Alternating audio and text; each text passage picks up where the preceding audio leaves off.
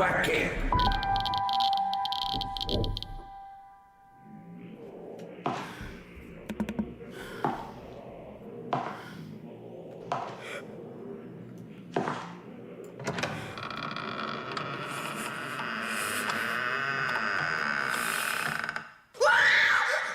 What?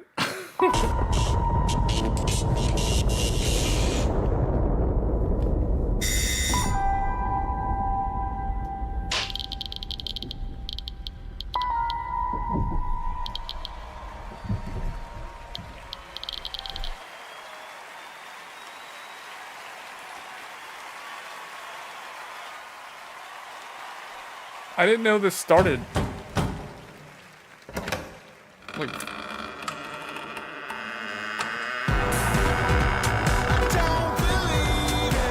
please welcome the visionary game developer behind OD, Mr. Hideo Kojima!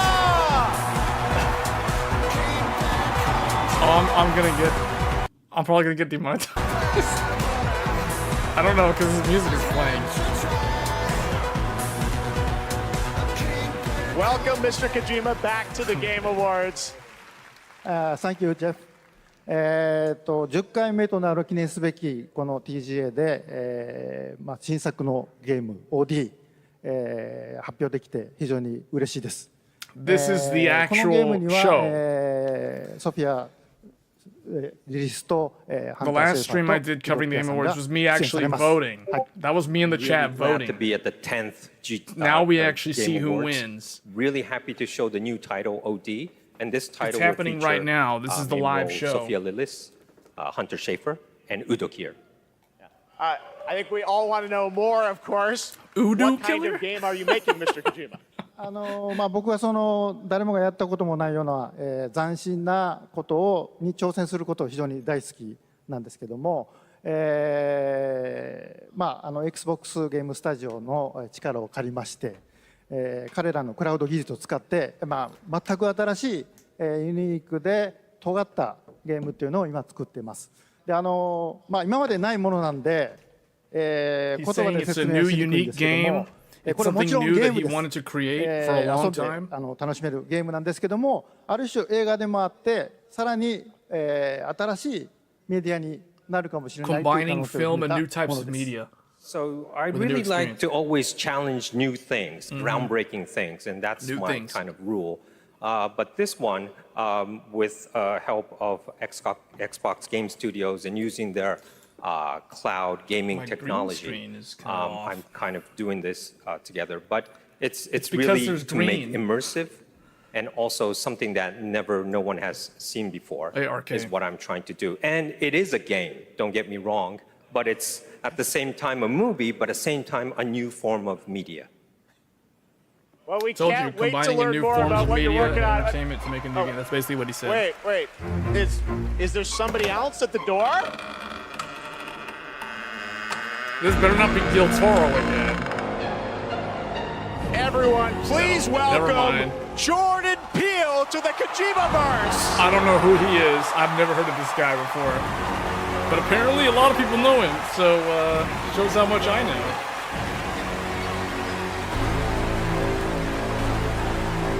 You think Kojima is overrated?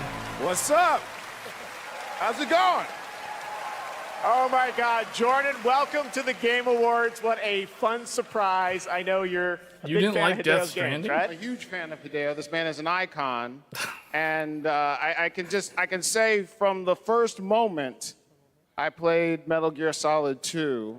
Everybody always talks about Metal Gear Solid. I knew I was experiencing the work of an artist. Look at his red shoes. He's got red shoes.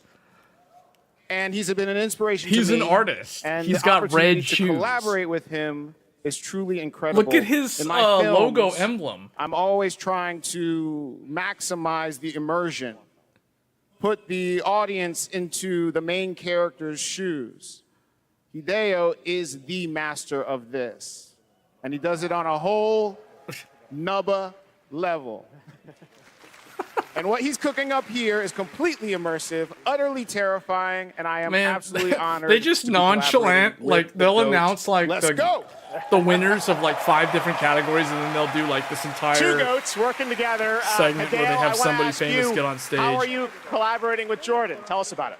ジョーダンは、天才と評価される数少ないクリエイターの一人で、僕はもう彼の大ファンだったんです。で、お会いして非常に気が合うので、もう最初に会った時から、昔からの知り合いみたいな、幼なじみみたいな感じで、僕は映画を見て育ってゲームを作っています。で、ジョーダンは、ゲームを、遊びながら育って。He wants to make like another movie-like experience in a game.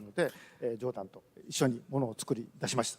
Well, Jordan is one of those genius, and I've been a big fan of him. And when I met him, I felt like we were friends from the past. We get on very well. We like things that we both like, and we're really happy, and we wanted to collaborate something. And this time, well, Jordan, I grew up watching movies, and I'm a game creator now. Jordan grew up playing games, and he's a movie director now. So this 2 collaboration will be really awesome. So that's why I wanted to do something together with Jordan. あとですね、Yes.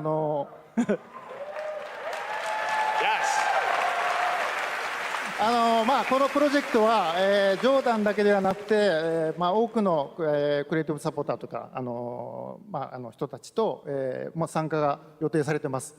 で、それぞれの恐怖っていうのの焦点を当ててもらってストーリーテリングしてもらうと予定です。で、ここではそのメンバーを紹介できませんけども、非常に豪華な夫人というか巨匠たちの集まりなんで、僕はその彼らを集めてアベンジャーズと呼んでます。ぜひ楽しみにしてください。So what I could say right now is that I'm kind of it's not just Jordan. I have other creative collaborative partners. With me on board on this project. I can't really say who they are right now, but I tell you, they are the legends, and they're going to be amazing. And I actually call them the Avengers.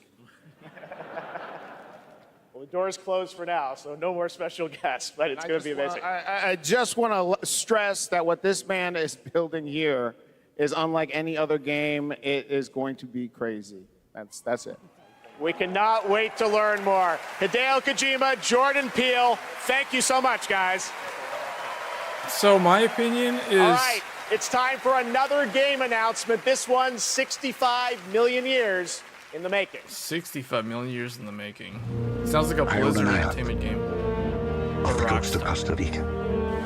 Really spectacular, spared no expense. For this place, I wanted to show them something that wasn't an illusion. Oh, it's this Jurassic Park.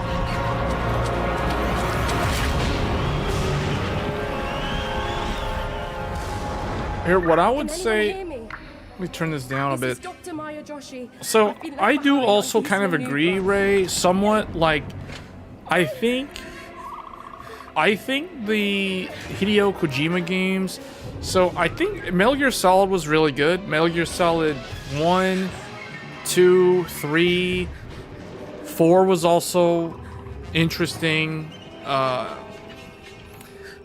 was also good, although I don't know, some people think 5, if it hadn't been for such a weird delay and how they also kind of split it, where they had that, what was it, Metal Gear Solid 5, it was Phantom Pain, but there was like another preview thing that they did. My opinion is that Death Stranding was a unique game. But it was kind of in a way, it was kind of a boring game. There were a lot of stretches of gameplay that was very repetitive and very boring. So I think that Kojima will probably try to not do that again, because I think that was kind of where that game's weakness was. You know, it was, a lot of people say it was a walking simulator.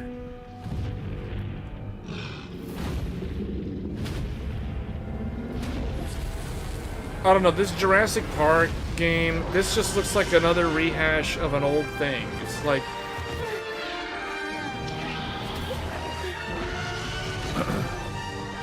Haven't there already been Jurassic Park games in the past? Jurassic Park Survival. Cold storage. PlayStation 5, Xbox Series X. Please welcome Grammy Award-winning producer, Zed. Man, I hope this video doesn't have so much like copyrighted music in it that I just straight up get demonetized completely. Sound is an often overlooked but crucial aspect of game development. It's what brings games to life, creating the immersive worlds. Who are these people that they bring on here to announce the game? Are these supposed to be like famous streamers or internet personalities, or is this a game developer? Who is this guy? I don't even know who this is. Am I supposed to know who this is? Audio design in games, as talented sound designers have pushed the boundaries of what's possible. Here are the nominees. What is this for? Best audio design. Best audio design. Alan Wake 2. Alan Wake 2 is so normie mainstream media. I'm sorry, it just is. Like, it's on way too many of these categories. Marvel's Spider-Man 2 also, but not as bad as Alan Wake 2. Like, Alan Wake 2 is on way too many things. And the Game Award goes to Hi-Fi Rush. Okay, good. Finally something that was not a mainstream game, because Hi-Fi Rush was kind of unique. This game had a unique soundtrack. It probably had one of the best soundtracks out of all the games this year. So yeah, audio design, they deserve it. As long as it's not Alan Wake 2 or Spider-Man 2. Thank you so much. 信じられません。このような素晴らしい賞をいただきありがとうございます。制作チーム一丸となって取り組んだ成果を評価していただけたことを大変嬉しく思います。制作をサポートしてくださった皆様、また作品を応援していただいた皆様に心より感謝いたします。本当にありがとうございます。Just a quick translation. Thank you for this amazing award. It's so glad that the work that the team has done together to achieve has been recognized here. Thank you to everyone who supported this project. And from myself, thank you to our family, friends, partners, pets. Thank you everyone at Bethesda, ZeniMax, Microsoft, and all the players out there for going with this ridiculous project. And most of all, to the team at Tango for taking such a wild idea and making it a reality. Thank you so much.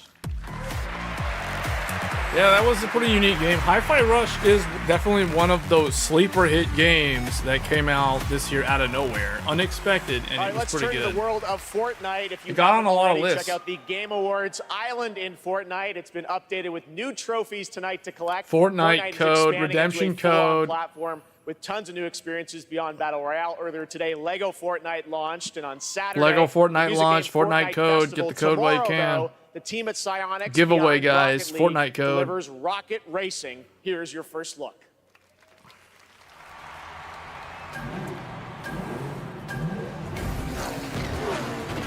Here we go. New Epic Games, Unreal Engine 5.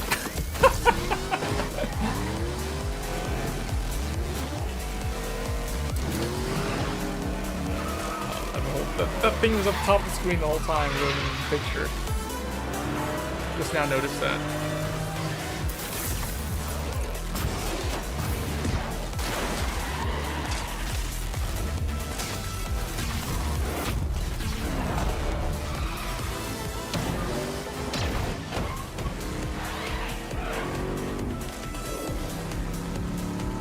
I think this is gonna go on for about an hour.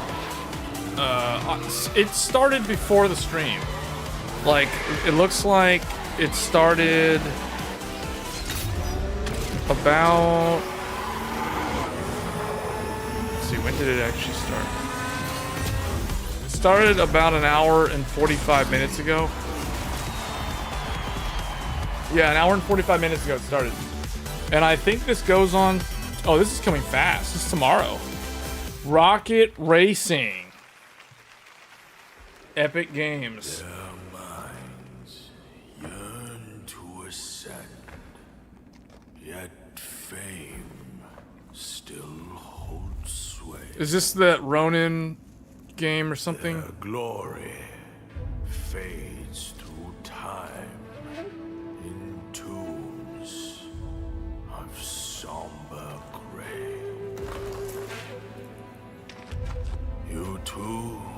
Did Kojima's game get a name or anything, or did they just bring him on stage and just talk just a bunch of fluff?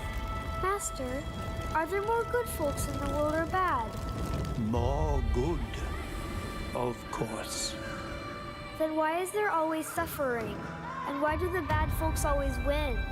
Because goodness without teeth punishes not.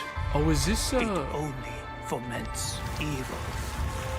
Cleanse the world. Oh, this is the with blood Wukong game, and isn't grow it? lotuses Yeah, in this is the it. Wukong. That is your destiny.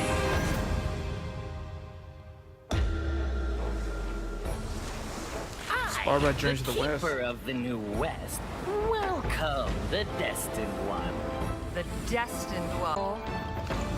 Those old rascals, they surely know how to name. Tell me then, is my kind destined for extermination? You're driven by greed, not destiny.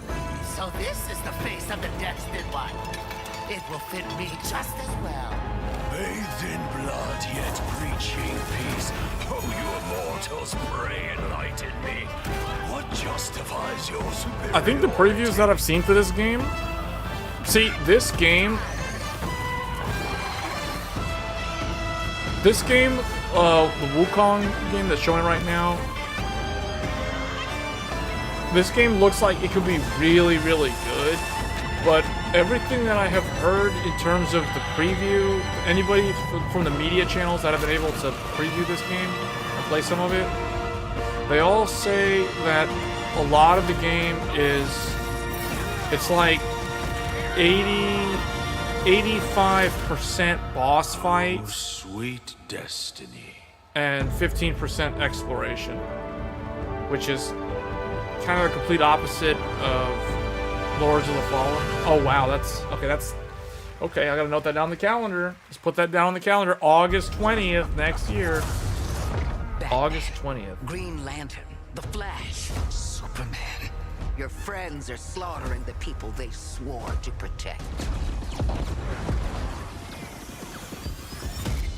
So I My Justice League will burn this Earth down for me.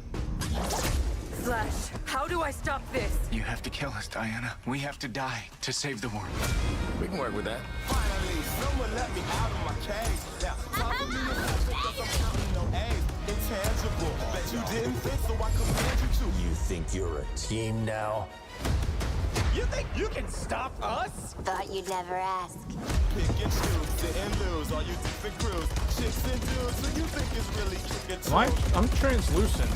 Look a little bit translucent. I gotta fix my He's the fastest man. I'm using the Threadripper computer to live stream this. And I made a lot of changes like the last second. So like the wrong graphics card is in here.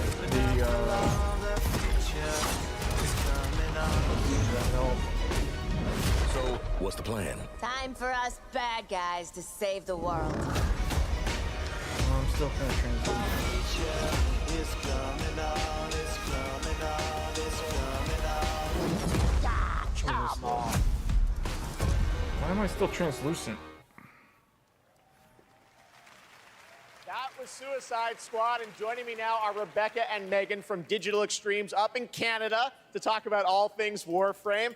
We've got a special Warframe Twitch drop tonight for those of you watching on Twitch, but I understand you've also got some other news for Warframe fans on the next expansion, right? Yeah, we do. You know, it's been 10 years for Warframe, so, 10 years Am for I you. We assumed we'd now get a I'm not- senior's discount of some time, just because Now our I'm game is not probably as the oldest game translucent as here, I was maybe, before, but but yeah, we sometimes- have. Going strong. I know, it's because our community is Sometimes so I'm awesome, disappearing. and we are going to be showing you the release date for our next major update for Warframe. What So we GPU do have am I a using? trailer 3090 for, Ti. Warframe players around the world to watch. And I had to fix. I'm not able to stream an I AV1 mean, it's been an incredible because of ride. that. 10 years of just I lost my incredible AV1 encoder developers, by our switching to community just supporting 3090 us along the Ti. way. So if you're a Warframe fan and watching, we love you and I thank you would so keep much. the second and I hope GPU you in, but enjoy in order for the me to next keep the update, capture Whispers card in the in, I Walls. can't Oh, yeah, fit thanks for having us the back too. Devs at home, XTX we love you in guys. All right, thanks, guys. Let's take a look. because it's also apparently the reference card is also a triple slot. Generations you've slept. No purpose. What is this? No call. I wasn't paying attention to what they were saying. I was trying. Oh man, I look translucent. You have changed everything. It's like sometimes I'll fade in and out. The lidless eye has seen you. The Tenno.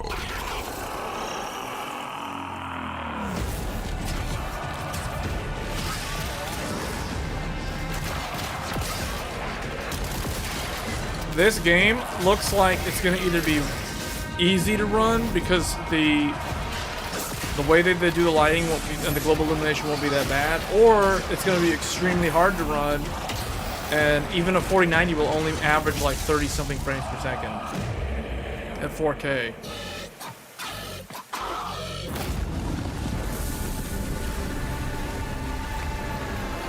At least the Game Awards started like an hour after I went live, so, or before I went live, so that means this will end faster. They won't have to watch the entire thing from the start. It is waiting.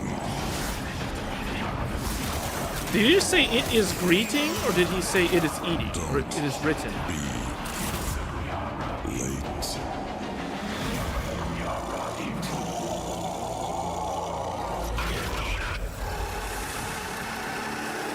What is this? Warframe? Whispers in the walls? There is so much more Game Awards ahead. More You thought the copyrighted surprises were music to done. demonetize Nope, there's lots the coming, stream. but while you're here, head to supergameawards.com. You through could win a December trip 31st for a chance to for win a trip four for 4 to the brand new to Super Nintendo World at Universal Studios Hollywood. in Here's a look. Universal Studios Hollywood.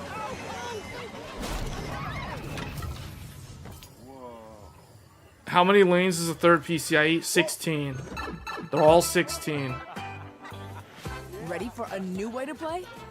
I Experience mean, I've the only went immersive over the world of motherboard Super like Mario. 5 times across 3 Brought to different live life like streams. never before.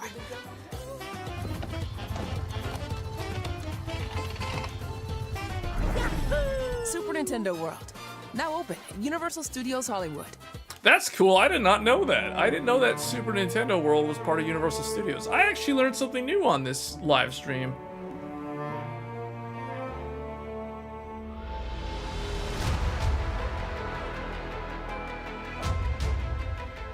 What is this, Starfield? This is Starfield? It's a masterpiece.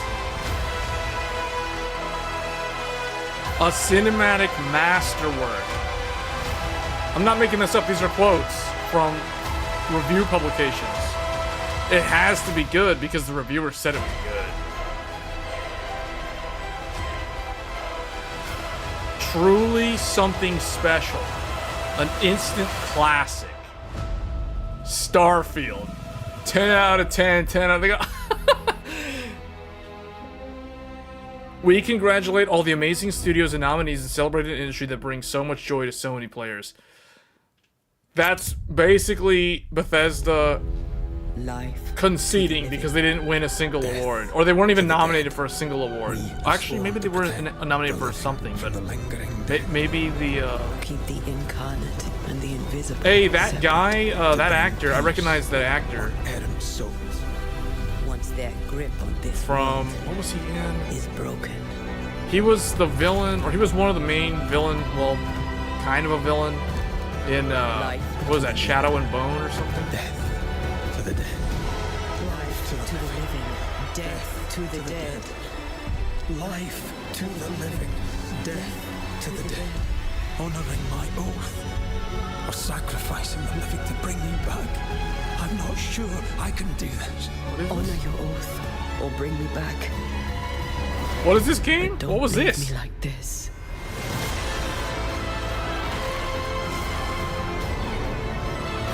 This is like this is like the sequel to Control or something? What is this?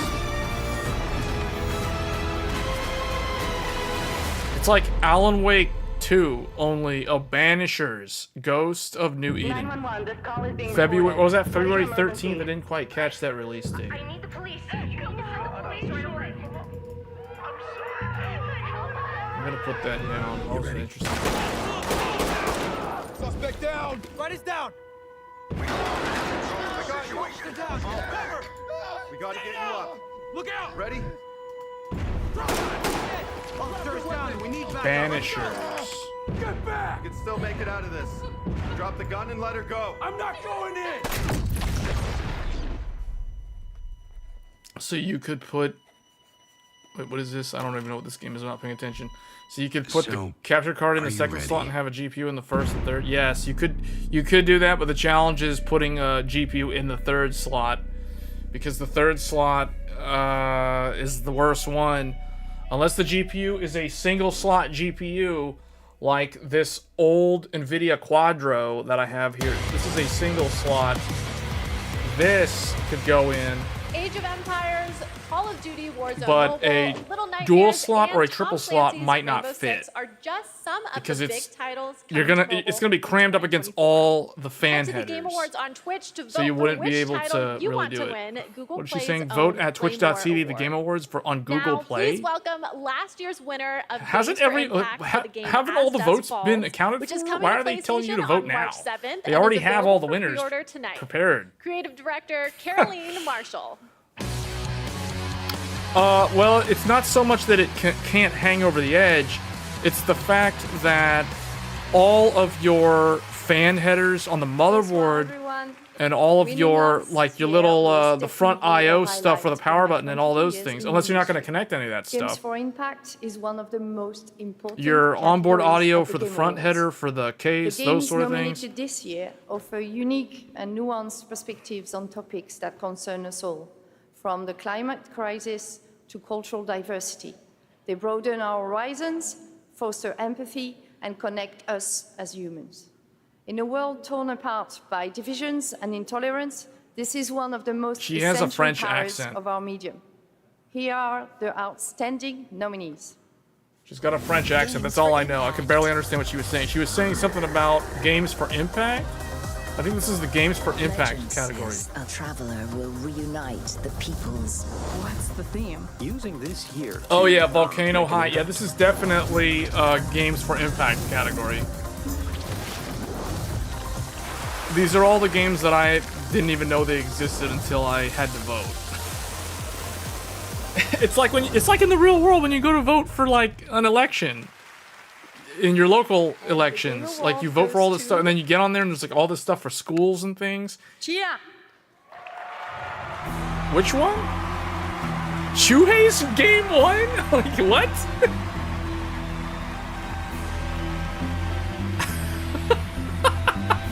What? His game wins? Just because he's like... Thank you. I accept this award on behalf of developer ourselves, who cannot be here, but I got a message from Phil Clifford, co-founder of ourselves. I'd like to thank I don't even know what his game was family about, but... for your trust and unbelievable talent. Kepler and Sony for believing in this crazy project. And the entire population of New Caledonia, who championed and embraced Chia all along. Chia Thank wins? you, merci. Oreti. Man, shows how much I know about these games. I didn't even know that Shuhei had anything to do with that game. Okay, well, I mean, I guess that's why it won. Hello. I'm Abubakar Salim. I'm mainly known for my acting work in Raised by Wolves and Assassin's Creed Origins. But Yeah, if you put it on a that GPU is water block, it's not gonna be a why I'm problem. here. Oh, okay. Sorry, no, this is crazy, man. I mean, I remember watching the Game Awards when I was. Oh, is this just being supposed to be up for here, that now it's new like- Avatar game?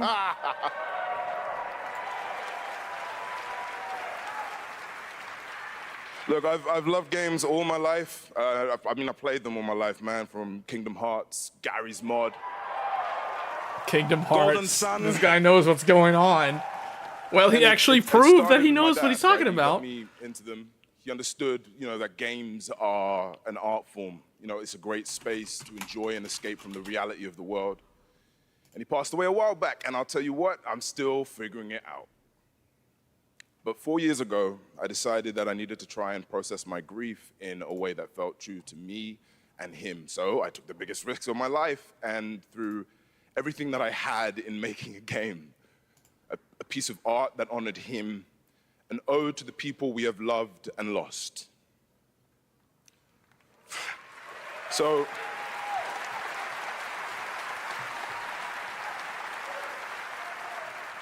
So the reason I'm here tonight is because with the love and support of a lot of people here, I'm gonna take another big risk and I'm gonna show you what we've been building. You know, I'm gonna offer you this game, a game from my old man. I hope you like it.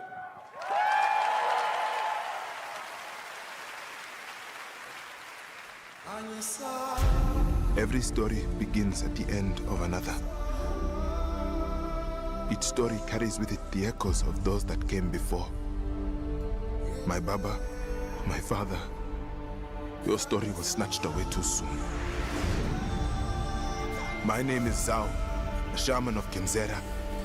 Here, I seek my father's return.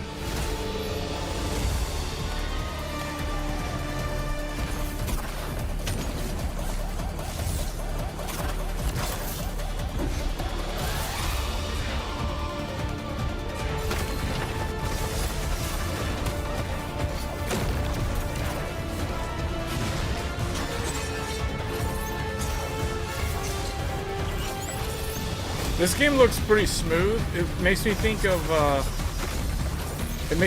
Ori and Trine. It definitely has kind of the Ori visual palette and color style. I will not stop. Kalunga, God of Death, hear my plea. Kalunga, God of Death, come to me. Show me you are ready.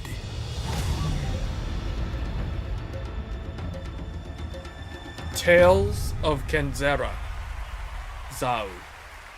So this is pre-order after the show, but they don't say when it's coming out though.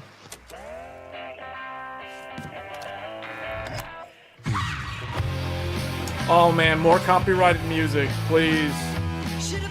Please no.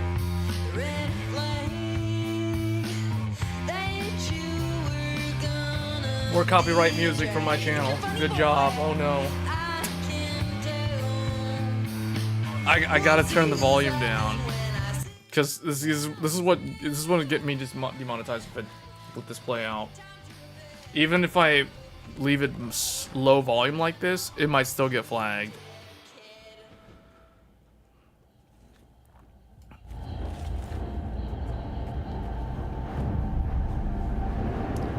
The last game comes out April 24th. It's been 27 years, y'all. Why now?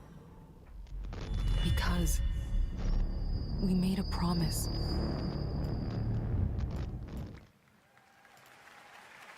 That was Lost Records, a brand new world from the development team behind Life is Strange. Now we have a world premiere new look at a game based on an ongoing franchise of 18 years with over 850 million users worldwide. This entirely in-engine trailer shows off the blend between cartoon 3D graphics with hardcore action. This is the first Berserker. Okay, I thought this was gonna be Pokemon, and then it's like, no, it's something completely different.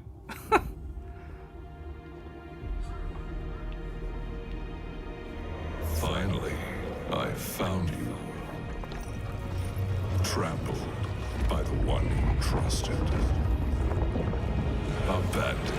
Call it Berserker. It looked like Skyrim 2 or something. You thought you were a hero.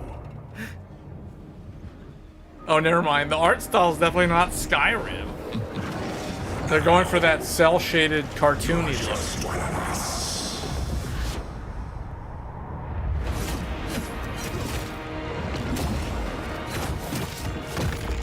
You know the thing though about the games that are not as GPU demanding tend to actually have more.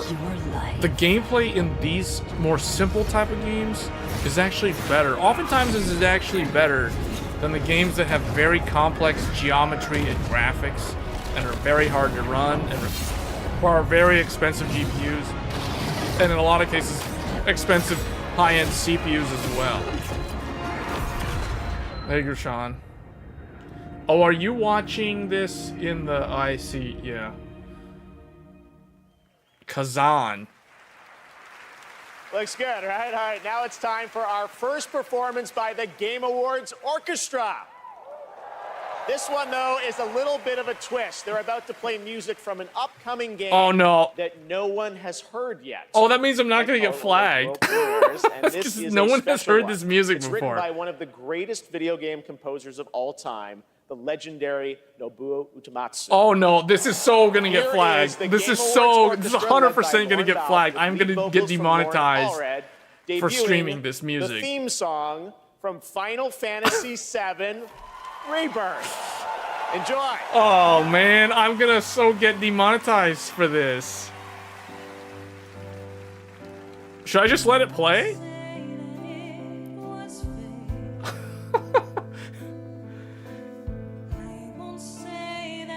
If it doesn't get demonetized today, it'll get demonetized as soon as this audio track gets registered with the DMCA or whatever the governing body is that like tracks all this different music.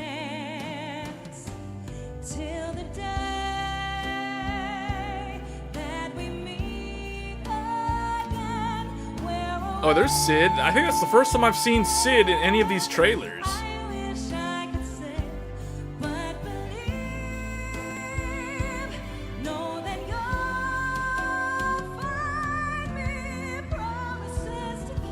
Depending on how long this game is, because I don't know, this game, February 29th.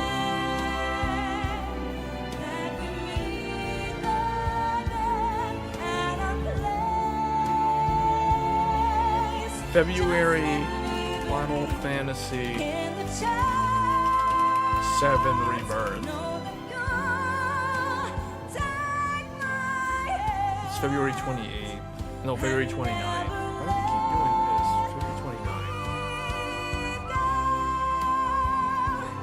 February 29th. I'm not able to use the Outlook that I typically use because on my Threadripper PC, it doesn't have the license, so I'm having to use the free one, which is built into Windows 11 and Windows 10.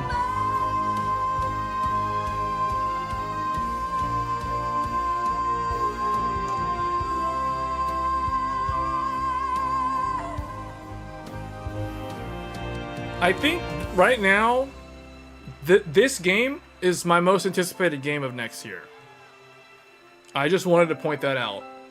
So February 29th is the day for me in terms of the games of next year. So this one, the only other one is really like Tekken 8, but Tekken 8 is not going to be nearly as large scale popular as this game is going to be. But we could be looking at a potential for Game of the Year 2024. What an absolutely beautiful even though we song aren't from even Final in Fantasy 2024 Rebirth, yet. Which is nominated for most anticipated game Yep, tonight. this game was Thank you to Lauren nominated for Allred most and Maestro anticipated Lauren game. Valve and the Game Awards Orchestra. They will be back later to pay tribute to our Game of the Year nominees. Okay. But that's not all we have tonight for Final Fantasy fans. What we've done, that's set in stone. Or so they'll tell you, dearie. Because the future has the power to change anything. Even the past. Here we go. This is it. Wait, the future has the power to change. Strap in, Newty. Things are Oh, about to never get mind. Okay, mighty never mind. interesting. Never mind. This is not what I thought it was. This is Apex Legends, though. Wait, what?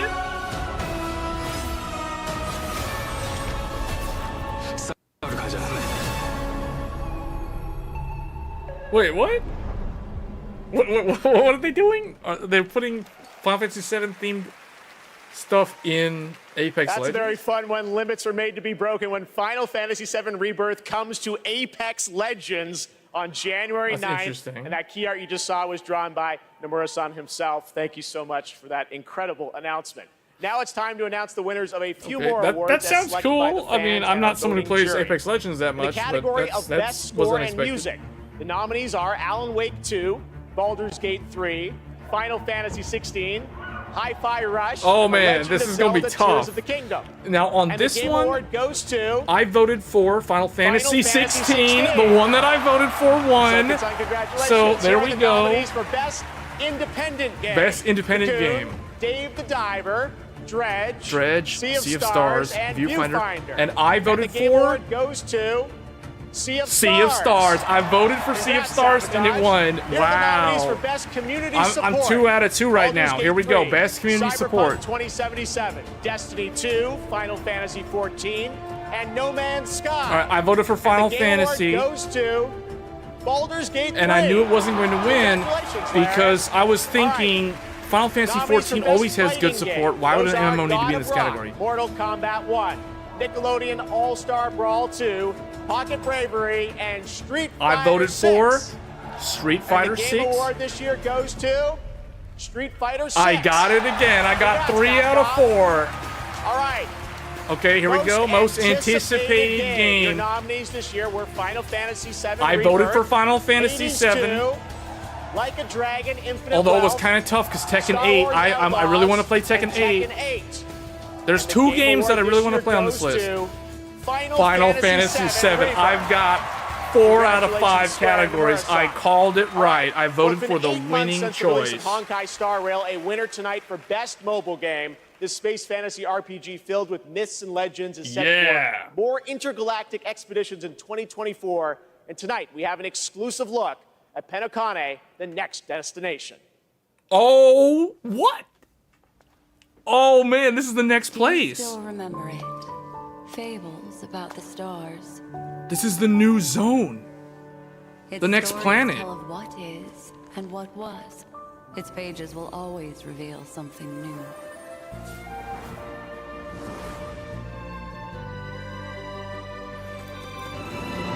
This won Best Mobile Game of this year. And I voted for it, and it won. So let's see what the next place looks like. Those are unforgettable memories, but they are only a beginning. I will say that Hoyoverse has some very talented developers and artists and composers for music and writers. They've got an A team. Suffering and joy will both be added to the final draft of the story.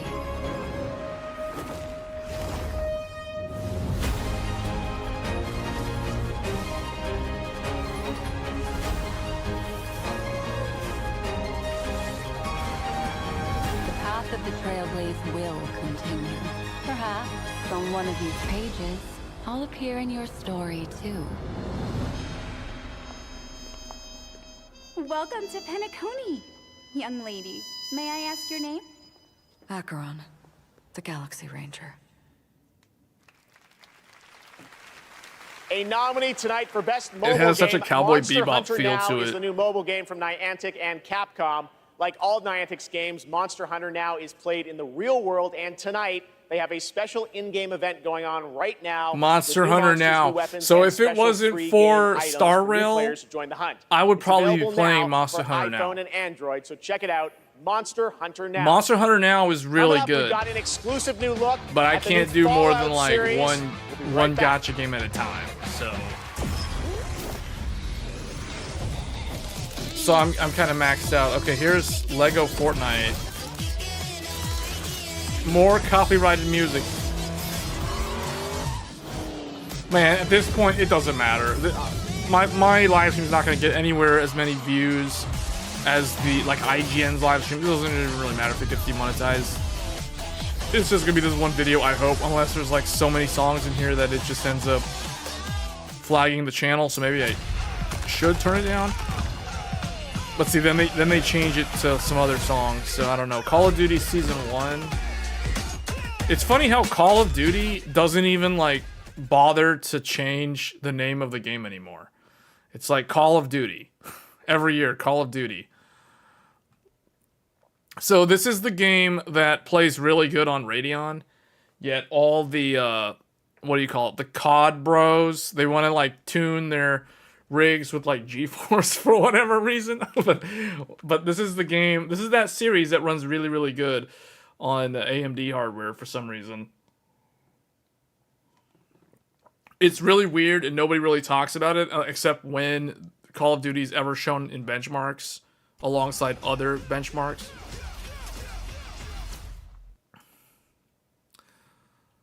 Yeah, that's long. Season 1.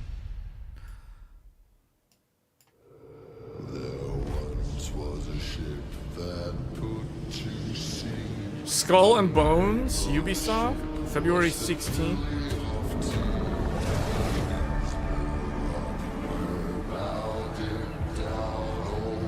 Up to 3-player co-op. Well, that's cool. Everyone gets their own actual pirate ship, or their admiral ship, naval warfare.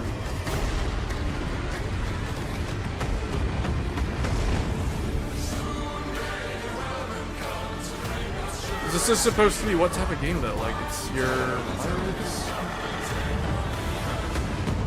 with naval. There's naval battles. There's giant sea monsters.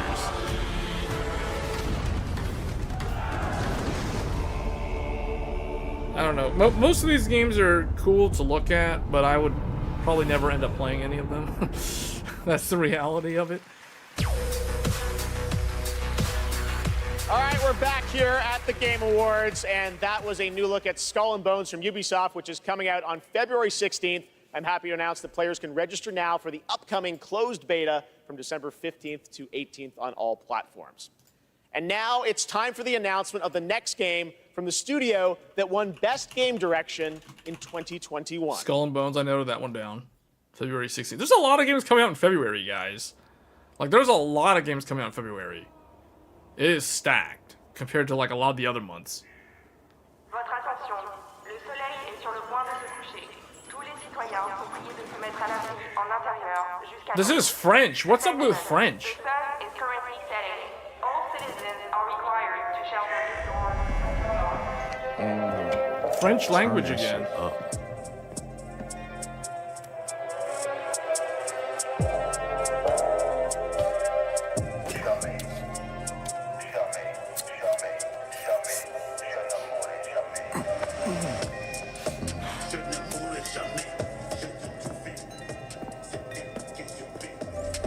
Relax, man. I don't bite.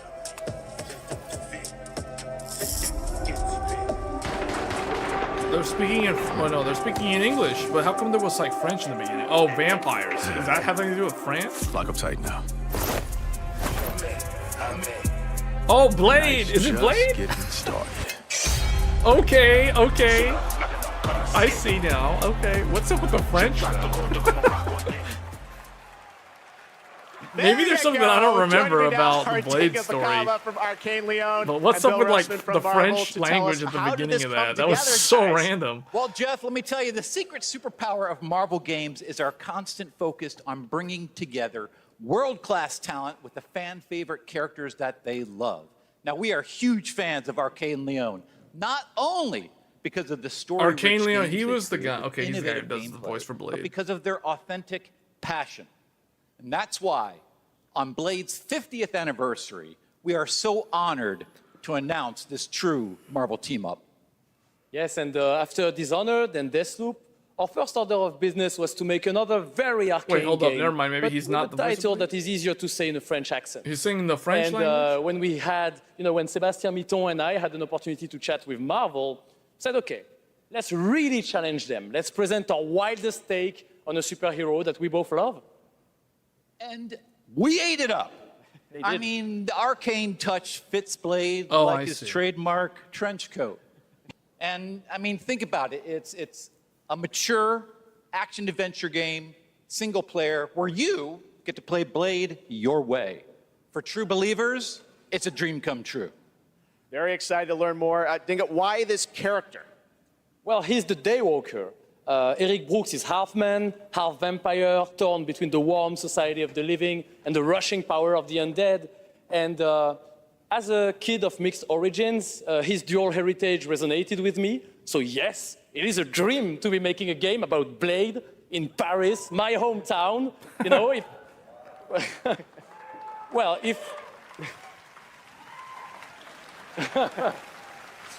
if my hometown was walled in, and we shared it with bloodthirsty invaders that come out as soon as the sun goes down. Ça serait un petit peu la merde quand même.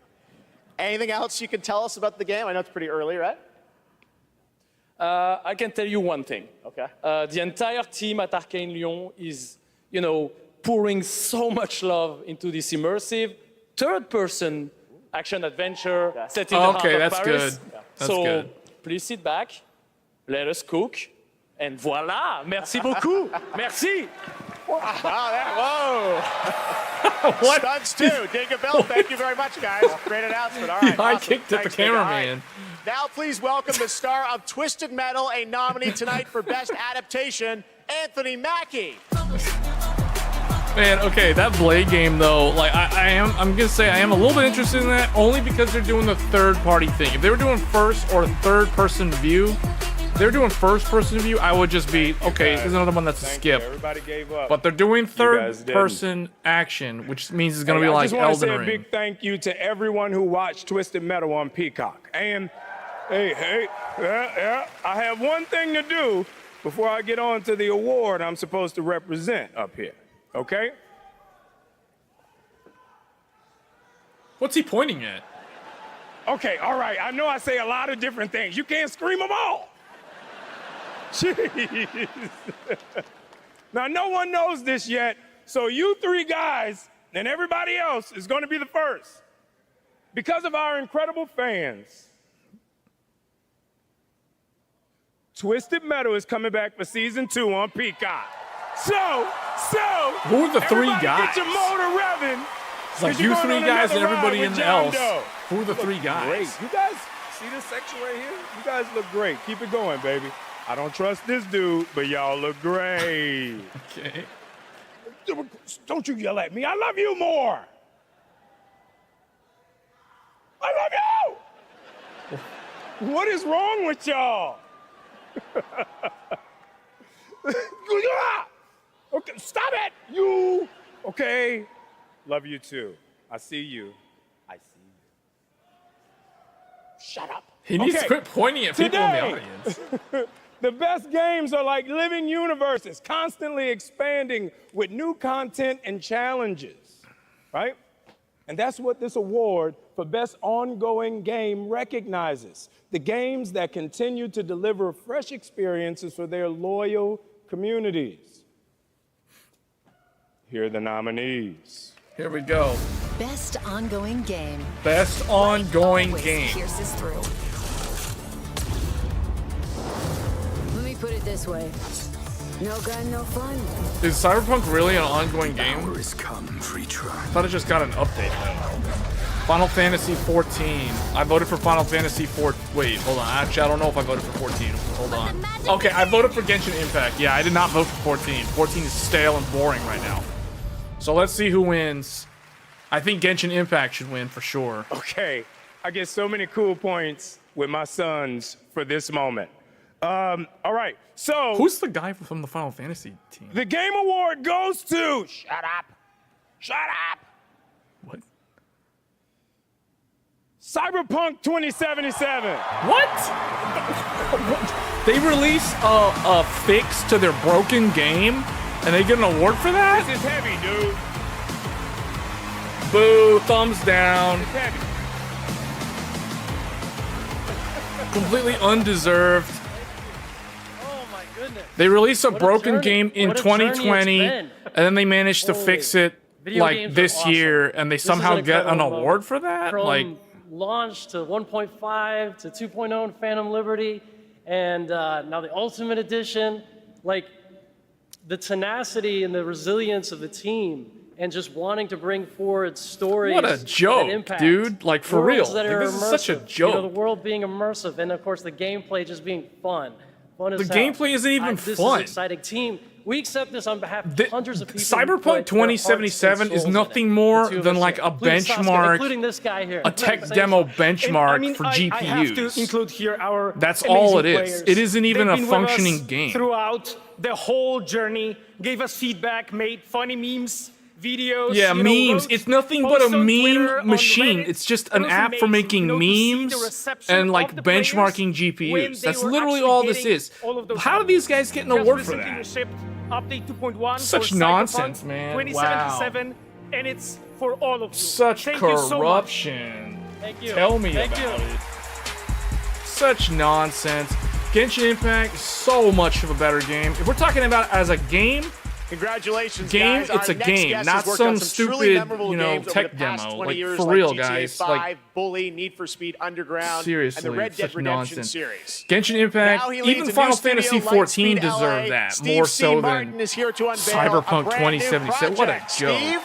Thanks, Jeff. Great to have you here. You showed it. My showed cousin this to me plays it earlier on the this year. GTX Tell us a bit about 950. it. It's an honor to be here, so thanks for having us.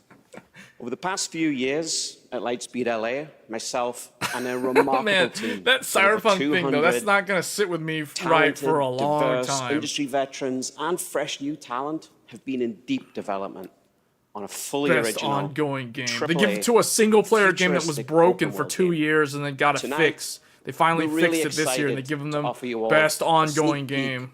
at what we've been working on. Wow. I'm seriously, I'm so excited to share so much more with you in the future. But for now, I hope you all enjoy this first taste. Amazing. Let's take a look. I don't Steve. even Here know we what this go. guy just said, but let's see what it looks like. Tear it open. Robots. Oh well, it's not Superman, I'll tell you that. A Lightspeed LA game.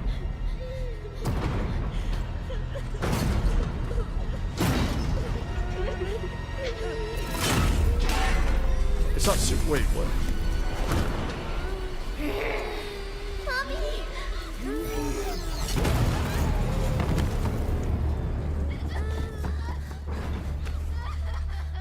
Wait, she's not a robot? Scared, Mommy.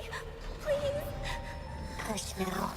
It's going to be okay. Oh wait, she is a robot. Here. The demon?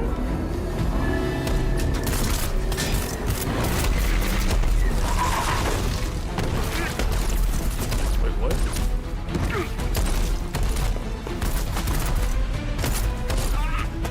How come there was like 12 dudes with guns and they're all shooting at one target and none of them hit the target, but the target hits all of them perfectly?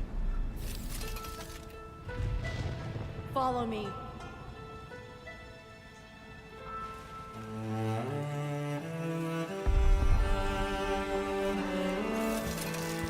What? I don't even know. What is this? Is this some known franchise? Okay, this is probably what Cyberpunk should have been. It looks cooler than Cyberpunk. Last Sentinel? Okay, yeah, I don't know what this is from. It's probably from some existing IP that I know nothing about. Or it's an entirely brand new thing. Which would be very rare in today's age. Lift your head. This is like Death Stranding. Is this Kojima's Open your game? eyes slowly. This looks like something that Kojima would make. What is this?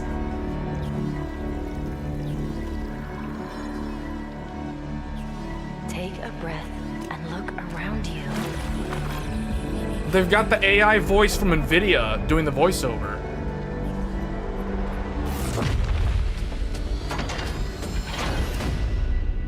Okay, this game is either Chinese, this is probably a Chinese developed game, or maybe a Korean developed game. It doesn't look like a Western studio made this. This is not like Western looking to me at all. It looks like an Asian developer made this, for sure. Like 100%, I have no idea what this is, but I can tell you right now, 100% it looks like it's made by some kind of Eastern developer.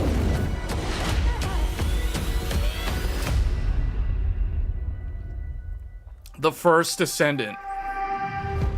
Summer. Oh, Nexon Games. There you go. Obviously, it's some Asian developer. Summer of 2024 from Nexon. Korean Nexon. There you go. I told you. I had no idea what that was. I saw a gameplay. I'm like, okay, this is not a Western studio. 100% sure. Like that much I know. So it's not like I don't know anything about video games. I can take a look at a video game and I can tell if it's made by a Western developer or not. Oh, here comes Hoyo versus next game. Oh, here comes another money-making machine.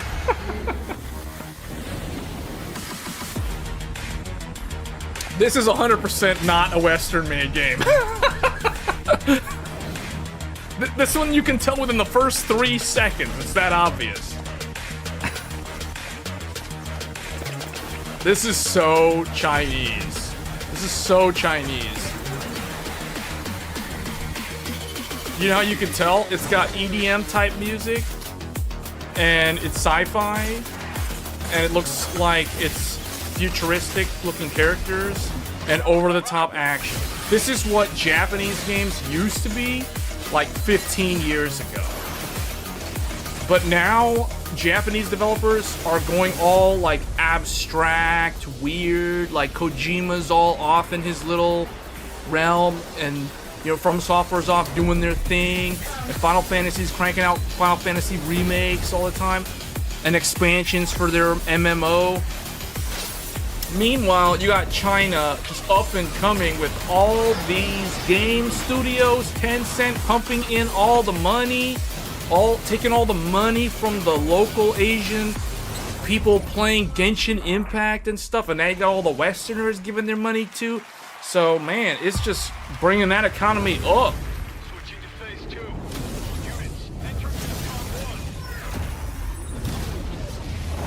What is this? They call us the Children of Providence. Okay, this looks cool. This looks really cool. This looks like a Gundam game. This also does not look Western. What is this? This looks good. This looks like Armored Core, only not like super hard.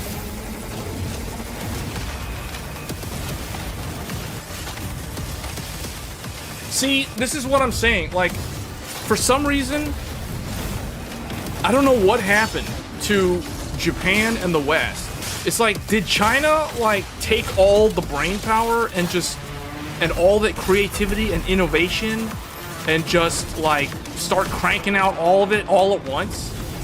Because this looks like something that I would actually play. This looks cool. I don't like shooters, but I'll play this because this is definitely a shooter that I would actually play. This is one of those, what do they call these type of genre? This is like the bullet hell genre, only taken to like a modern level, taken to the extreme. This looks cool. You gotta have a sword. You gotta have a sword. Mecha Break. Man, that looks good. To demo the latest Cyberpunk update, but we haven't told them what they're playing on. Let's see what happens when they find out. This looks amazing. Ray tracing is beautiful. Yeah, it's super real. What do you think's powering your gaming? Like a 4090? 40 series? You're actually playing on a Chromebook Plus. Wow. Streaming on GeForce Now. Oh my god. I would never have guessed that. I'm gonna have to look into getting a Oh man. First of all, whoever they brought in here, the fact that these so-called influencers didn't even know that they were playing Cyberpunk 2077 means that they don't even deserve their position. You know, like they don't even deserve their position in society as streamers and influencers. If they don't even know that they were playing Cyberpunk 2077. We need valiant soldiers to take on these deadly robotic smoking trees with that and spread our message of peace and democracy. All right, what is this? Nuke. Wait, demo. What is this? This looks cool. This looks cool. Galaxy's most advanced weaponry. I probably wouldn't play this, but this looks cool. Mainly because it's third-person camera. I don't like first-person shooters. I'll play third-person shooters. I won't play first-person shooters.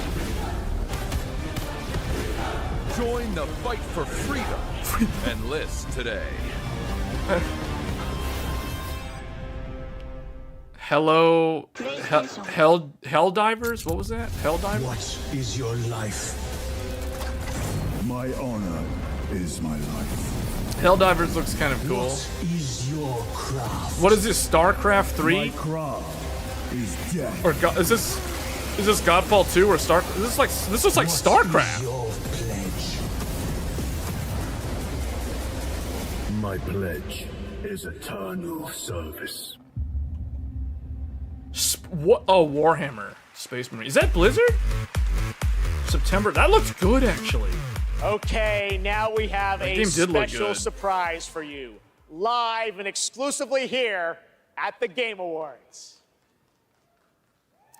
Welcome, welcome, welcome I am your host, Warlindor, and I present to you the Old Gods of Asgard featuring that best-selling writer Alan Wake. This is Herald of Darkness. What is this? What is this? The Old Gods of Asgard? Oh, Alan Wake 2. Oh, come on. Am I gonna get demonetized for this? Well, yes, I think it's true and fair to say. Come on in and listen, lost words you've been missing on the fire you're I don't get the Alan Wake thing. Like, Alan Wake 2 was a good game, but I honestly think it was overrated. It was overrated in a way similar to Death Stranding. Like, Death Stranding was kind of an overrated game, but Death Stranding didn't really get nominated for a lot of awards. This game did get nominated for a lot of awards, which some of them, frankly, I don't think it should have been on the list.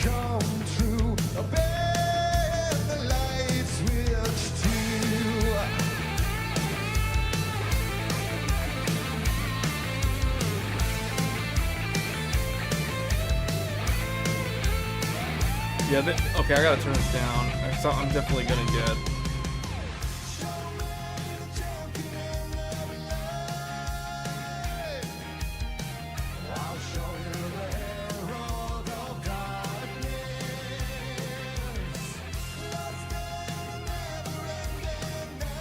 Any fans of the Alan Wake series in the chat? I'm not really a big fan of Alan Wake. It's good, but I think it's overrated. It's not insanely overrated, but it is overrated. It's one of those series, like, I call it like an interactive movie. It's like interactive film. It's like you're watching a movie, but you can actually do things from time to time.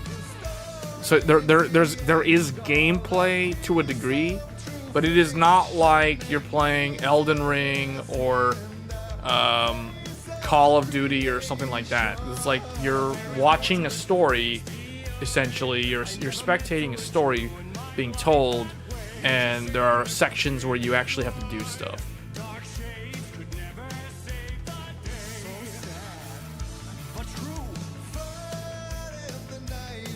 The only game I liked a lot this year was Hogwarts Legacy. Yeah, notice that there's like nothing about Hogwarts Legacy. It's all just Alan Wake 2, Spider-Man 2, and stuff that's coming out next year. I mean, I get why they're showing a lot of stuff for next year. Yeah, but Ratchet & Clank wasn't new.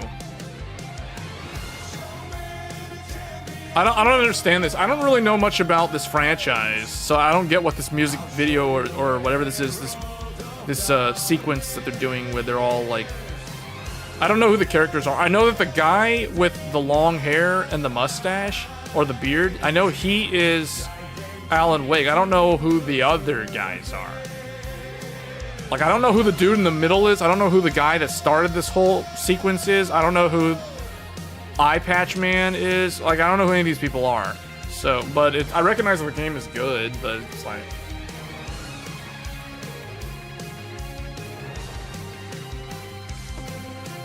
The games that I thought were really good this year were Hogwarts Legacy. Jedi Survivor was good. It wasn't a bad game. It was very hard for a lot of people to run, though. Honkai Star Rail was really good. That game came out this year. Final Fantasy 16 was really good. Lies of P was very good. Lords of the Fallen was buggy at release, but it was good. I didn't really have that many problems.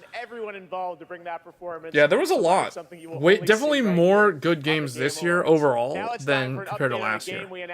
Last year had like one really good game and probably like 2 or 3 okay games.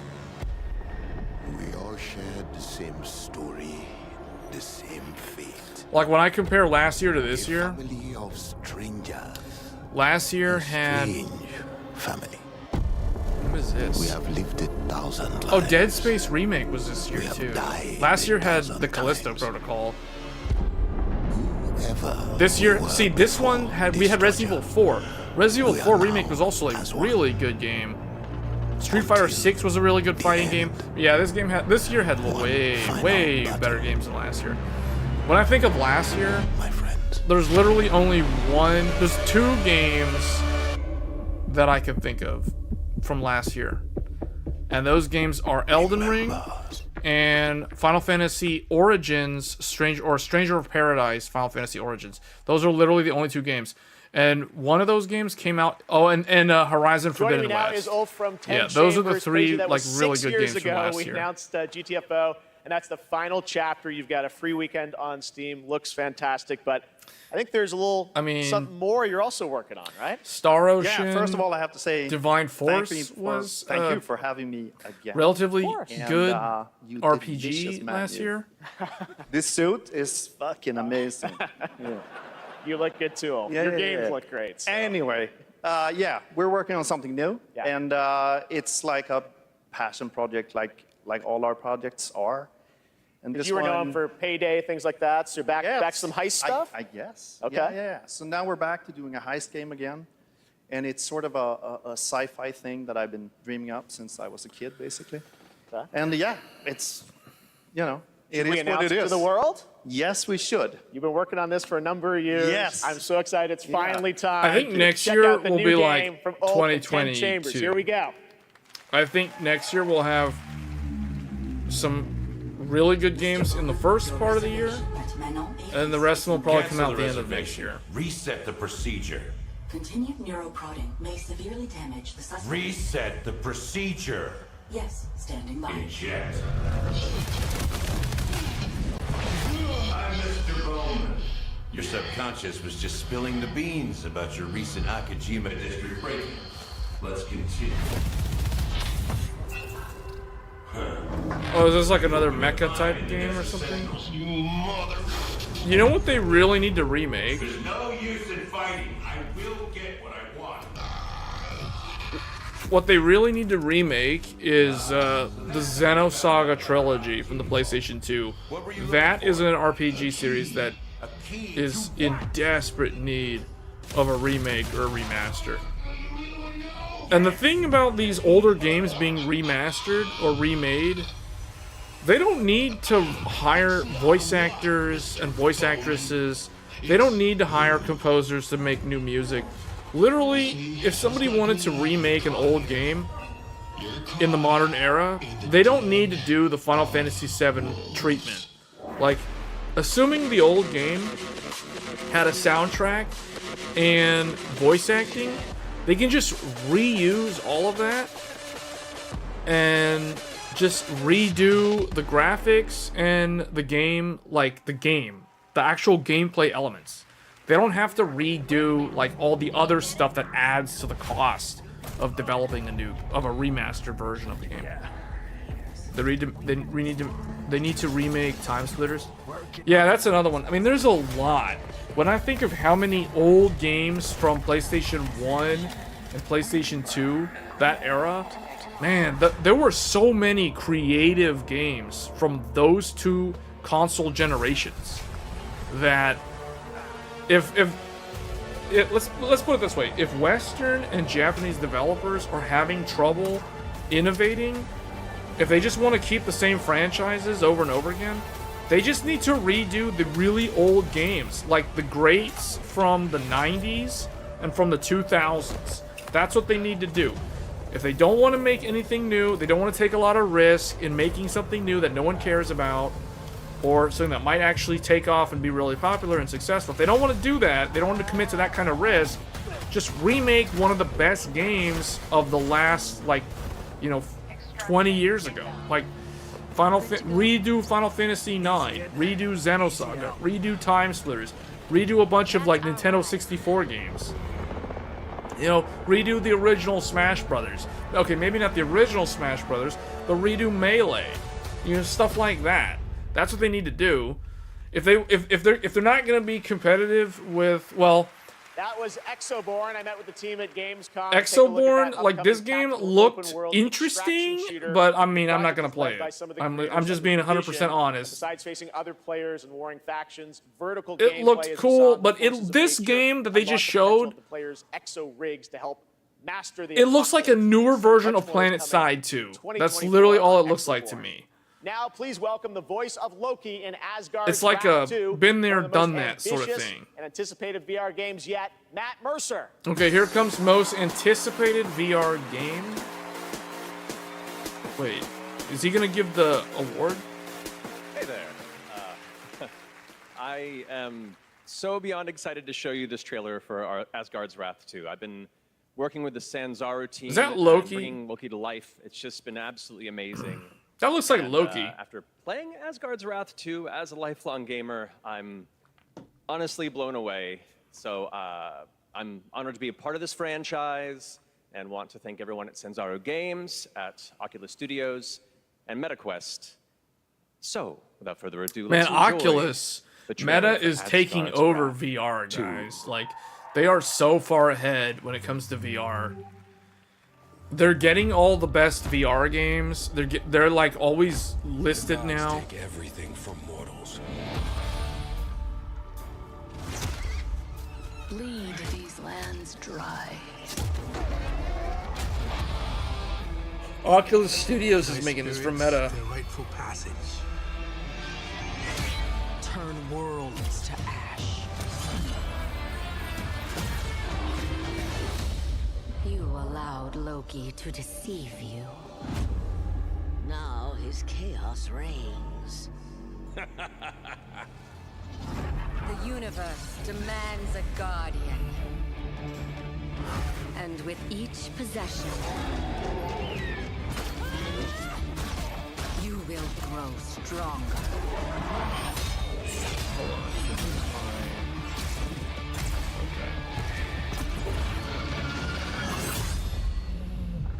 Oh, dutiful guardian, here to right your wrongs.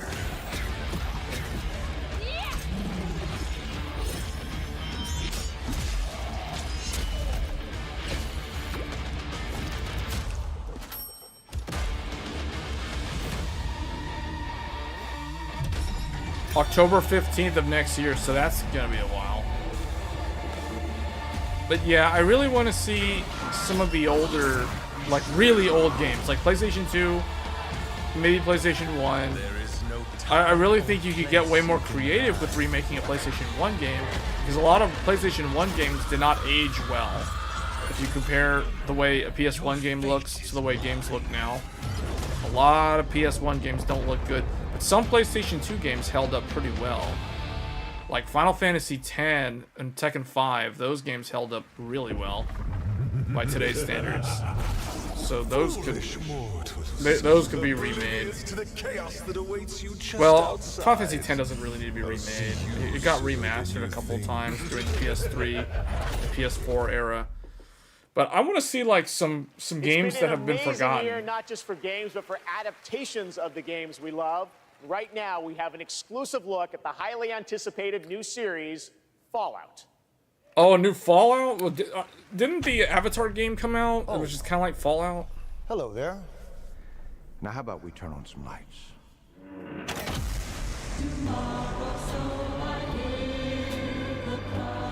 Oh, not Fallout. I'm thinking of Far Cry. Yeah, this is different.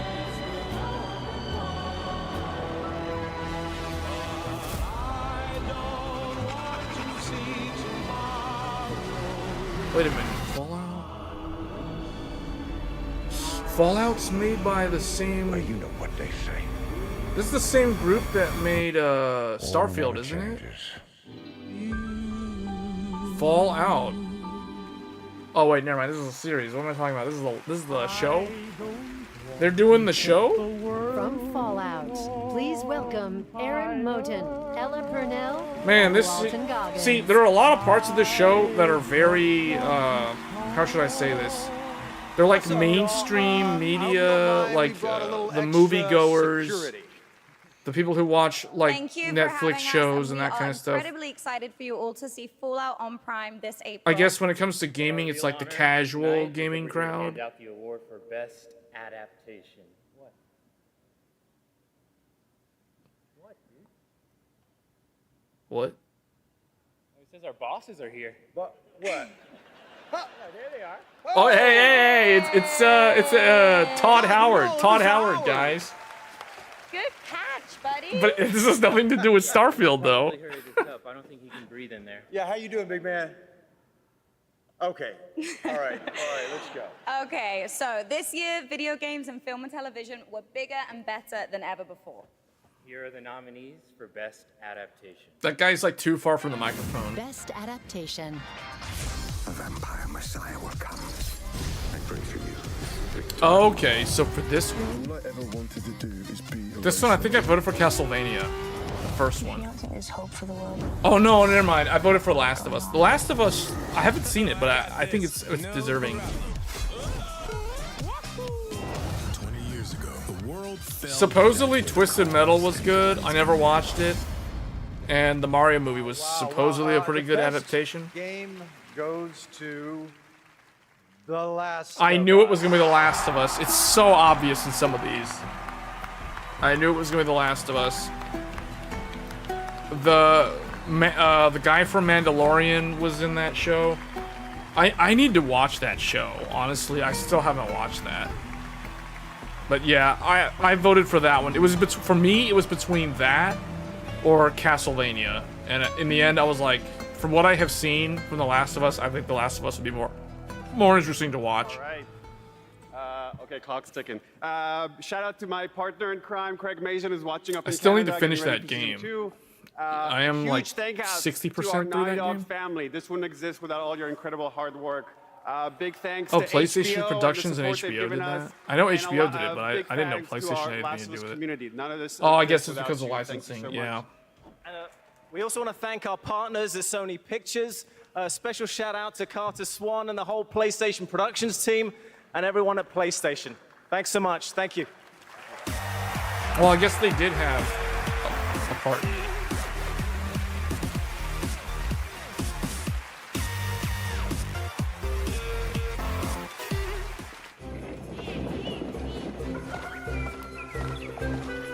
A Nintendo Switch game. You know what would make headlines at the Game Awards?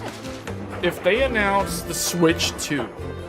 If they go and show the Switch 2 and say like it's gonna launch, you know, like first half next year or second half next year, that would actually make the show memorable.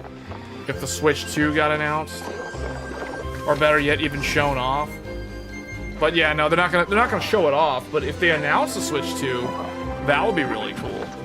I mean, that would be like, that would rival the. I don't know if it would rival, but it would definitely make the show memorable. Similar to the thing that happened at the end of the Game Awards last year. You know, remember the reformed Rabbi Bill Clinton, that thing?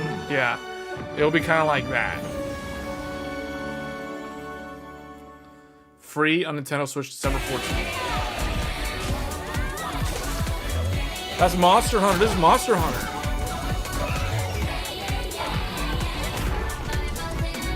Monster Hunter now.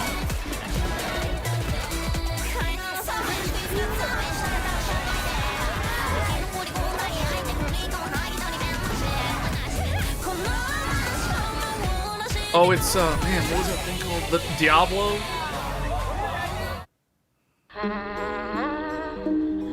When I was younger, struggling with who I was, what my place was, I took a lot of that anxiety and put it into making games. I mean, it's evolved over time, Man, especially as I've gotten into AAA. How long are the Game Awards typically? Man, this show's long. Hindsight is a narrative exploration game which spans the life of a woman named Mary, is taking a core of something I that started happened in this. my life. I started the stream and about an fictionalizing the hour rest of it. and 24 minutes Whenever ago. someone tells me that they've cried from something that I've made, it's always when people cry is where I And feel, yes, I want to keep doing that. I want the to keep show's making been people going feel on for things. almost 3 hours. This negative energy just makes me stronger. We will not retreat. This band 10 years ago, No Man's Sky was shown. And then it came out in what, 2018? No, wait. When did No Man's Sky come out? It was a PS4?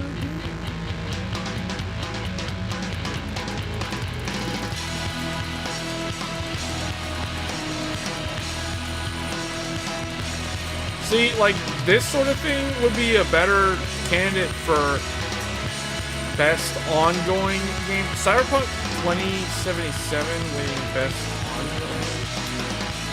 Or no, best community support. Because they actually fixed the game, but they kept going. Cyberpunk 2077 is one of those things where it's like, they finally fixed it, and now they're not going to do it anymore. So, does that mean they deserve an award for that? I don't think so. No Man's Sky Fractal. They keep on they keep adding to this game. So in a way, it's like, they're still doing stuff 2024. That looks like, that right there looks like it's from Wipeout on the PlayStation 5. That right there was No Man's Sky, a game we announced 10 years ago with this guy right here, Sean Murray. Okay, Sean, that's looks like the 2013. content keeps rolling in 2024. But what does the next decade look like for Hello Games? Well, to start with, next year is going to be a really big year for No Man's Sky. Like So I how said, does I've their been working on business it for model 10 work? years Did now, they do and basically I still yearly really love it, still really expansions and they enjoy just it. charge But for the expansion? What people don't know is that for the last 5 years, we've been working on something new. Another game. Yeah, something very different, something maybe more ambitious. For the last 5 years, they've been you working know, on something for- completely different from No Man's Sky. Here we go. Tell us a bit about it, Sean. Well, for No Man's Sky, we generated a whole universe of kind of sparse, alien-looking planets, and that wasn't easy. You know, it was hard, but there is something that's much harder that we wanted to do. For our new game, we wanted to create an Earth, you know, something as varied, a planet that is as varied as a universe, something bigger than Earth, something with, you know, mountains, real mountains, not video game mountains, but mountains that are miles high, taller than Everest, that when you climb to the top of them and look out, you can see rivers and canyons and continents. You know, you can see oceans. So is this like an open world planet kind of thing? Yeah, I mean, the first real open world, right? Something without boundaries. And we're going to let everyone play in it together. Isn't that like Minecraft? It's, you know, a place where people can live out their sort of adventures together. Isn't that just Minecraft? Well, we can't wait to take a look at it. We have anything So tonight? the No Man's or- Sky You sure? team is Yeah, making a so- Minecraft. So we have a trailer. That's what it sounds like, but it's obviously and, not you going to know, play like Minecraft. It's quite a small team that's working on it. There's about a dozen of us. Actually, everyone's here. Everyone from the team is here. We're very excited to share this. You and I have been talking about this one for years. Yeah, we're super nervous, you know, but really excited. If, you know, if people like it, this is a game I would like to still be updating 10 years from now. All right, so Game Awards 2033. We'll be back. But no, let's take a look. This is such an incredible project, and I'm honored that we get to show it off. Should we do it, Sean? Yeah, let's do it. Here we go.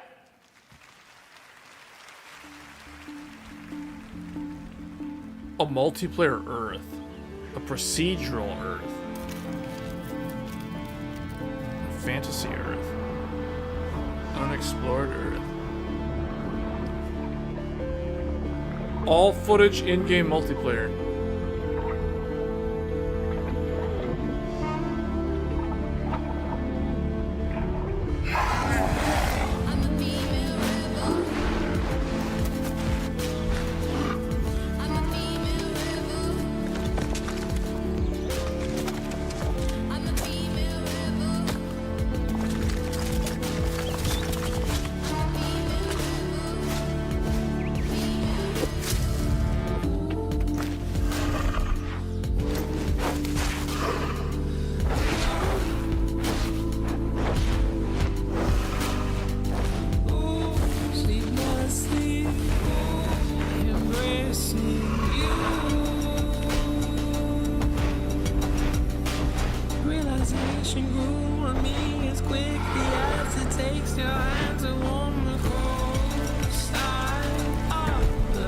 I mean, it looks cool. It looks like a survival game.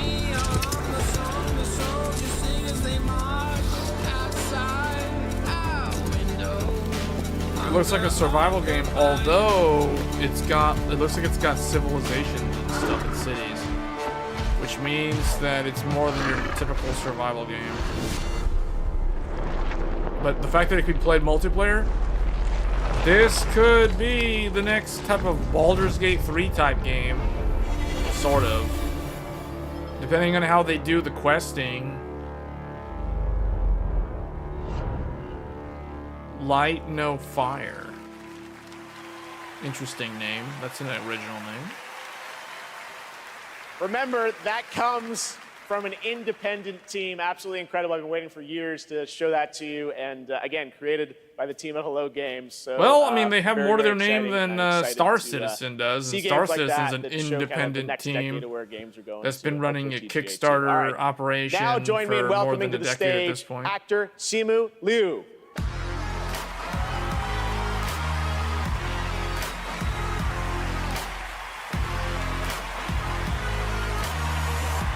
What's up, everybody? How y'all doing tonight?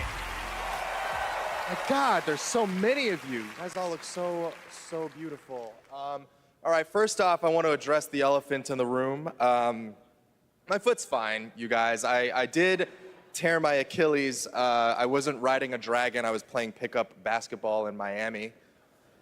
I wish there were a better story to this, you guys, but the story is this. You know, as you age, as you get older, you know, particularly as you cross the 30 threshold, your body starts to break down, all right? Things start happening, unless you're Anthony Mackie, for whom I think the laws of aging don't apply.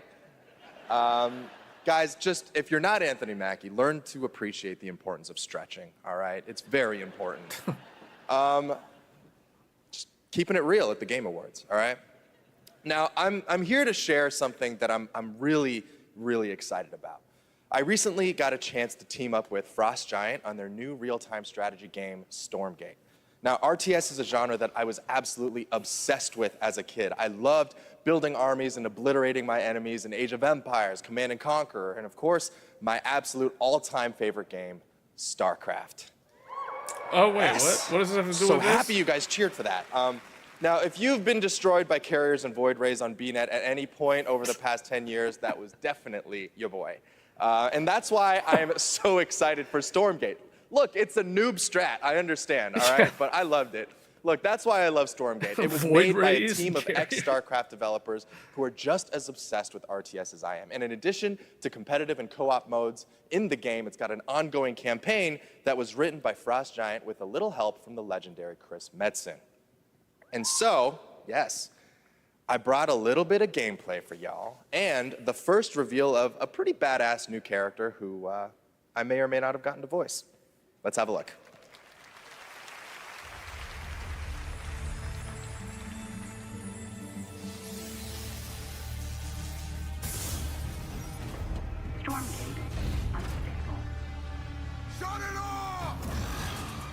So this is supposed to be an RTS? It is too late, my friend.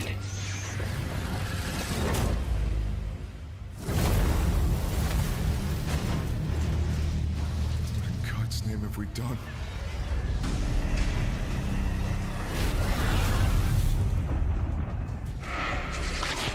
Okay, yeah, this looks like an RTS.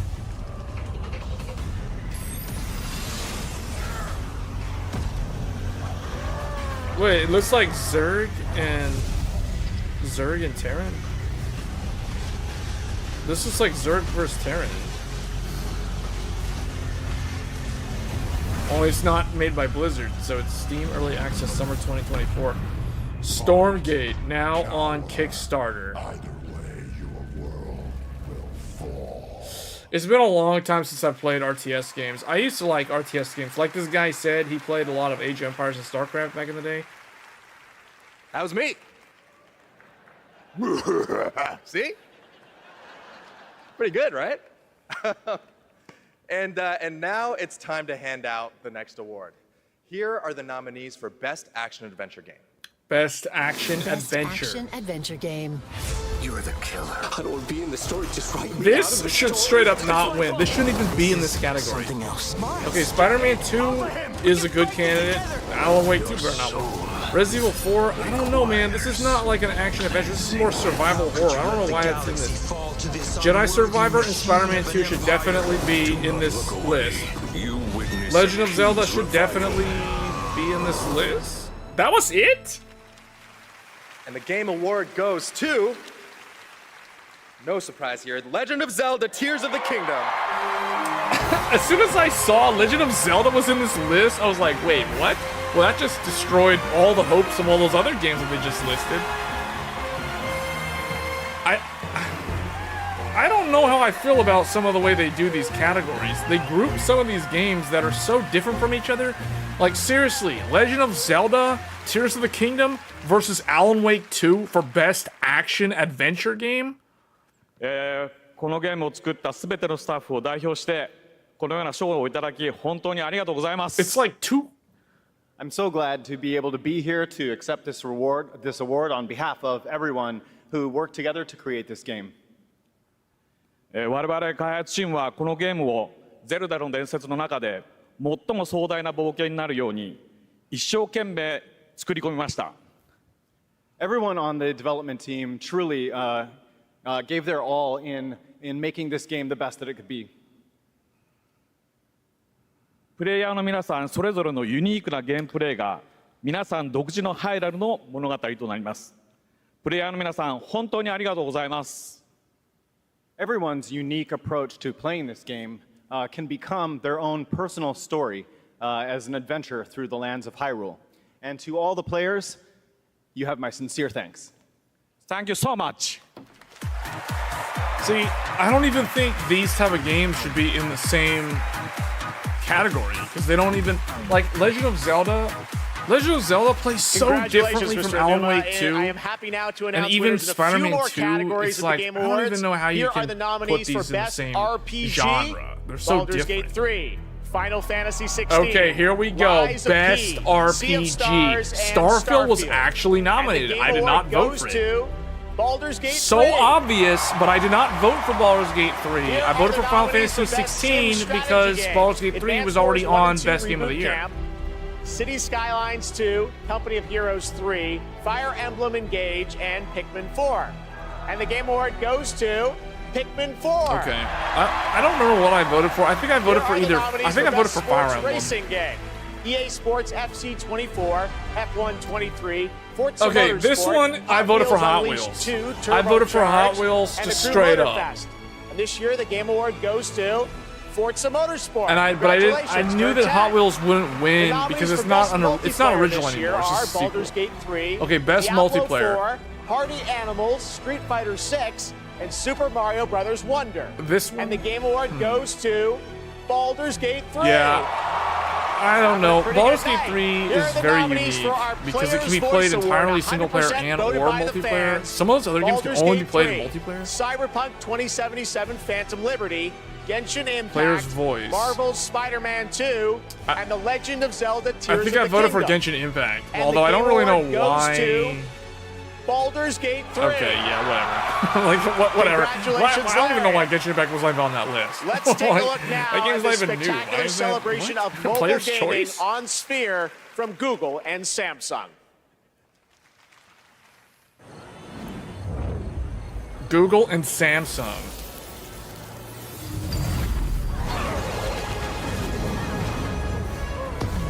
Oh, yeah, this. Yeah, so, like, I think they need to redo the way they classify certain games because, like, when they did best community support, the multiplayer MMO games, they always have ongoing community support. So it's like, why is that even a thing versus a single player game that's doing community support just to keep improving the game? Like, I don't understand why some of these games were on these lists. Like Legend of Zelda versus Alan Wake 2 for best action adventure. Like Alan Wake 2 is more like it's almost like it's a thriller. It's like a survival horror type game. Like like, it's more like Resident Evil 4 in terms of how you would classify it. So it's like, why is that up against Legend of Zelda and Spider-Man 2? You know what I'm saying? Like, some of this stuff doesn't make any sense. Hey, Murky. Thanks for coming in. Okay, yeah, I mean, I typically cover the big video game events like this. Here comes... What is this?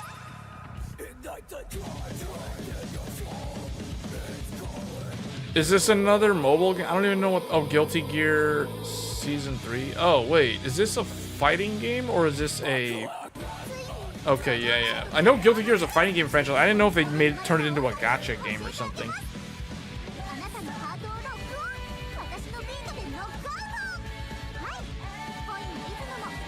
It's weird how Arc System Works did a bunch of like contracted, like licensed-based fighting games. Like they did the Dragon Ball Z Fighters, and they were very successful in that. Then they did some other things, but they kind of like stopped doing Blaze Blue and went back to Guilty Gear because they were known for Guilty Gear. Then they went to Blaze Blue, and they kind of abandoned Guilty Gear for a long time. But now they went back to Guilty Gear, and they've kind of abandoned Blaze Blue. It's weird how they do one series at a time.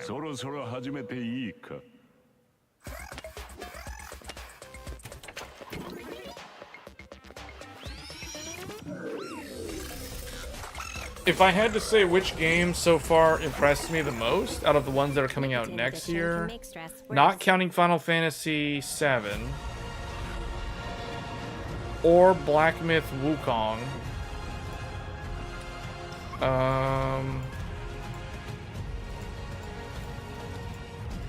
that third-person shooter game, I think was coming out in April. The Banishers game looked interesting. Skull and Bones looked interesting. The Jurassic Park game looks like it's interesting, but I'll probably never play it.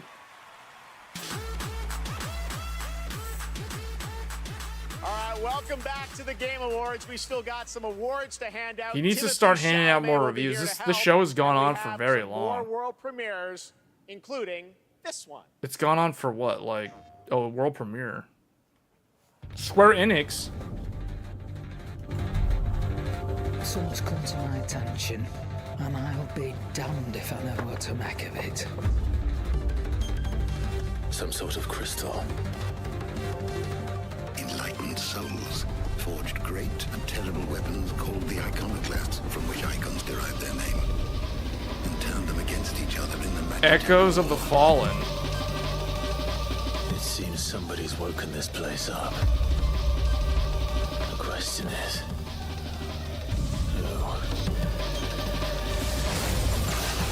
Sigma. What the hell is an iconoclastic defense system? I've a feeling we're about to find out. And that we will not like the answer. Well, this just kind of came out of nowhere. We better cut this short. Omega Ionium. Welcome, my friends, to Mysidia. Okay, well, this is the DLC for Final Fantasy 16. I wasn't expecting to see this at the Game Awards. There's a Tonberry King. And Leviathans. Okay, Leviathan was conveniently missing from the actual base game. The Rising Tide. Wait, Echoes of the Fallen and the Rising Tide. Wait, there's two expansions? Was that 2 DLCs or was that 1? Experience new adventures before the final battle in Final Fantasy 16. The Rising Tide was Echoes summer. of the Fallen, which is out tonight on PlayStation 5. There's a shadow drop for you. Wait, what? Our next award, Best Game Direction. Please welcome one of our industry's greatest creative forces, the creator of Call of Duty and global GM. Echoes of the Fallen is out on PlayStation 5 now? Titanfall and Apex Legends, Vince Zampella. I'm gonna have to check that out. What? DLC for 16 is out now? That was by far the most, like, shocking thing in the whole show so far. All right. Good evening, everyone. So, game design can be chaos. Actually, let me rephrase that. The best game design is almost always part chaos, right? Today, it's really normal for teams of hundreds to work for years on huge open worlds that are condensed into one package. When that chaos has somehow been harnessed into a cohesive artistic expression, that's great game design. So tonight, I'm proud to present the nominees for Best Game Direction. Why is my hair like Best sticking game up the back? direction. Best game direction. Again, Alan Wake 2, I don't really know why it's like on so many things. Together, we must survive. All Miles talks about is how to be a better Spider-Man, how to help you. This is what, best game direction? Link, you are our final hope. Man, I think Zelda's gonna win this one. If I had to guess, like for game direction, Amazing. probably Zelda. The winner is Alan Wake 2. What? Oh, okay. I mean, okay, don't get me wrong. Alan Wake 2 is a good game, but come on, best game direction? Like, it's an interactive movie, guys. Like, what? This is what I mean. Some of these games, like, especially Alan Wake 2, it sounds like I'm hating on Alan Wake 2, but I think they're on too many categories. We want to thank Epic, Hector, Nicole for believing in our vision. Crazy vision. Crazy vision, yes. Direction is nothing without a team to actually build it. And huge thanks to Remedy team for joining us on this venture, wanting to believe in it and build it. You know, we can pull into different directions and nothing comes out of it. But when more than 100 people believe in the same vision and build something out of it, we can make miracles. We can make art, and we can be more than the sum of our parts. Our world today could use a bit more of that. That's a nice one. One other thing. Next Monday, December 11th, New Game Plus, the final draft is going to be coming out. New story content. So yeah, go play it. Thanks. Thank you. Thank you, Game Awards. Okay, so they're adding stuff, supposedly. New Game Plus is coming to Alan Wake 2. I mean, that's good. I thought it was already in the game, but okay. Please welcome Gustav Tilleby, the creative director of the finals. Of the what? Of the finals?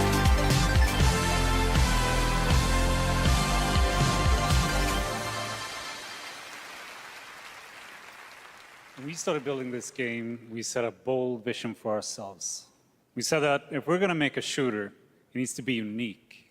It needs to be something that no one else is doing. You got that right. Standing here today, I'm so proud and grateful for the amazing team at Embark Studios who helped make this crazy dream a reality. And of course, to all of you, our amazing players, watching you play the finals has been the most gratifying experience of my entire career.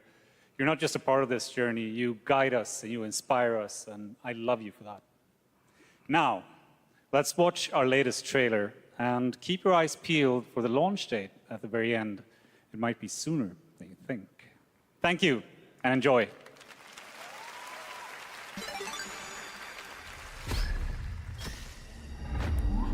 Nexon.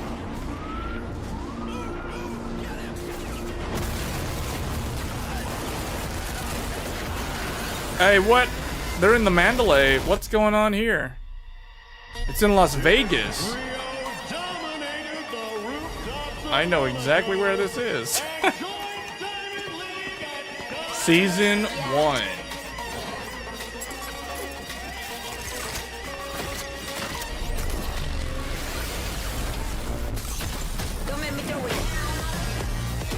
You know, I hope Liza P wins something.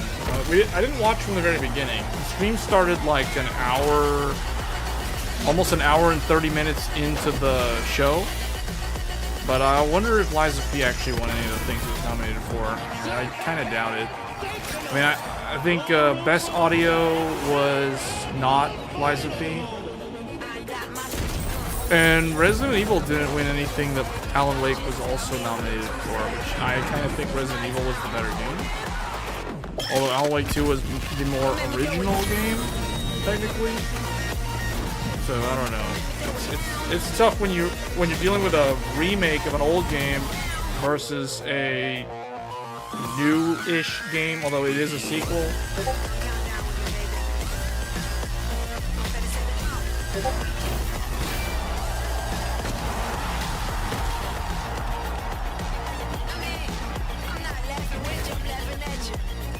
The finals play now, season 1, December 2023. That's right, the finals is out tonight on Steam, Xbox Series X and S, and PlayStation 5. After the show, make sure to check out the Game Awards in Fortnite as well. All month, fans have been voting for their favorite user-created island of the year, and the winner is Fort Who. Congratulations. You can portal to the winning island from our TGA map, and while you're there, collect all the TGA trophies for an XP boost. We want to help you unlock those Peter Griffin skins. The island code is below. Still to come, the presentation of Game of the Year, featuring our orchestral salute to the nominees. Man, we're probably gonna get demonetized. I am probably gonna get demonetized for this stream because there's just so much music that's playing back to back, especially when they're gonna do the orchestra thing for Game of the Year.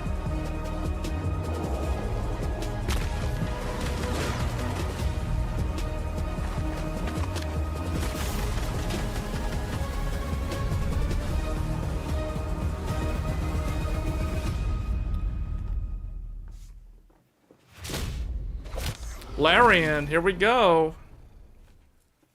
Now, it is time for you to join the others and complete our destiny. You know, this game, if Baldur's Gate 3 wins Game of the Year, I'm not gonna be annoyed. I'm not gonna be like overjoyed or anything either. I think the game is very unique. I mean, look right there. Look at all those awards, guys. Look at all those 10 out of 10s, 5 out of 5s, 100 out of 100. You know, there's a very high probability that Baldur's Gate 3 is going to win Game of the Year.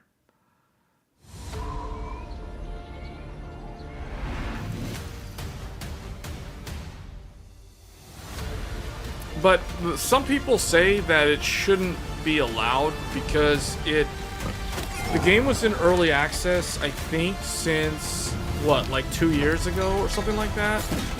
And there's people out there that say that Baldur's Gate 3 kind of cheated because it was already in early access for so long that it's not really wholly original anymore. All night you've been voting on Twitch for which mobile game you're hyped for in 2024. But we'll see. We'll see. After the show, check out the TGA post show on Twitch, I where still Google think Play will reveal it should have the its winner of its Play More chance award. in the spotlight. Awesome. Thanks, Sydney. Well, now it's time for tonight's final world premiere. That's right, we're getting towards the end of the show. And this one, I will let speak for itself. Come on, Elden Ring DLC.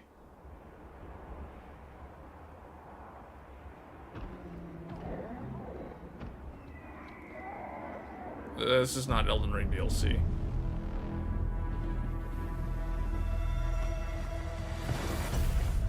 Oh, it's a chocobo?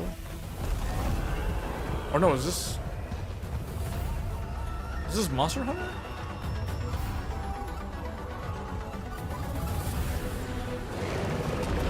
Oh, this is Monster Hunter with chocobos?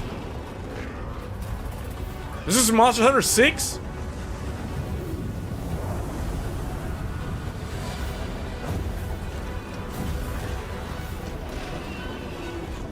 Or is that Nergigante? What is this?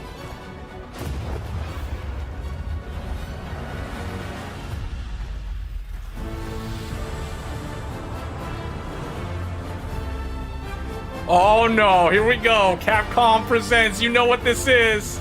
I knew it. I knew it. Monster Hunter Wilds.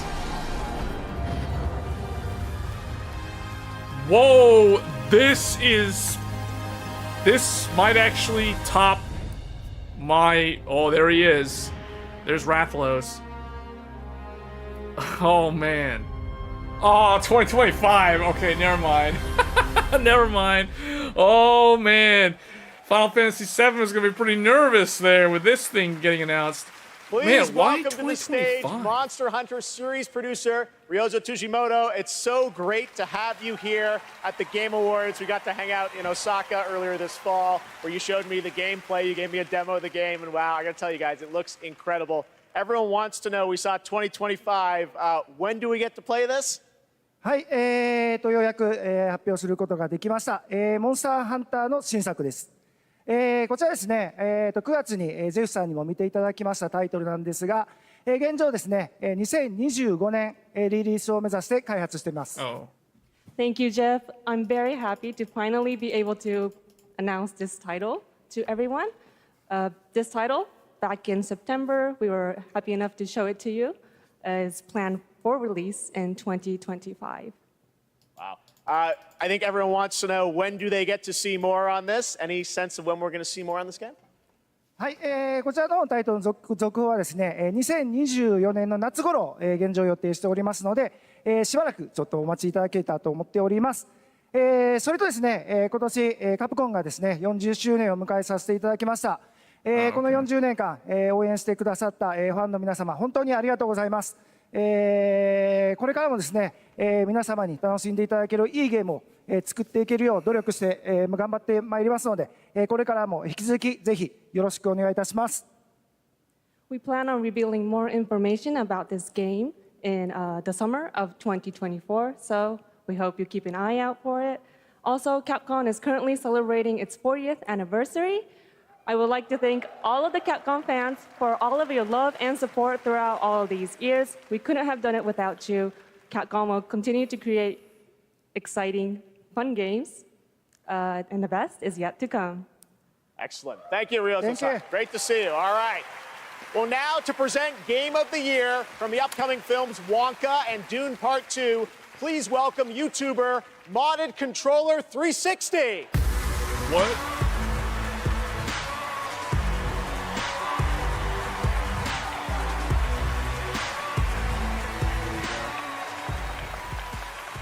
The imagination, passion, and technical brilliance of the 6 nominees for the Game of the Year were truly inspiring. Here with a medley celebrating each of these games, once again, Lauren Balfe and the Game Awards Orchestra. All right, this is it. This is it. Game of the Year.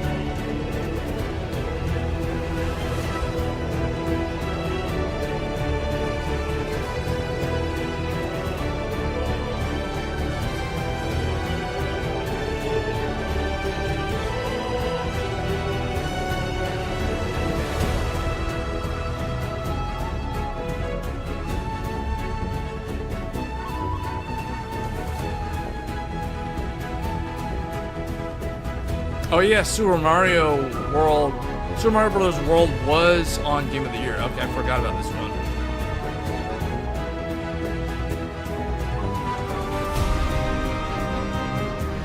Resident Evil 4 was a perfect 10, guys. Don't forget.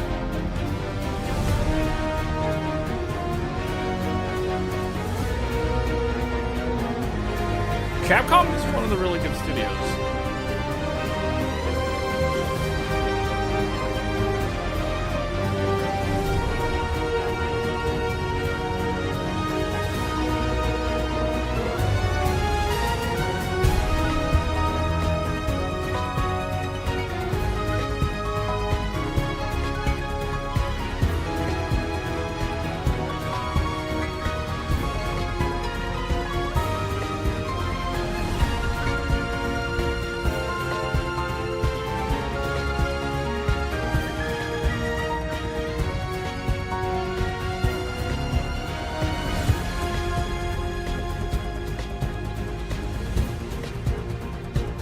Man, that guy keeps changing his instruments.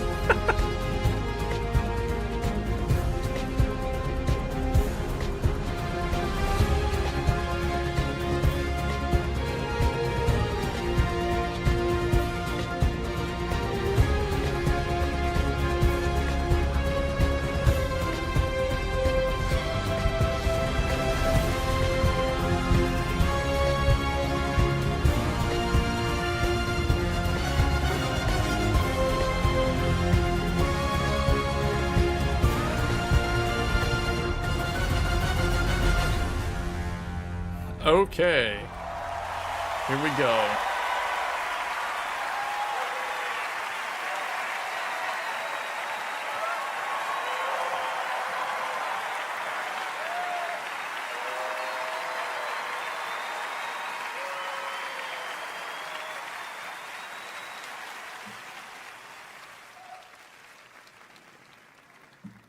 And the game of the year is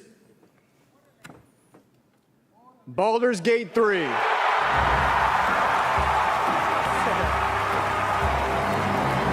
swear to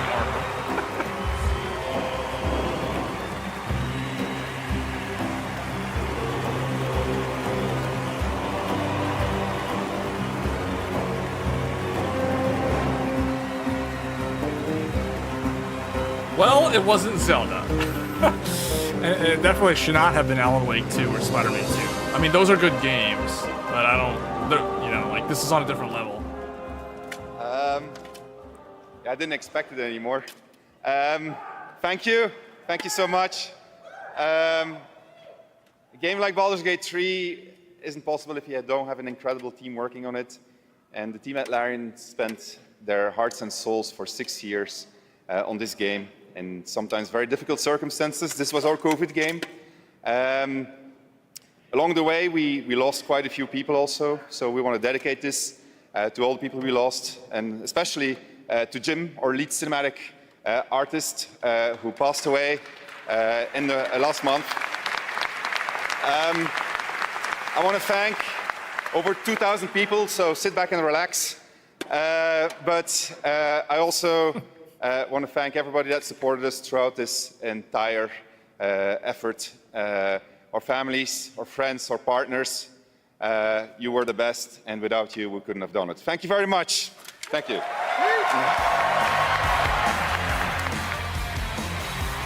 Yeah, I think a lot of people saw this one coming. I won't say it was absolutely an obvious choice, but... Congratulations, Sven, and congratulations to all of tonight's winners. We will see you next year at our 10th Anniversary Game Awards, which I'm happy to announce will return right here to the Peacock Theater on Thursday, December 12th, 2024. Happy holidays. Good night. Did they do... Man, what I don't know, because I didn't watch this... I didn't watch this from the very start. That was the Game Awards. Before we dive deep into every... All right, so... let's see. What do I want to do here? I guess we'll just go over to something else here, but... just kind of my overall thoughts of the Game Awards show. I did not watch the whole thing. I started the stream, like I said earlier, 90 minutes into the show. So I missed like the first hour and a half. I think overall, yeah, I agree. Baldur's Gate 3, it deserves to be best game of the year. It just kind of came out of nowhere and it just ran away with it. Prior to that, I think everybody at the time was expecting The Legend of Zelda to be game of the year. And a lot of people just didn't want Zelda to win just because it was the game of the year back in 2017 with Breath of the Wild. But it was a really good game. Like, if I had to rank them, I would probably say Baldur's Gate was number 1. The Legend of Zelda is probably number 2. And then after that, it would probably be Resident Evil 4. Probably Super Mario Brothers World after that, and then it would be Spider-Man 2, and then Alan Wake 2 is last. It kind of depends. Sometimes I feel like Alan Wake 2 and Spider-Man 2, you can kind of interchange those two. They're similar in terms of game length. They're very, very cutscene heavy. So you're a lot of times, if you're playing through the single player, at least the campaign in the case of Spider-Man, it's a lot of cutscenes, which is not necessarily a bad thing. I do like games that are formatted or structured that way. The best example I can give you guys would be the way Final Fantasy 16 was structured. It was structured in a way like that. But I was a little bit disappointed that Alan Wake 2 was on there, but Final Fantasy and Hogwarts Legacy in particular were not on nearly as many categories this year compared to Alan Wake 2. So, I don't know. I was a little bit underwhelmed for most of it. Honkai Star Rail, I said it was going to win Best Mobile. It won Best Mobile. I think I was accurate with about 60-70% accuracy in terms of what I voted for and what actually won. But yeah, overall, this year was a really good year for video games in general. Regardless of what games you like to play, I think there was something for everyone compared to last year. I do think that from what they showed in terms of the trailers and the world premieres, I think next year will not be as heavy on big title releases or just the sheer volume of games that came out this year. I don't think next year we'll see that repeated. I could be wrong, but I don't think so. I think the main games that I expect to play myself personally, probably the first one for next year will be Tekken 8. Then after that, it'll be Final Fantasy VII Rebirth. And then after that, I have no idea, because some of the games that I would like to play are either coming like way later in the year, or they're coming out in 2025. Monster Hunter Wilds is definitely on my list, but that one is 2025. I think another game that was not shown off at all that I will probably play next year, well, not probably, I will actually play next year when it comes out, is The Legend of Heroes Trails into Darkness, or Trails from Daybreak or something. I forgot what it translates into in English, but basically Kuro no Kiseki, which is basically trails, literally like trails through dark, or trails through darkness. But I think the English translation uses a different title. But anyway, that game is one that I will be playing next year, but that one is probably going to be in the second half of next year. So I don't really have a lot of games that I'm anticipating next year other than Final Fantasy and Tekken 8. And both of those games, one comes out in January, the other one's February. So I don't know what I'm going to be paying attention to for most of next year. So it's mostly going to be hardware related in terms of content on this channel, for those wondering. So we've got Zen 5, we have the next NVIDIA graphics cards, the next, potentially the next AMD graphics cards as well. So there's going to be a lot of hardware but that's all going to be like toward the end of next year. So I don't know. Next year might be kind of dull in terms of content for the most part. I was supposed to do a live stream PC build. I think a lot of people liked my live stream builds. So I was going to do a PC build featuring the Ryzen 7 7800X3D. I still have it right here, unopened. So this is unopened. So I'm going to be upgrading the 7700X that I built a year ago on this channel to a X3D chip. So that's going to become a Linux / Windows PC gaming test bench PC, I guess. So I'm not going to change the 750X3D. I'm kind of in the process, for those that watch my channel regularly, right now I'm debating on how I'm going to end up using the Threadripper PC that I built on the last live stream, or last Thursday. So for those that don't know, last Thursday I did a live stream for a PC build for Threadripper, and that was this one right here. So that was the Threadripper 7960X, And that is actually the PC that I'm live streaming on right now. So I've been testing the PC basically throughout the course of a week to make sure that everything works, because if there's something that doesn't work, like if there's a USB port on the motherboard that's faulty, or if an M.2 slot doesn't work correctly. I know Met had a problem with the Asus motherboard that he was using recently, where the Gen 5 slot is reporting X2 for the Samsung drive or something like that. So I wanted to make sure that everything works out of the box on my particular motherboard, mainly because this PC build is the most expensive upgrade that I have ever done, and if something was defective, I don't want it to go past the return window at Micro Center and then having to deal with an RMA through Gigabyte or, you know, whoever else if there was another component. But for the most part, I'd be dealing with a motherboard RMA.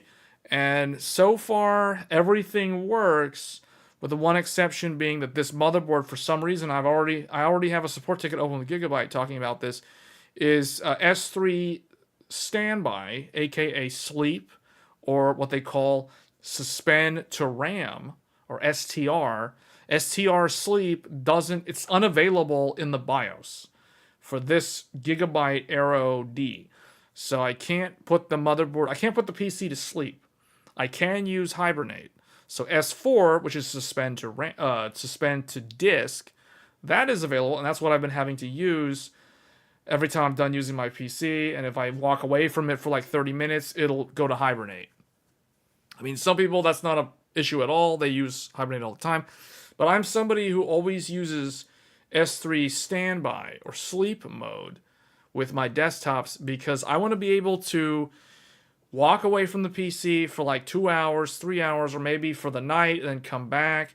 And then as soon as I press any key on the keyboard, the PC wakes up, the monitors turn on, and bam, literally within 3 seconds, or I guess depending on some of the monitors, because one of my monitors is kind of slow to wake up, we'll say 5 seconds. In 5 seconds from pressing a button on the keyboard, the PC is up and ready to go.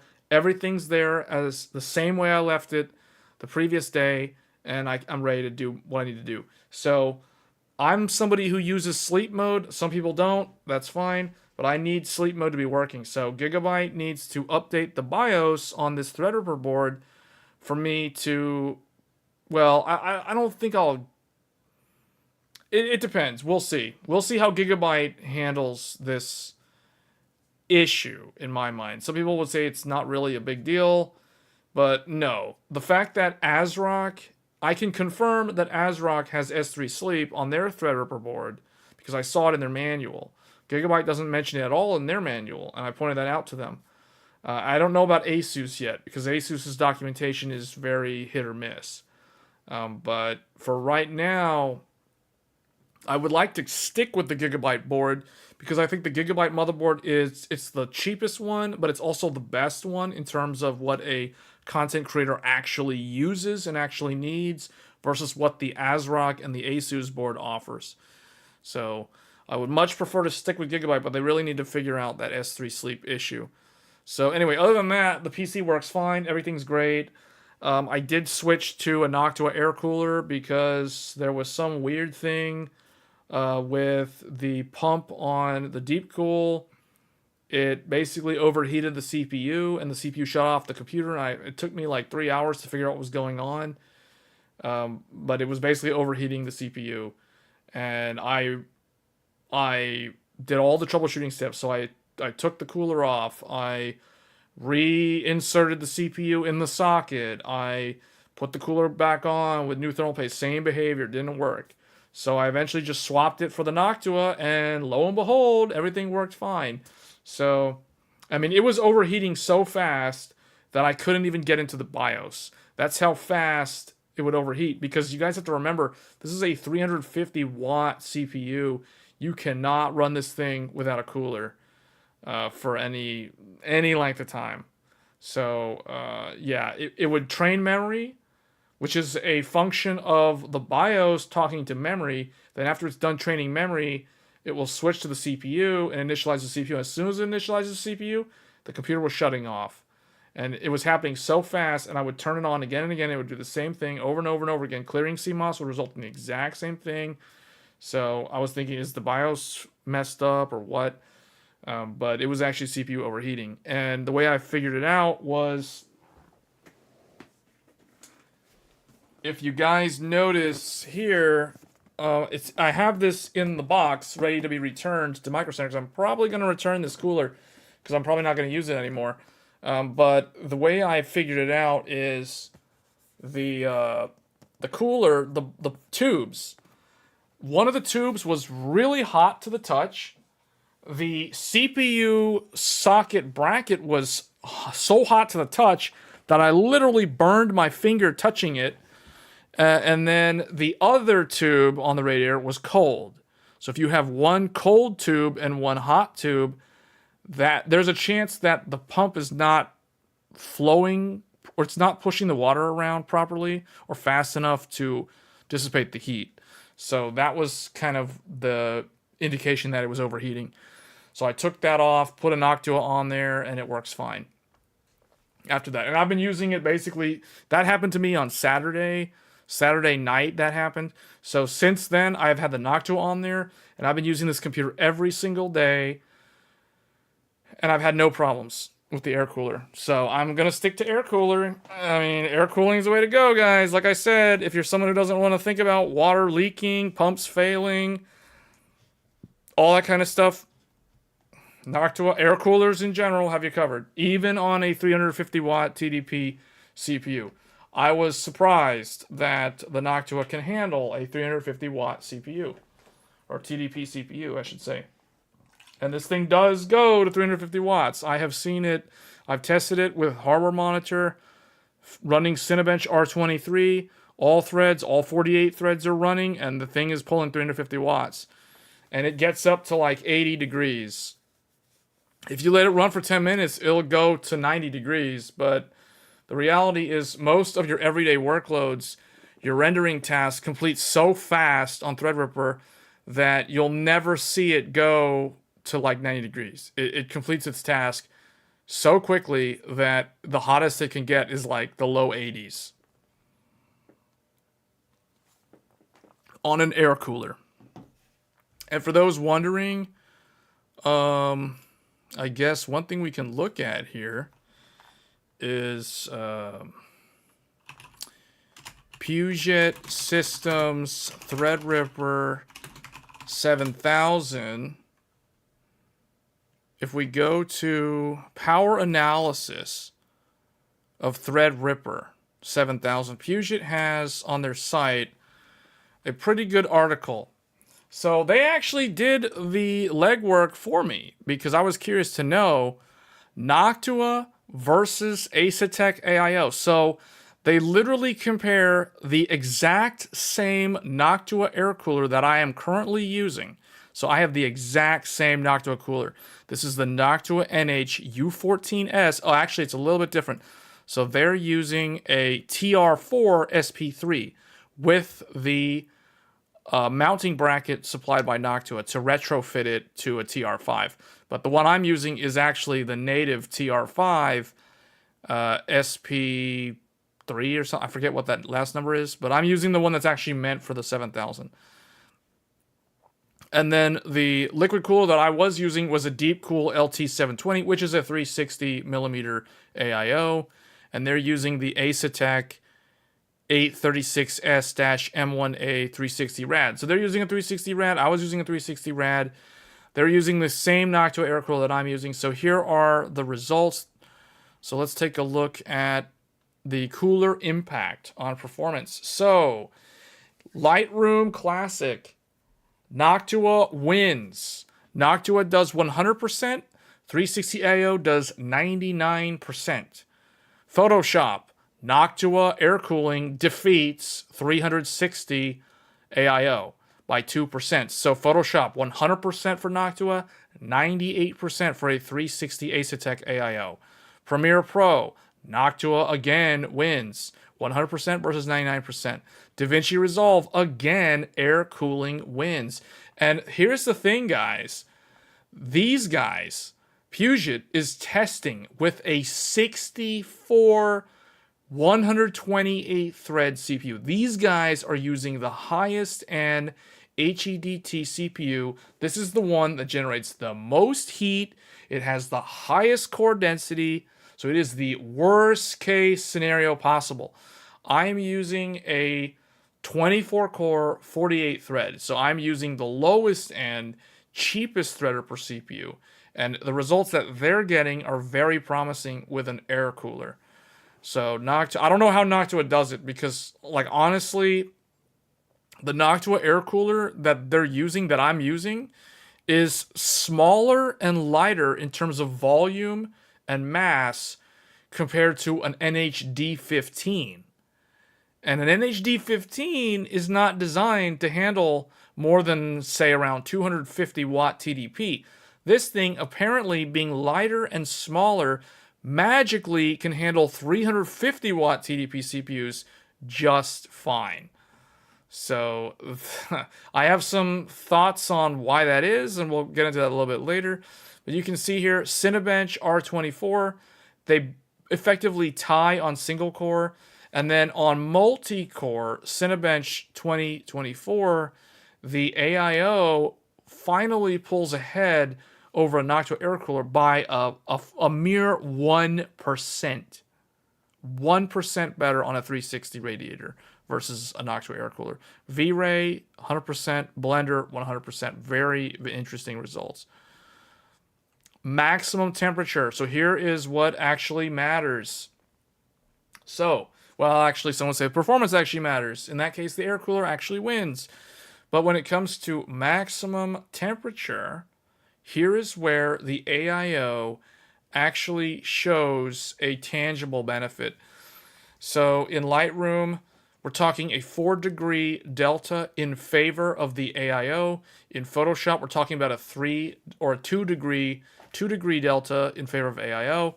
After Effects, 6 degrees in favor of AIO. So basically, wherever you see the blue one, lower is better. The blue one is running at lower temperatures, except in DaVinci Resolve, where they ran at equal temperatures. And my thoughts on this is DaVinci Resolve was probably doing a very long render. The performance chart does not jive with the temperature chart. No, well, it doesn't, but I don't really see why they have to correlate, because in this case, what I can say is none of these temperatures are going to result in thermal throttling. So, like, for example, Premiere Pro, 78 on Noctua versus 71 degrees on an AIO. That's nothing. That they're not even close to the thermal throttling point, so you won't see a difference. But if we look at the results, Noctua was better by like 1%. So, I mean, it's very small in terms of the performance differences. So, the worst case scenario was After Effects, where there was a 3% difference. But if we look at After Effects, there was a 6-degree delta. And even the Noctua at 71, that's not even close to cause any sort of thermal throttling. Because if the temperature is lower, you're going to get better performance. Yeah, but the thing is, the temperature is not low enough to make any difference here. That's what's interesting. Like, it would have to be up in the 90s for you to actually see a difference. So basically, Unreal Engine code compile, the Noctua ran at 95, or the CPU ran at 95 on Noctua, 84. Now this is significant. 84 on an AIO versus 95 on an air cooler, doing an Unreal Engine code compile. Now, what's really weird is they did not show the performance difference for Unreal Engine, which I think is questionable, because this is one of the largest differences in temperature. We're talking about an 11-degree delta here between these two coolers, but they don't have performance results for some unknown reason. So that's really weird, because this might actually show a difference in performance. Because once you get to 95C, that is the target temperature for the CPU. So once it hits 95C, it's no longer going to try to boost aggressively anymore.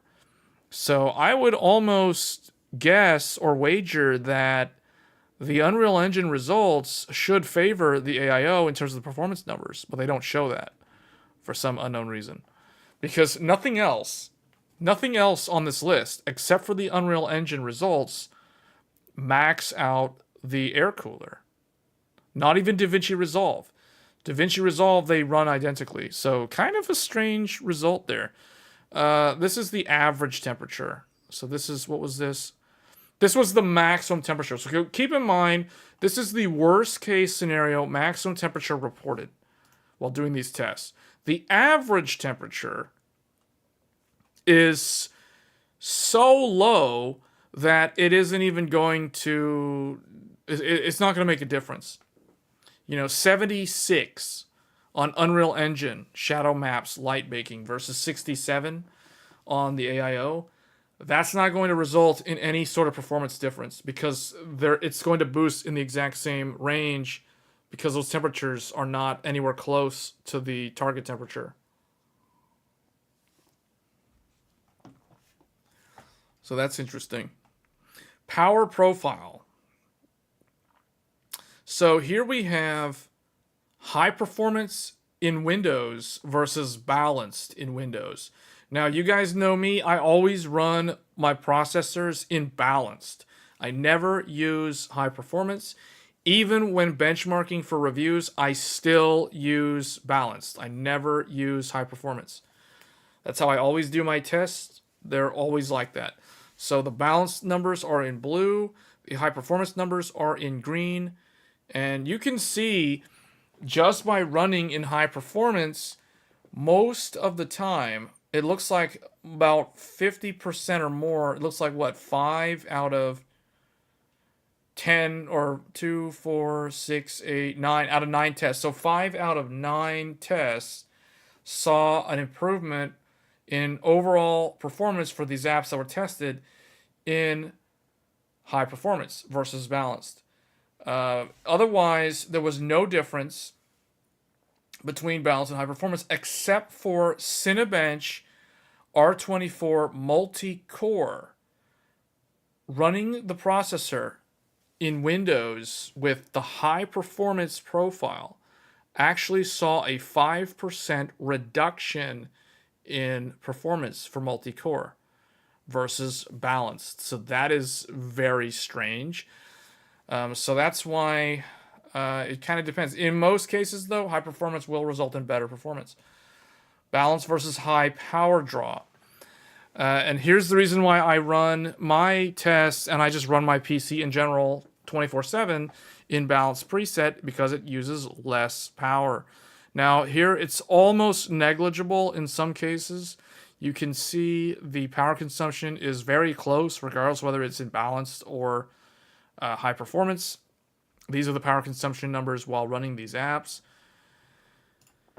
And then if we look at maximum power consumption, you can see, with the exception of Photoshop, After Effects, and Lightroom Classic, all these other apps max out the TDP on balanced and high performance at 350 watts. So their conclusion is that they were surprised that the Noctua was actually able to maintain the temperatures. I also was very impressed with the Noctua. I will be honest with you guys, when I bought the liquid cooler from Micro Center, the day that I got all the other parts for the build, I had already ordered the Noctua. So I ordered the Noctua from Amazon, and I was just waiting for it to come in. But I knew that I would need a cooler for the live stream, because I did want to do the live stream build, so you guys could see me put together the computer. But the Noctua wasn't in at the time, so I knew I had to have a cooler. The other reason why I purchased the liquid cooler was because I did not fully trust the Noctua cooler. Like, to me, if we go back up to the top here, if you look at this thing, this air cooler looks really, it doesn't look small, but it doesn't look like it has enough mass and surface area to dissipate 350 watts. Up until now, I have been under the assumption or the belief that if you want to use air coolers to cool a high-end CPU, you have to have what I call a dual stack or a dual skyscraper air cooler. So what do I mean by that? I mean a air cooler. Hold on. Let's see. Noctua NHD15. So when I say a dual stack air cooler. All right, let's zoom in here. I mean to say an air cooler that has two sets of fin arrays. So you can see this D15 has the fan on the front, then it has a fin stack, then it has another fan, and then it has a second fin stack. So when I say dual stack or dual skyscraper, I'm basically saying, I'm pretending that a fin stack is like a skyscraper or an apartment high-rise complex. And when you have two of them, you have a dual configuration. That is the sign of a high-end premium air cooler when you have a dual stack. So the fact that a D15 cannot handle an Intel 13900K, you cannot handle I mean, you can if you power limit it or with an extreme undervolt, but in general, you cannot cool one of these without it thermal throttling with a D15. Trust me, I did a video about it. You cannot pull one of these at stock out of the box, throw it in a system, stick the Noctua on top of it, and expect it to not go to 100 degrees as soon as you fire up Cinebench R23. I literally have a video showing that. So anyway, that being said, I know that the 13900K can use 300 watts. So I also know that the D15 can barely even handle the 13900K. So this is the reason why, knowing that, I was under the impression, how do I get out of here? Okay, I was under the impression that a Threadripper air cooler, which is basically this is what I'm using right now on Threadripper. Knowing that, I was under the impression that this thing is only a... Wow, they don't have a zoom in on this? Yeah, well, I mean, it doesn't have a lot of pictures, but you can see. This is a single fin stack. Single fin stack air cooler. So the fact that a dual stack can't handle a 13900K at stock, in my mind, I was thinking, what are the chances that this thing can handle a 350 watt Threadripper?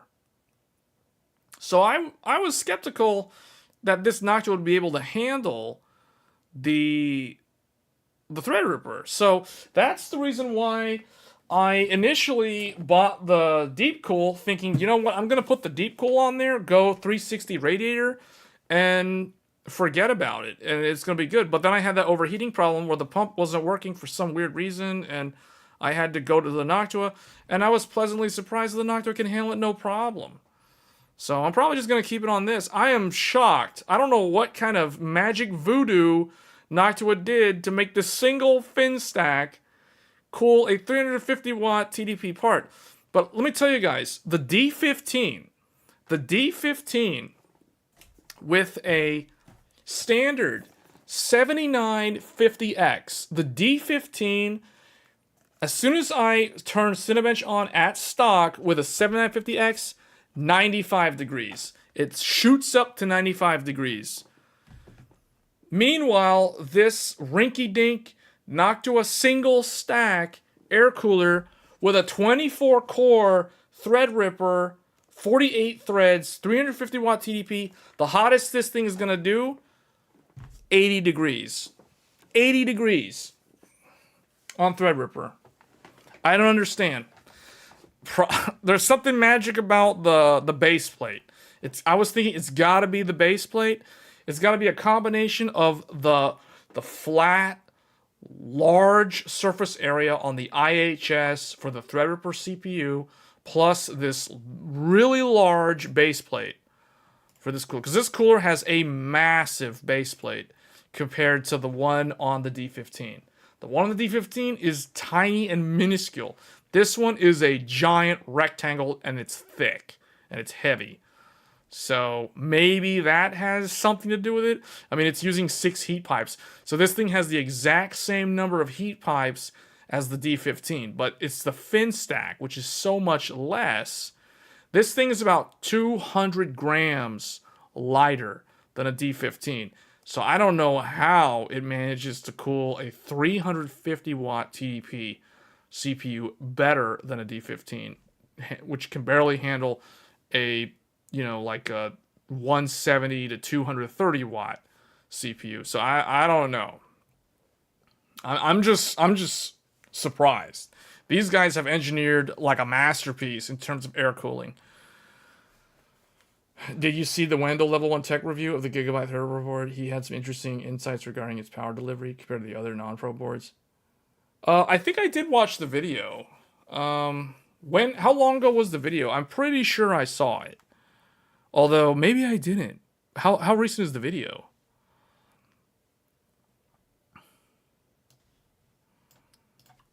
Let me see. Oh, okay. Then I have not seen it. I have not seen that video. Yeah, I need to watch that video. Yeah. Because that's the board that I'm using. One thing I will say, I haven't watched the video, but what I can tell you from my own testing with the Gigabyte motherboard, if you set the fan profile for the CPU, both the CPU fan header and the optional CPU fan header, if you set both of them to silent profile in the BIOS, the Gigabyte board will automatically heavily power limit the CPU.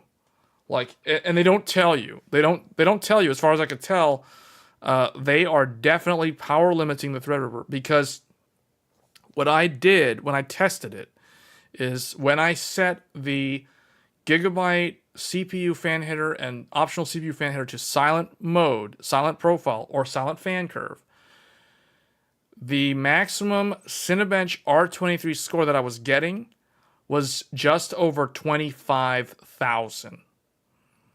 And for those that don't know, that is about 10,000 points less than a 7950X3D.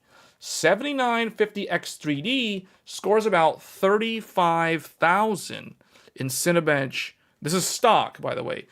35,000 in Cinebench R23. Now, when I set silent mode in Gigabyte, it was making my Threadripper, which is supposed to be a lot faster in multi-thread because it's 24 core, 48 thread. We're talking 24 P cores, 24 true P cores. I'm not talking about 8 P core plus 16 E core, 24 core fake advertising garbage. I'm talking about pure P cores, 24, 48 thread. This thing was only scoring 25,000 in Cinebench R23. So what I did, I immediately went into the BIOS. I set the CPU and the optional CPU to normal profile. And lo and behold, bam, 51,000 points stock in Cinebench as soon as I did that one change. So yeah, I haven't watched Wendell's video, but I assume he's probably going to say something about that because the power delivery changes based off of the fan profile for the CPU.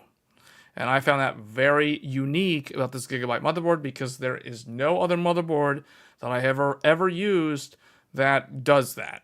So that's interesting.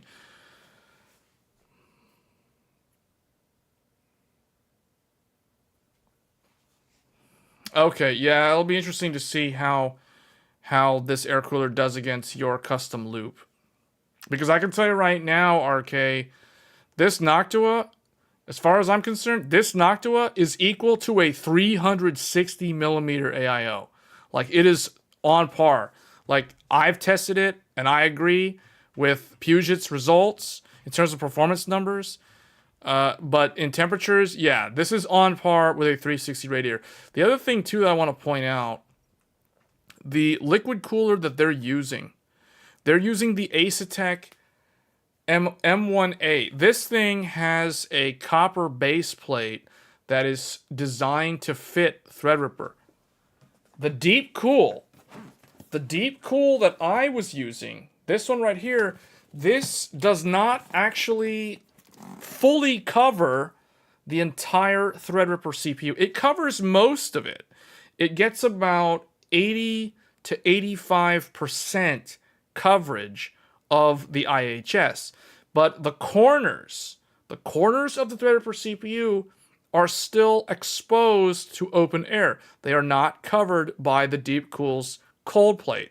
So that means that my AIO is probably worse than the AIO that Puget is using to compare with the Noctua, which means my AIO is going to result in worse results compared to this AIO, which would probably mean that my AIO is more similar to the Noctua in terms of the temperatures than the AIO that they actually tested with. So he commented on the dual 8-pin, not having an auxiliary power input for a second GPU, then said 3 GPUs might be problematic. Each GPU would be 75 watt per slot, 225 watts total.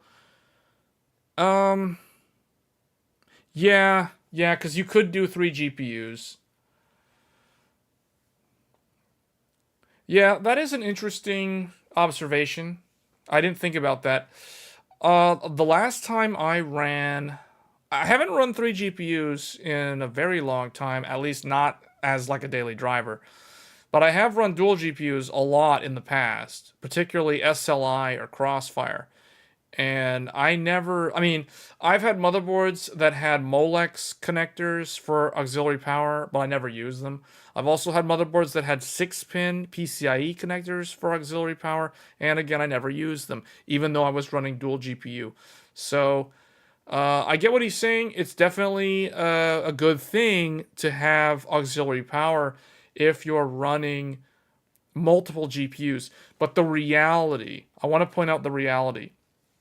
Most of the time, just because the specification for the motherboard's PCIe PEG connector is 75 watts, the reality is no GPU, no modern GPU, with the one exception being the RX 480, but they fixed that. No modern GPU draws anywhere close to 75 watts on the motherboard. Like, most of the power, most of the power consumption you'll see from the motherboard is about 25 to 35 watts. And that's at full load. So we're talking, like, if you're running 3 GPUs, that's 90 watts through the board total, assuming you're fully loading all 3 GPUs. And let's be honest here, if you're running a game, the game is only going to fully load 1 GPU. So the only way that you would max it out is if you're running some kind of AI application, like a GPT engine or an LLM, or you're doing something with an application like DaVinci Resolve Studio that can actually leverage multiple GPUs. Now, having said all of that, even if that application can scale across 3 GPUs and it can fully load them, again, you're only talking about, anywhere from like 70 to 90 watts through the board. And I really think most motherboards, particularly these that are like, 12 level PCB or 12 layer PCB, they're not really going to have a problem because there's enough thermal mass, there's enough insulation between the wiring that it's not really going to be a problem. So to me, it's a nothing burger in terms of worrying about it. The fact that it doesn't have auxiliary power. But yeah, definitely if you're going for world record overclocking, then the auxiliary power might actually be useful. So in that scenario, the Asus board might actually be the better one. You believe Puget published an article, test 1 to 7 RTX 4090s and said 3 4090s were sweet spot. Oh, you're talking about scalability? Yeah. Yeah. So, and that's why I kind of think Gigabyte did the right thing, because, you know, we can kind of go back and forth on that, but one thing that I noticed is if we look at the TRX50, let's look at Asus, let's look at Gigabyte, let's look at ASRock. So when we look at Asus, here's the thing about Asus. The Asus board is the most expensive. It is $900. So it's actually not it's not like, the funny thing about this is if you compare this to a Z790 or an X670E Crosshair Extreme, this is actually cheaper than those while offering a whole lot more connectivity than those. So I find that kind of interesting. So it's still the most expensive Threadripper motherboard, though, for the HEDT market. But one thing, I mean, yeah, it has a lot of PCIe slots, but realistically, you know, if you put a 4090 in here, if you put that in the top slot, you're not going to be able to use the second slot.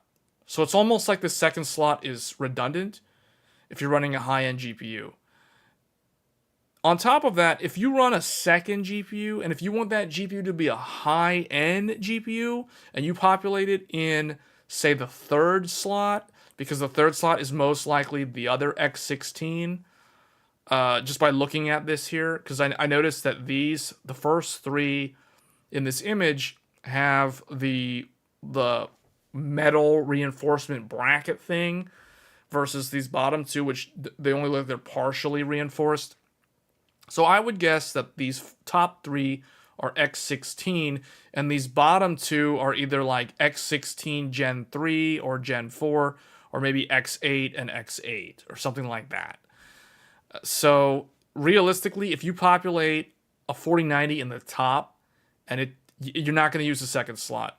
And then if you put another 4090 in the third slot, you can't use the bottom two slots. So, you know, in that regard, it isn't really that, it's not at an advantage to the Gigabyte, because the GPUs are so big that unless you're using some kind of vertical mount or you're using risers or something, you're not really going to be able to use all the PCIe slots. Unless you're doing something with professional blower style cards like Quadros and AMD Pro cards, Radeon Pros, then you would be able to use more.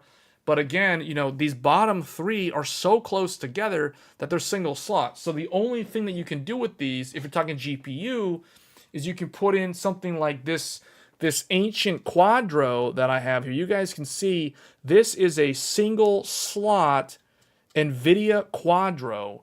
This is a NVIDIA Quadro 600. You can see it right there. NVIDIA Quadro 600.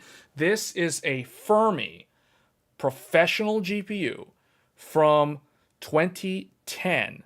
So I plan to use this in the bottom slot as a third GPU just to test X16 lane functionality with a third GPU. But this thing doesn't use that much power. Now, this doesn't have a PCI power cable, so that means all the power will come through the motherboard. So maybe it would be nice to have auxiliary power, but I still don't think that the power consumption on this really matters where I would actually need auxiliary power. So that's just one example of what I would put in the bottom slot.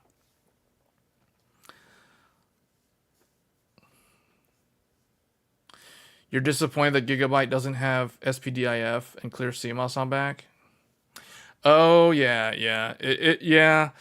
Yeah, I was kind of disappointed there was no optical audio on the back of the Gigabyte board as well.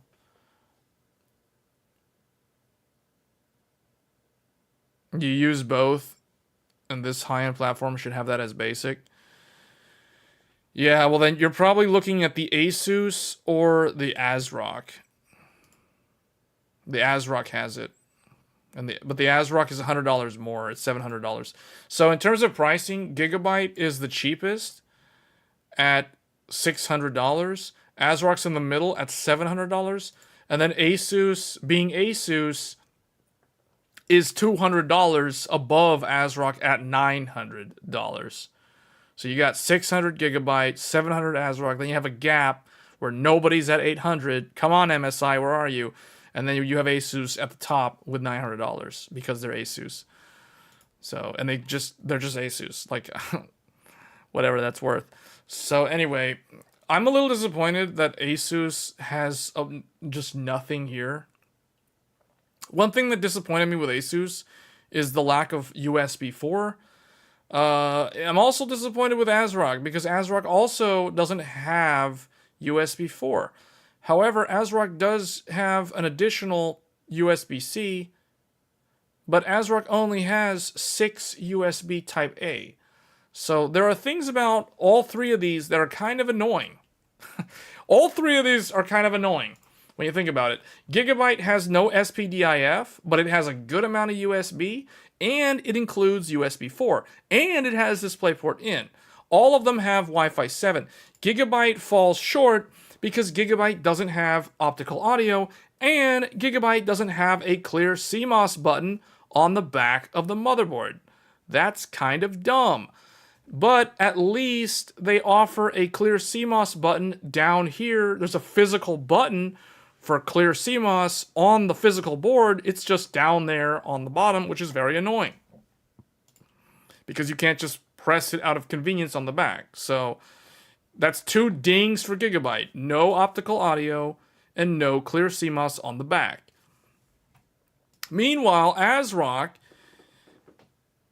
only has 6 USB Type-A, whereas Gigabyte gives you 8. So Gigabyte gives you the most USB ports that are actual good USB ports, whereas ASRock only gives you 6, and ASRock doesn't have USB 4, but they do give you 10 gigabit USB-C and 20 gigabit USB-C, and they have optical audio, and they have a clear CMOS, but they only have Wi-Fi 6E, whereas Gigabyte is Wi-Fi 7, but no one really cares about that because you have to be on Windows 11 if you want to use Wi-Fi 7. It doesn't work with Windows 10. That, folks, was the reason why I recently actually upgraded to Windows 11. So we're actually streaming on a Windows 11 PC right now. And then we have Asus. Oh boy, Asus, the most disappointing one. They only, okay, 2, 4, 6, 8. Okay, so they give you 8 USB-A, just like Gigabyte. But they, unlike Gigabyte and ASRock, they only give you 1 USB-C on a $900 motherboard. And on top of that, there is no USB 4. But they do give you clear CMOS and Wi-Fi 7 and SPDIF out. So it's such a mixed bag. All three of them have 10 gigabit LAN and 2.5 gigabit LAN. So they are all equal there, but oh man. This is the problem. It's slim pickings, guys. It's just kind of sad. The motherboards are so disappointing for this launch. But if I had to pick one of them, and as you guys know, if you watched the live stream last week, the one that I end up going with is the Gigabyte one because it is the only reasonable option. It gives you USB 4. It is the cheapest one. It gives me 4 M.2 slots, whereas these guys fail so hard on the USB ports. Asus, I think, has 3, and ASRock has 2, or something like that. It's some ridiculously low number for M.2. I mean, come on, guys. These are supposed to be like high-end desktop near workstation level boards, and you only have like 2 M.2 slots, and we're about to go into 2024. I mean, what is this, X570? Like, what's going on here? USB count was very weak on the other two. Yeah. And the reason why, it's like, here's the thing. Like, okay, I think there's some kind of weird metamorphosis going on. Like, if you start with Gigabyte, the back of the Gigabyte board looks like a content creation motherboard. Because when I think content creation, I think tons of USB, high-speed USB, maybe the Thunderbolt display in, and 10 gigabit NIC. That's what I think about for content creation. You go to ASRock. What happens with ASRock? Nothing really changes too much except you lose USB 4. There's no Thunderbolt on here, and it's more expensive. But hey, you got optical audio. So, but that's pretty much it. So it's like, and you get more PCIe expansion, but you lose native M.2, and you gain enterprise class. What is this connector down here? Like V whatever it was. It's some virtual. It's basically it's some NVMe standard that's like newer than U.2, but it's meant for servers and workstations. So you get that. You don't have that on Gigabyte. So that is more of like an enterprise feature. So if you want a content creation board, it's like you're probably not really gonna need that. So it's starting to move into a different echelon in terms of its market segment. And then Asus just kind of carries that over. I mean, less USB, more money, but what are you really getting in return? Not a whole lot more than ASRock. I mean, let's be honest, you're paying $200 more for the Asus tax. Like, I don't know. It's I don't know what else to say about those two. I mean, it's pretty clear, like, Gigabyte's the best choice for most people.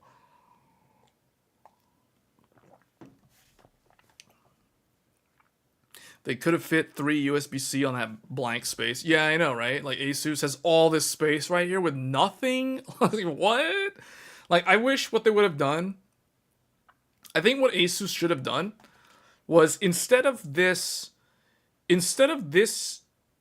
PCIe slot down here, or maybe instead of this second one right here, or I don't know, either take away the fourth one or the second one, and instead give us the USB 4 chipset and give us 2 USB-C 40 gigabit on the back. I think that would have been a fair trade in terms of functionality. RK's gonna have to get a Sound Blaster card because the Gigabyte one doesn't have. Yeah, but then that's gonna chew up one of your 3 PCIe slots. See, it's that wouldn't be an issue if the Gigabyte one had more PCIe slots. But see that the way, however you look at it, it's like the motherboards are all lacking in some way. It leaves a lot to be desired, no matter which one you go with, and that to me is very disappointing. And it shows a lack of options from the motherboard manufacturers. I mean, look, they all did one motherboard, and then MSI did nothing. It's like MSI was so lazy that they didn't even compete. Like, that's the most extreme laziness. Like, at least these guys put stuff out, even though none of these are anywhere close to being perfect. MSI didn't even put anything out. So it's like, at least these guys get points for trying. MSI didn't even do anything. So it's like... I think somebody, it was either Gamers Nexus or somebody, Wendell, somebody said that MSI literally told them that they're not going to build any Threadripper boards. So, I don't know what they're doing. Are they that strapped for cash that they can't put one of these together real quick? I mean, literally all MSI has to do is copy the Gigabyte motherboard, put a bunch of like MSI red dragons and stuff on the thing and make it look, or go with the Egyptian Ace theme, like the Ace board that they did. Go with the Ace branding and kind of, or they're probably gonna do MSI Creator. They're gonna probably do MSI Creator, or did Asus already claim that? What is this thing called? This is called the, yeah, this is a Sage. So MSI can do Creator, right? Unless Gigabyte did that. This is WS.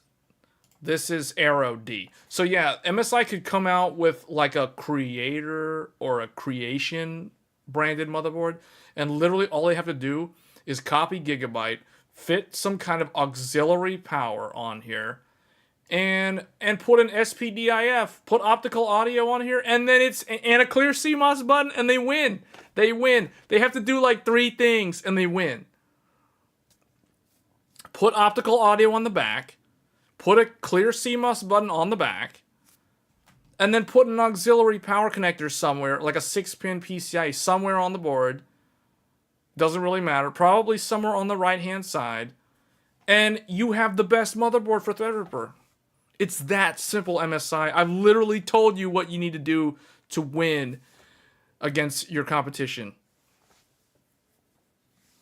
I think vendors aren't happy with AMD's less frequent chipset iterations versus Intel. It's obvious considering how trash AM5 are compared to Z690. How are they trash? How is X670E trash to... You're gonna have to back that claim up, because that's a strong claim, and that's not actually what I've witnessed. And I have both boards. Trust me, I've done a lot of coverage on motherboards over the course of over a year now. So you're gonna have to explain how the X670E is not as good as the Z790, because it's actually the complete opposite. The Z790 is actually worse than the X570E or the X670E. I won't say it's like completely worse. It's far more, well, it's limiting in some aspects that you don't find on X670E. And I've got lots of proof to back that up. Trash by value proposition. I have 7950X and not an Intel, but the offerings and overall quality is better. In what way, though? I'll give you an example real quick. So, X670E Aorus Master. Let's take a look at this. So this motherboard from Gigabyte, the Aorus Master, is $469. The original price is $500. And then if we look at the Intel equivalent, the Z790 Aorus Master is right here. Why are there two of them? What's the difference? Let's go with the cheaper one. Okay, so this one is $450. This one is $470. So we're talking about a $20 difference. They both have the exact same price. They're both $500 boards if you look at the original price. They look basically identical, but there is actually a significant difference between the two of them.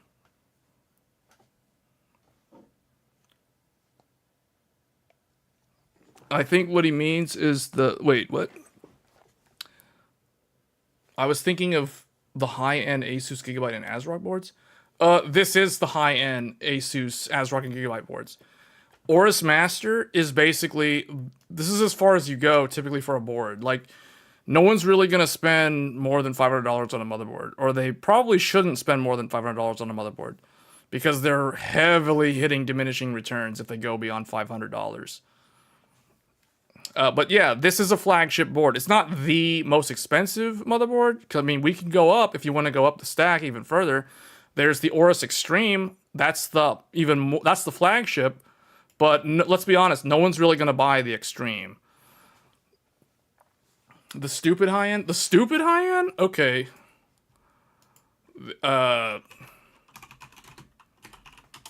Crosshair Extreme.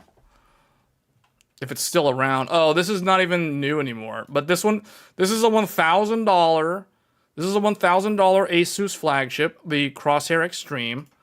And then what was the Intel one? But this is a $1,000 board. And then this one is Z790 Maximus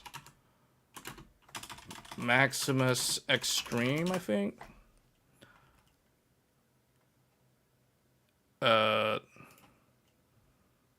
Wait, this is the Hero. This is not the Extreme. So where's the Extreme? Is there no Extreme from Asus for the Maximus? It looks like it tops out at Formula, which is not the highest end tier. This is more like the second highest tier. Formula, typically it goes Extreme, Formula, Hero, then the Strix garbage, and then it goes like to Prime and Tough, and then those things. Hold on, wait. There's a lot of comments now. There was some nonsense going on. Many AMD boards from the $500 series that were lacking in terms of higher USB standards. I think. Wait, hold on. I think what you mean is the motherboard makers get less often. Well, the chipset doesn't really change a whole lot though. Like, okay, name one thing that Z790 did that was actually significantly better than Z690. Because the only thing that I know of from Z790 is that it actually was more limiting on the PCIe lanes. Why is the Strix garbage? Because it's way overpriced compared to the other stuff. Like, okay, the problem with Asus, here's the thing about Asus, guys. Like, a lot of people, I'm so surprised how little people know when it comes to Asus's products. So, Asus, there's like a dead zone in the middle of Asus's products. There's the Tough and the Prime, which is usually the best value if you're trying to buy an Asus board. Then in the middle, there's this Strix line, which 10 years ago didn't even exist. And it's basically a money grab bag. It's basically a scam because it's like they're basically giving you a Tough, but they're putting RGB on it. They're putting more RGB on it. And it's basically the same thing that was like $200 cheaper, but now you're paying $200 more. You know what I'm saying? So like, and then there's the premium stuff. So for those, just FYI, Strix is not premium. Like if you think you're buying a premium board from Asus, and if you buy a Strix, you're not actually getting the premium tier. Just FYI. The premium tier, the true Republic of Gamers from Asus, if you're on Intel, Asus Intel flagship is Maximus. It has to have the name Maximus to actually be a high-end, high-tier Asus motherboard for an Intel chipset. Meanwhile, on AMD, the equivalent of Maximus is Crosshair. If it doesn't say Crosshair and it has an Asus logo on it, it is not a flagship tier, high-end tier AMD motherboard. So unless you're buying Crosshair on AMD Asus, or unless you're buying Maximus Intel Asus, you're actually not buying like the premium brand. If you're buying Strix, you're basically getting scammed. Okay, you just don't know it. You're ignorant to how the tiering structure works, and that's mostly Asus's fault. It's not the consumer's fault for getting tricked into buying Strix. It's mainly that there's a lack of knowledge and there's a lack of communication on these things. And Asus basically floods the market with so many different brand names that how is anybody supposed to know which ones are good? You know? Like, only someone like me that actually looks at the chipsets in depth, studies up the specs, looks at the components, and does the full analysis, only someone like me would be able to know that.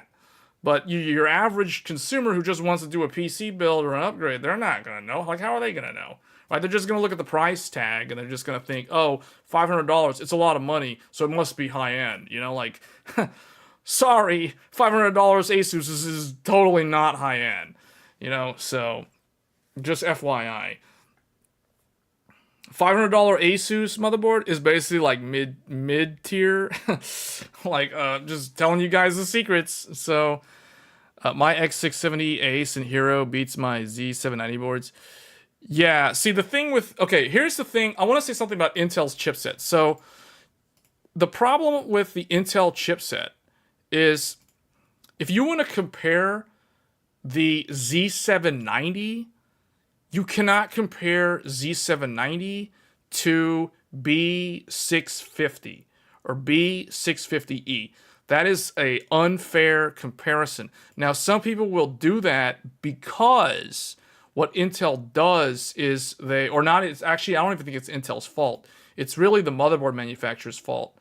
or it's what they do actually, and it's not really a bad thing. What the motherboard manufacturers will do is they will take a Z790 chipset that they purchase from Intel, and they will choose what to use and what not to use. So they can choose to use everything and turn it into a Maximus, or they can choose to use like 20%, 30% of the chipset, and they could turn it into a Tough. Or they can use about 40% to 50% of the chipset and call it a Strix. You know, like that. So they can take the Z790 that they buy from Intel in bulk, and they can choose to turn it into a really high-end premium product, or they can scale it all the way down to a more budget-conscious thing. So in that regard, it's flexible because it allows the motherboard manufacturers to scale up or down depending on any sort of price points.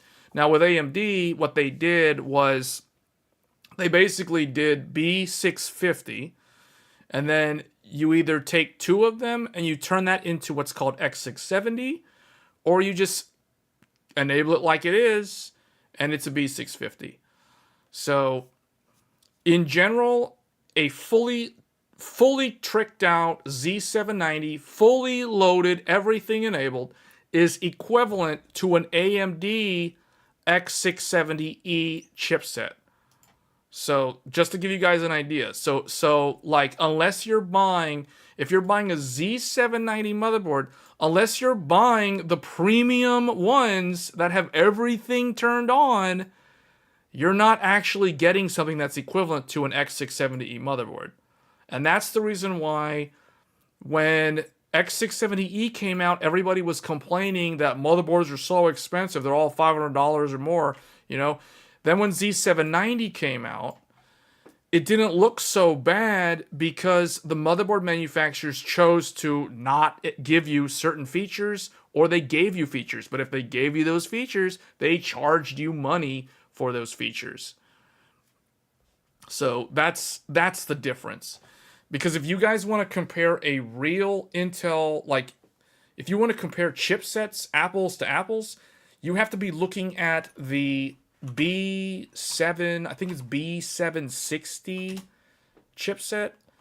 Yeah, you got to be looking at these things from Intel. And these are not even overclockable. You can't overclock as far as I know, maybe Intel changed that over the years, but it used to be that if you had the lower end Intel chipset, like in this case B760, you couldn't actually do any overclocking because they didn't have the toggles enabled, and it was supposed to be a more budget-oriented thing. Now this thing is more on par with B650. B650 is going to be the equivalent in terms of the chipset. So, you know, B650 doesn't lock you out of overclocking and tuning because this thing is the same as the X670E.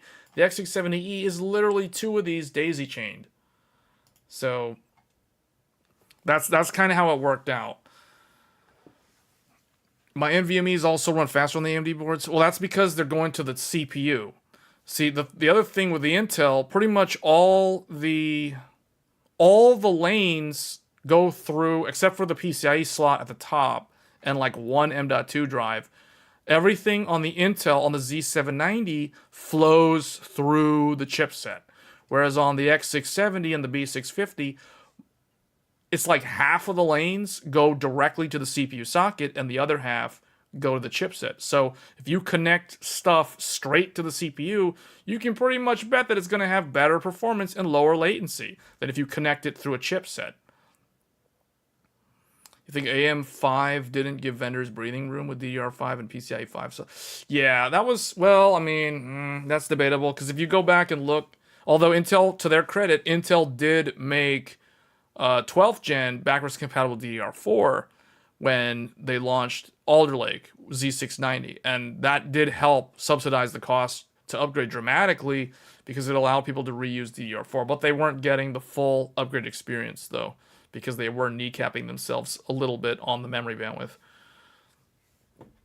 AM5, yeah. Yeah, the problem was when AM5 launched, they did X670 only for like the first month, and it was DDR5 only. And DDR5 a year ago was still really expensive. Now, it wasn't like crazy expensive like it was in 2021, but it was still very expensive. So yeah, that's the reason why it came out. It was expensive at launch. And then people were complaining about, I mean, myself included, all the complaints about, hey, I want a postcode debug on my motherboard. You have to spend like $500 to get that, or at least like $350 on a B650E.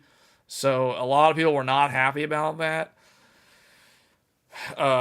And yeah, so yeah, overall though, from what I've tested at least, I think Z790 and X670E are pretty much equal in terms of what you actually get. AM5 launch compared to Z790 DDR4 and DDR5. So I did upgrade to Alder Lake, and I did buy a Z690 motherboard. And I can even show you which Z690 motherboard I got, assuming it's still available. Gigabyte Gaming X DDR4.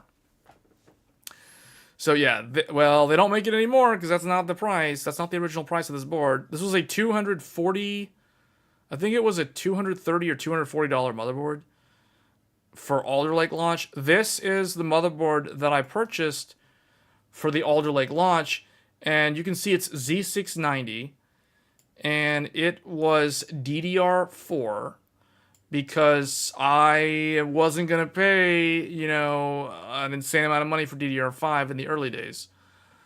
And I think most people did the same exact thing. So I avoided a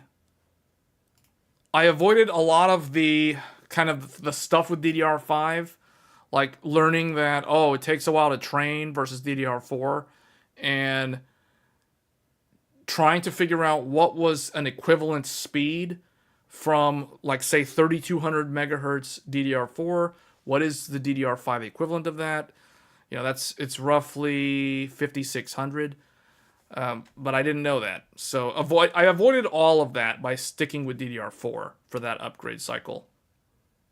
Didn't Gigabyte Z690 get recalled? I forgot which model.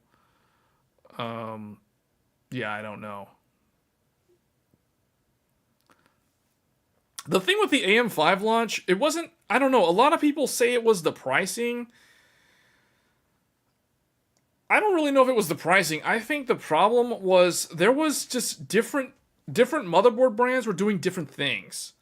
And there was a lack of consistency across all four of them, and I think that created problems, on top of the fact that you had to go with DDR5, and that's expensive, and then all the motherboards were relatively expensive because they're basically giving you the fully enabled ones at the start, and if you wanted the stripped down ones, the B650 ones, you had to wait like a month, so that wasn't very good. Whereas I think with Z690, you could avoid DDR5 altogether, so you could save a lot of money that way. On top of that, at launch, they had affordable options. Like, I paid $230, if I remember correctly, for this motherboard. Now, this is not the best motherboard. Look, it doesn't have a postcode debug, and that was very annoying, because prior to this motherboard, I have never purchased a motherboard that never included a postcode debug LED. I always have my 7-segment display, and not having one was not good. I can only imagine it would have been worse if I was on DDR5, but this was kind of cheap, if you consider 230, 240 cheap. This motherboard also has no Wi-Fi, but that doesn't really matter. And then it has 2.5 gigabit, and it only has a single USB-C, 10 gigabit USB-C, and it doesn't have the full 5.1 analog audio.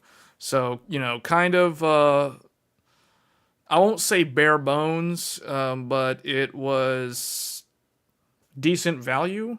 But you can tell this is not the fully enabled chipset. The Z690 could do more, but they basically scaled it down because this thing is kind of like a B650 AM5 board when you look at what it has, right? So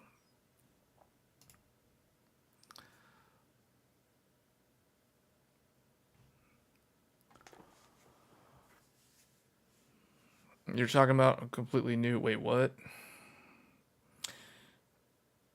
Yeah, I don't know which one got... I don't know which one got recalled.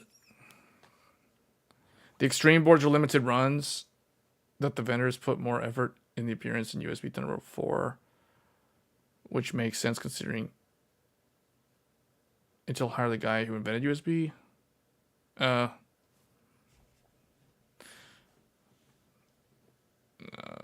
not sure what that was in. What that was like way up there in the comments. I'm just trying to get caught up in the comments here. Lack of consistency. 100% Intel seemed more focused, strict on what vendors could do while giving them leg room. GISA issues, DDR5 cost availability issues, Expo. So really, okay, in my mind, the problem that I had with Intel's launch was E-cores causing certain games to crash. And they never really addressed that in some games. I know they rolled out compatibility mode, but Final Fantasy XIV still had issues. The only way I could fix that was turning off all the E-cores. And that was never really fixed, from what I could tell. But I ran a 12700K for about a year with no E-cores enabled. So it was essentially just another 8-core 16-thread in that regard. And I ran it like that for a year. And then I basically did a full upgrade for 2 different platforms, but that's basically what was shown off last year. Revealing the mega charge for CPU coolers and power consumption. No, not yet. I haven't seen that video, and I have not seen Wendell's video. I need to watch the Wendell video though, because I think that's pretty relevant to the build I'm using right now.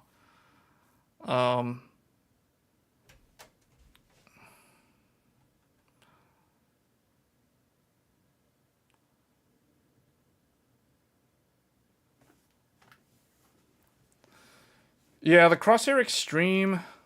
Well, I don't. Yeah, the Crosshair Extreme is actually the best one.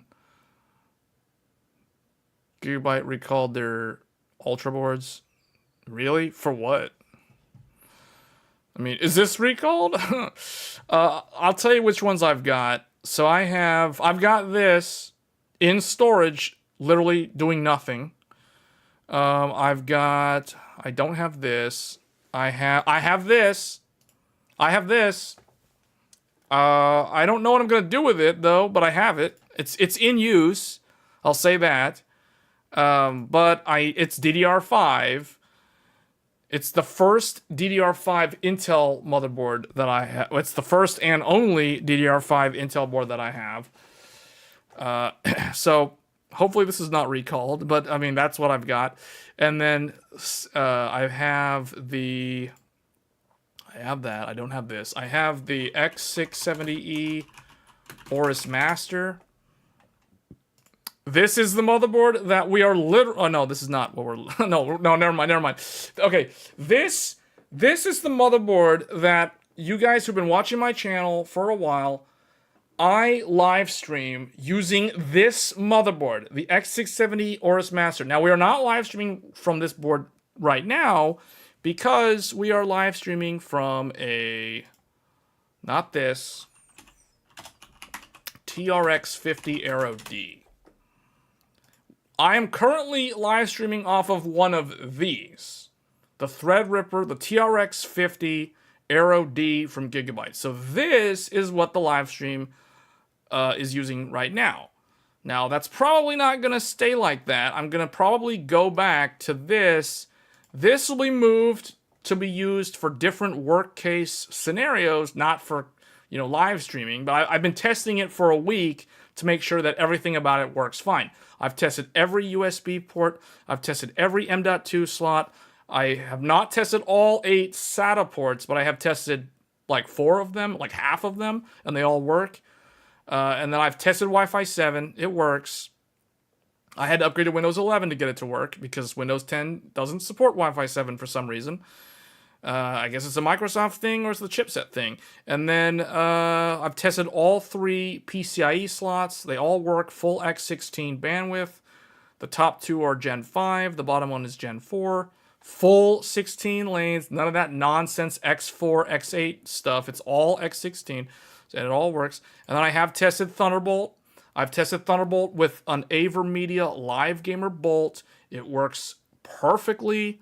I tested a 20 gigabit and I've tested a 10 gigabit AverMedia Live Gamer 2.1 out of one of the USB 4s. It works fine. I do need to test the DisplayPort input from the graphics card, but I'm sure that it'll probably work fine. I haven't tested that yet. So the point is, I have Thunderbolt 4 full PCIe tunneling working off of this board just fine. All you have to do is go to Gigabyte's GC Maple Ridge, download the Intel Thunderbolt drivers. They install totally fine, no issue. Everything works out of the box. 10 gigabit NIC, it works. 2.5 works. Basically everything works. So I'm pretty much signed off on the board, like everything's good. You know, so it will be transferred to become a kind of a workstation product that I'll use. So I'm not going to use this for live streaming, but it is what it is. I've been testing it for a week. Instability and way PCIe failures with PCI Gen 4. Oh, for the recall? Interesting. Interesting. Maybe... Because I remember when I was using this, I would have random... I don't think it was way errors. Like, I wasn't blue screening or anything, but I would have issues where, unless I turned the E-cores off, certain games would crash after a long period of time. And when I say long period of time, I'm talking like after a 3-hour play session or more.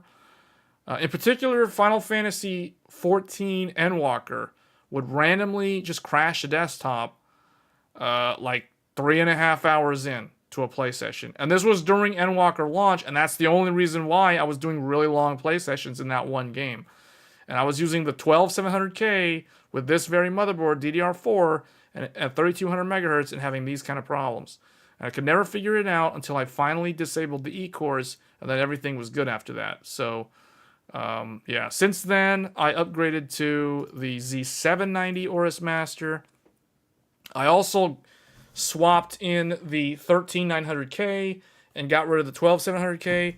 So, I don't know, the Raptor Lake stuff didn't do those things, but we're talking different board. We're talking DDR5 versus DDR4. So, you know, a whole year later, magically all these problems go away.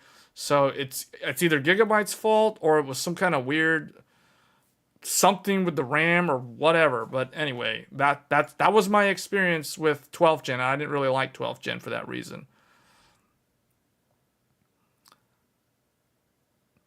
I don't know why Gigabyte motherboards get so much hate. I mean, I personally, like, I don't really have any specific issues with any of them, to be honest. Like, I'll tell you guys, the Aorus Master, this has been my daily driver production workstation, whatever you want to call it. The X670E Aorus Master, I have been using since late September of last year. I have used this board almost every workday for over a year, and I have not had any problems at all with this motherboard. So I don't know what all the hate with Gigabyte is about.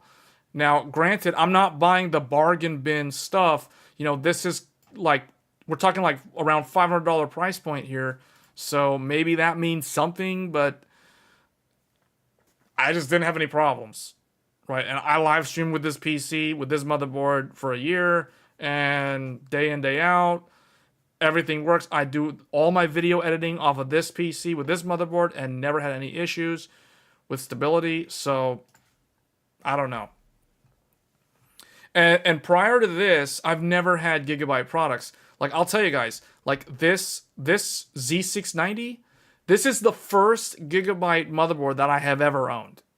Just so you know. It's not like I'm a Gigabyte fanboy or anything. Like, prior to this, I had MSI. I mean, I can show you guys, like, pretty much all the motherboards. Here, the easiest way I can do this is probably to use Paint. Paint's probably the easiest way. Now, we're going to be using Windows 11 Paint, so I'm not sure how that's going to work, but let's see. Okay, so this is going to be a little bit different. I'm not used to Windows 11 just yet. But this is the proof that I upgraded Windows 11, because the Paint looks different. So I'll just simply just type all my motherboards. So if you guys want to know my entire collection. So EVGA, Enforce, 4, socket 939, which is an AMD 64, I should say. AMD 64. This was my very first motherboard. EVGA with an NVIDIA chipset designed for an AMD 64 Athlon processor. So that was my very first motherboard. So it was an AMD motherboard with an ATI Radeon graphics card and an NVIDIA chipset resold through EVGA. I think I've told this story multiple times to people that have been watching me for a while. Then the next motherboard I got was an Asus. Oh man, I don't remember the model number. It was like an M something. It was an ATX board. It was a bunch of numbers randomly. It was for a what was it? A socket. I'll just say the socket. Socket AM3. AM3. So this was gonna be Phenom 2 9, what happened here? 965 or something like that. Oh, why am I like way over here? Oh. What? Did I make a new one? Whatever. Phenom 2. Paint. This new paint is kind of weird. Why did it position it like that? Phenom 2. Then the third motherboard was, if I remember correctly, it was a Asus. What was that motherboard again? Asus Z77? LKV or something. I forget. It was like some Asus thing for Z77.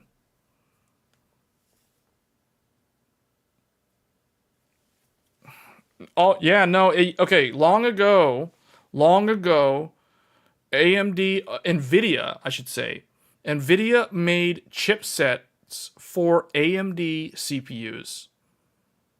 ATI was its own thing. ATI was a separate graphics card company that competed with NVIDIA. This was before AMD purchased ATI, because AMD acquired ATI in like 2006 or 2005 or something. And then that's how AMD gained the Radeon brand. So for those that don't know, AMD's original color was jungle green. AMD's logo, their company color was green for the logo, and it was like green and white. Green and white, and I guess black for the font or something. NVIDIA was the same yellow-green that they've been forever, pretty much. I think. Well, maybe not forever. Maybe when they first started out, they were like a darker green or something. But NVIDIA and AMD were in this, like, they were in it together back then. Didn't Jensen start his career working at AMD? AMD. Jensen worked at AMD before he went off to found his own company. He never worked at ATI. ATI has always been his arch rival. ATI is Canadian, by the way. AMD is American, originally. Well, I'm talking like way back, when these companies were not giant multinationals like they are today. So just so you guys know.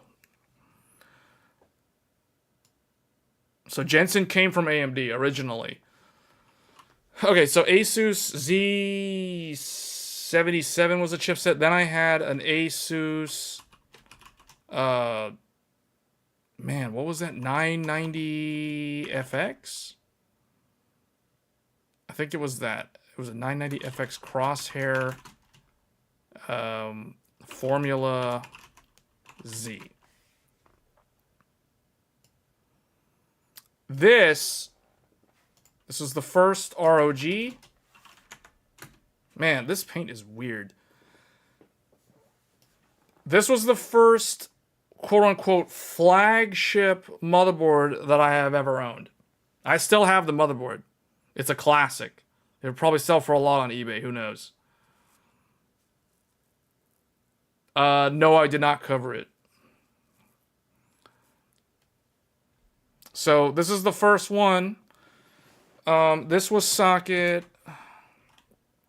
This was AM3 plus, we'll say. Okay. Then what did I get after that? A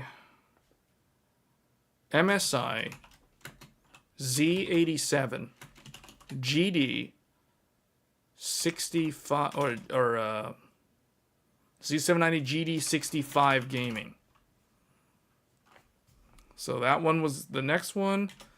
Then after that, it was Asus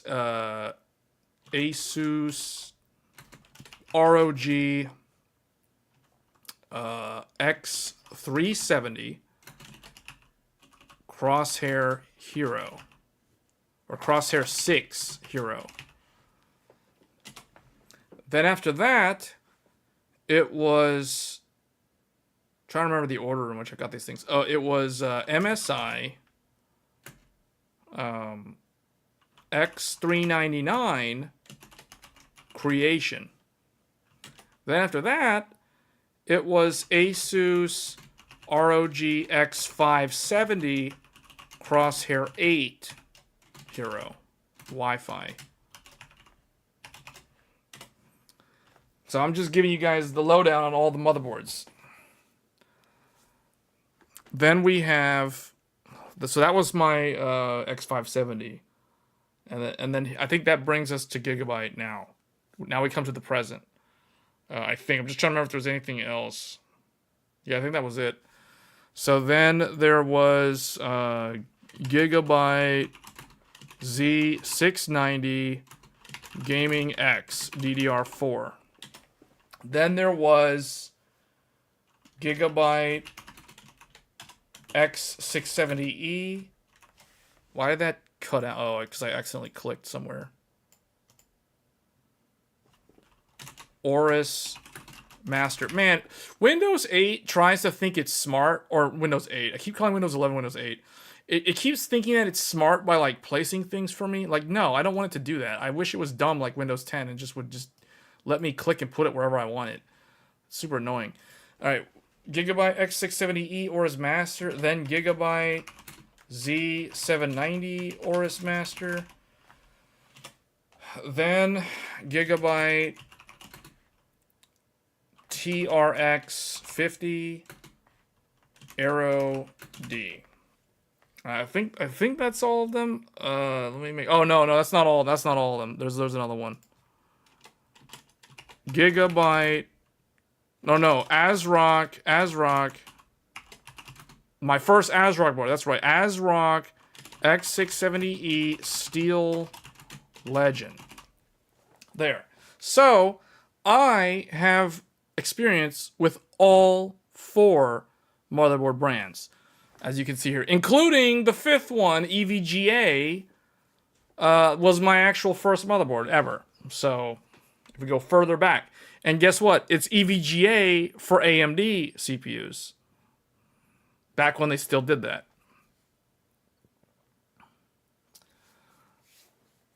So this is basically the timeline for all of my PC building.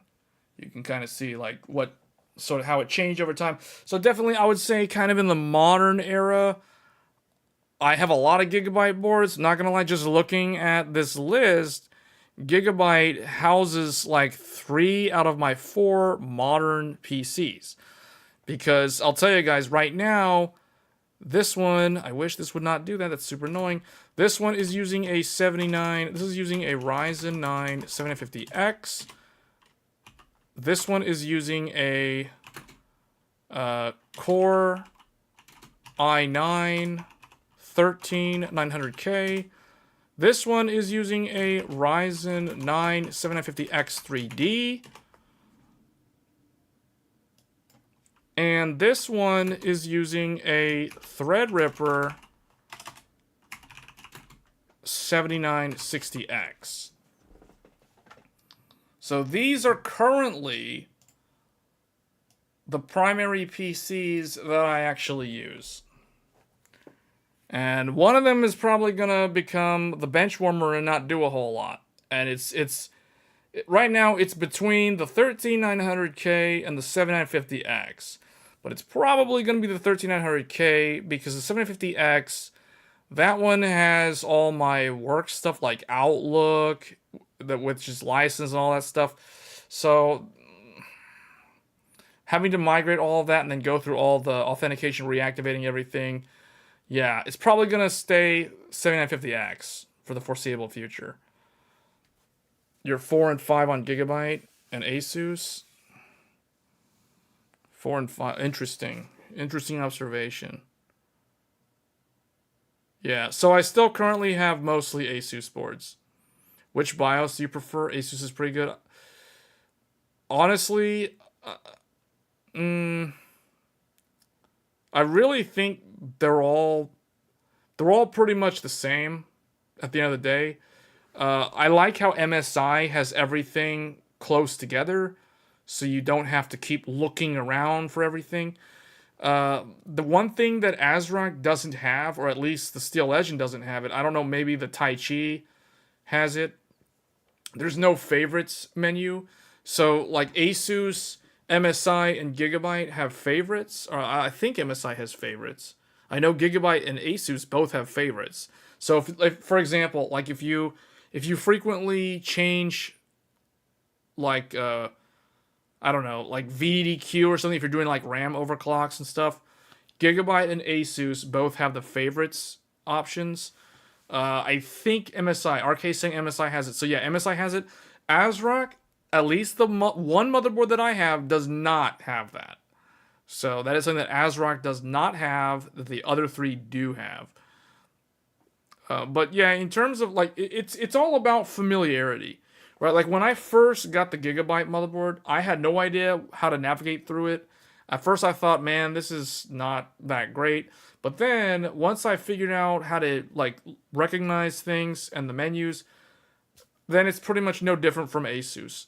I would say Gigabyte and Asus are very, very similar. Almost like the two of them are like carbon, well, I don't want to say carbon copies of each other, but they're very, very similar in terms of the layout and how they space options from each other. MSI is the most unique. Everything is kind of like in the middle, so it's really easy to read, and everything looks really organized. So I like that about MSI. And then ASRock, even though ASRock doesn't have the favorites option, ASRock actually has the most options. Like ASRock has so many submenus. Almost borderline too many options. Like, they have way, way too many options. Like, I don't know if that's a bad thing or if it's a good thing. But ASRock, I was surprised how many different things the ASRock BIOS had. Asus has naming issues. MSI is not intuitive. I wouldn't say MSI is not intuitive. MSI is just kind of like everything's all in the middle. Like, Gigabyte hates Reddit.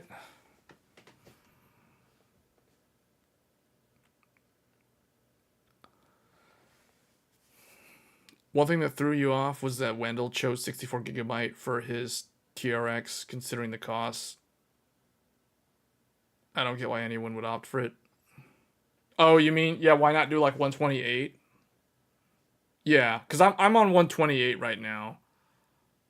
Yeah, I need to watch that video. That's probably going to be the next video that I watch. And then I might look at the Gamers Nexus one. But yeah, I'm definitely going to check out the Wendell video because, yeah, because I have the same exact motherboard. So I actually want to know what he has to say about this motherboard. But yeah, like,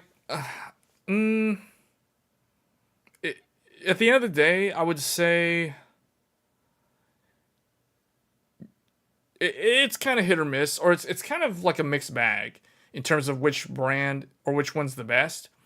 Because sometimes ASRock is usually the first to roll out the latest BIOS updates, but that might not always be the best thing. What I have noticed is ASRock is usually the fastest when it comes to like major BIOS updates, followed by Asus, then Gigabyte, and MSI is usually the slowest one to roll out BIOS updates, significant BIOS updates.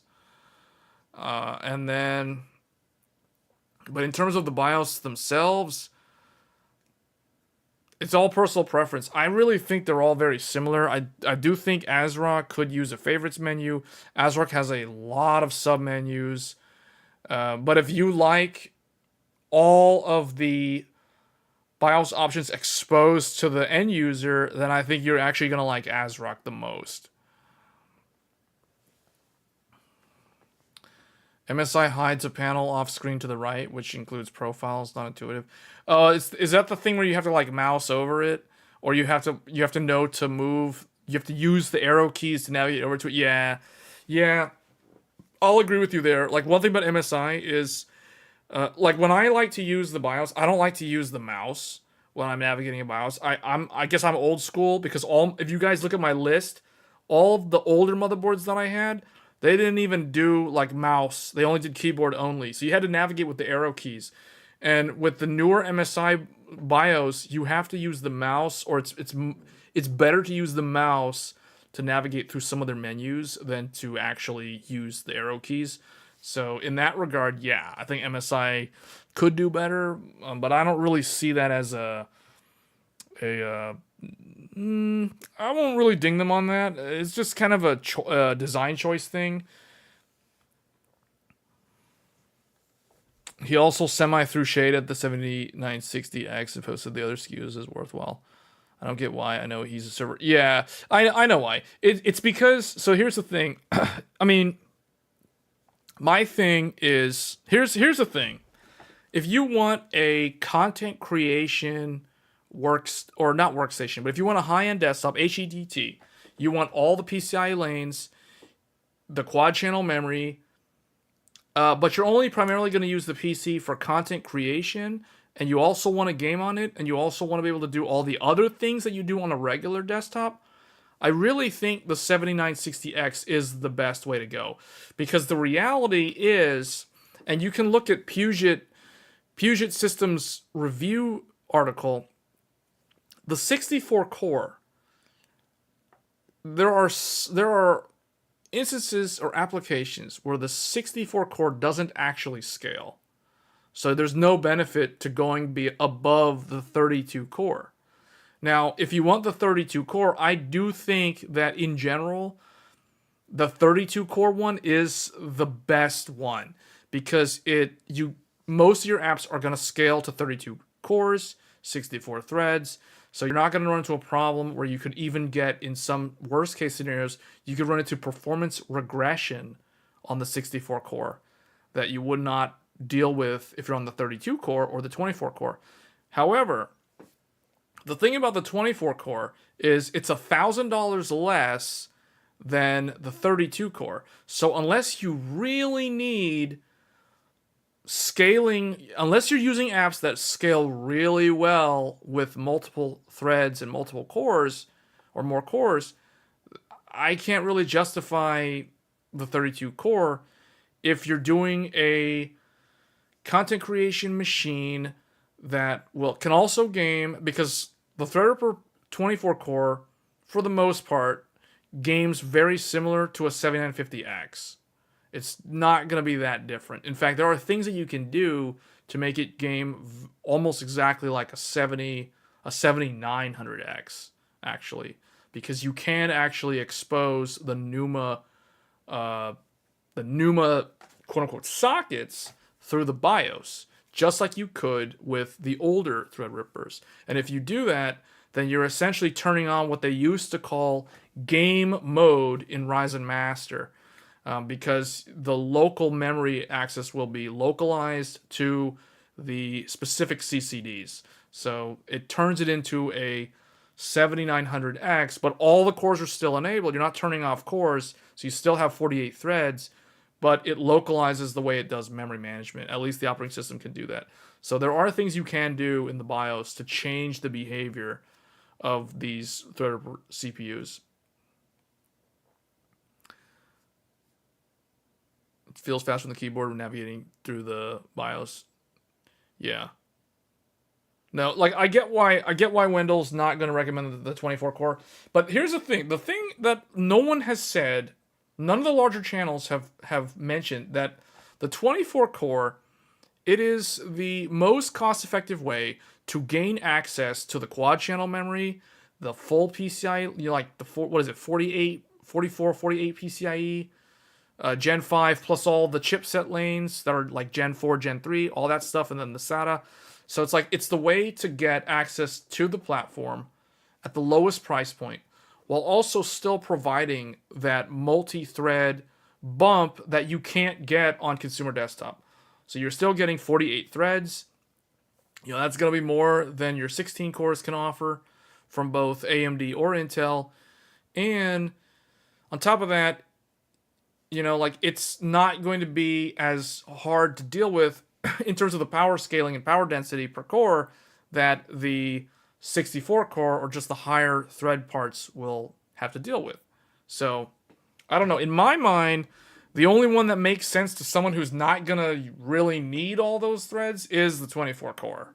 Like, when I saw the 24 core, like in the very, very beginning, like when they first announced it, I was like, yeah, that's the one that I'm going to get. And not because it's the cheapest, but because it's the one that actually makes the most sense.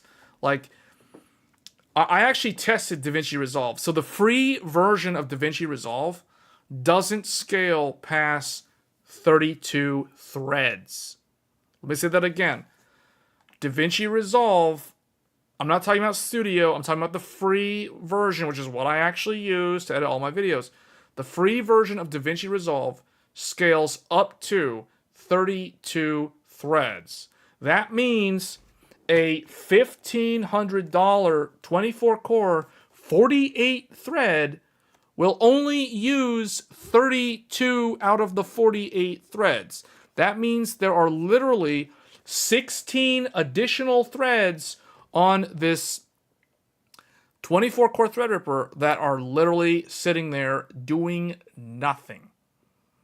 So that is an example of why once you start going really high on thread count, you start hitting scenarios of diminishing returns where unless your application can actually scale to those many threads, you're wasting money. So that's the reason why, again, anecdotal evidence, the 24 core actually makes the most sense for most people that actually want a high-end desktop. 32 core is fine if you're okay with spending $1,000 more for those extra cores and threads. But I mean, can you justify $1,000 more with no guarantee that a lot of these apps, particularly these content creation ones, will actually scale to that thread count?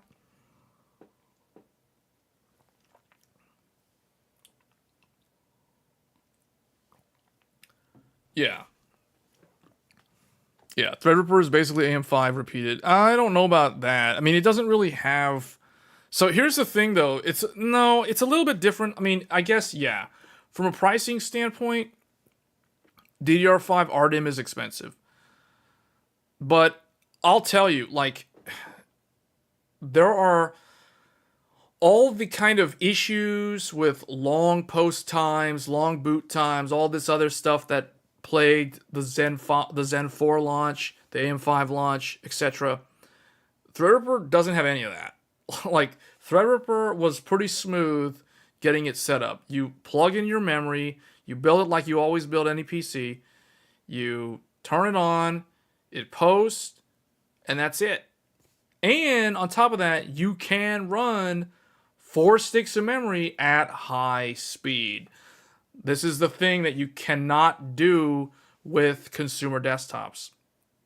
The most I can get out of a, where is it? This, and this, and this. I want to stress this point. The highest speed that I can get for 128 gigabytes of DDR5 on a 7950X and a 13900K is 4,800 megahertz.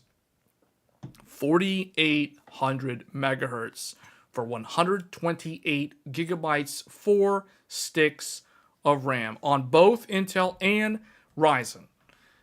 Meanwhile, Threadripper, 7960X, RDIMM DDR5, day one, 6400 megahertz DDR5 at 128 gigabytes of RAM.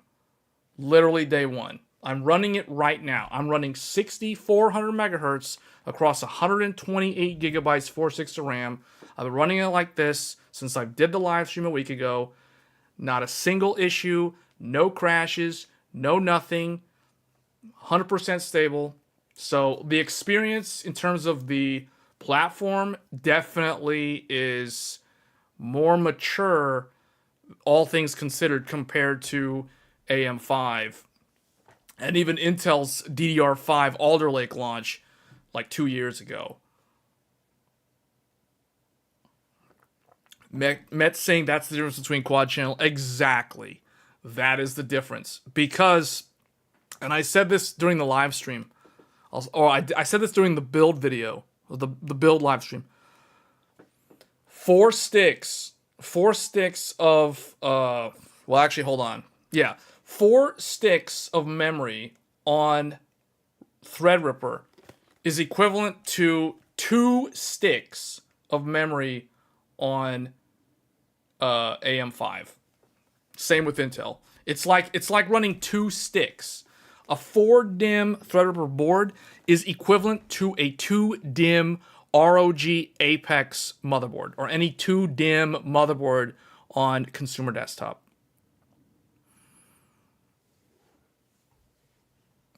So for me to potentially run into like not being able to run high-speed RAM on Threadripper, I would have to be using 8 sticks of DDR5.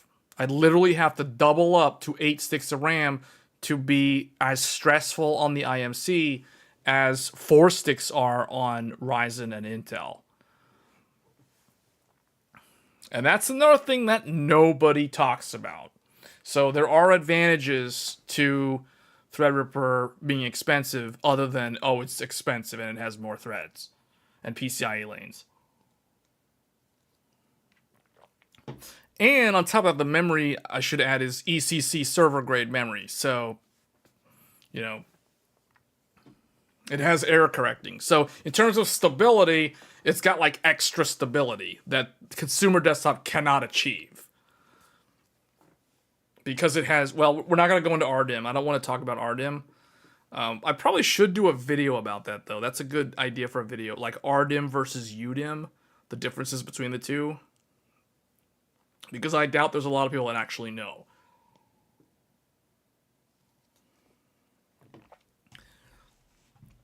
Yeah, but having said all of that, I guess right now I wanted to run the 4090. I actually wanted to move my 4090 to the Threadripper, but the power supply doesn't have the native cable. So I had to get this thing for Corsair.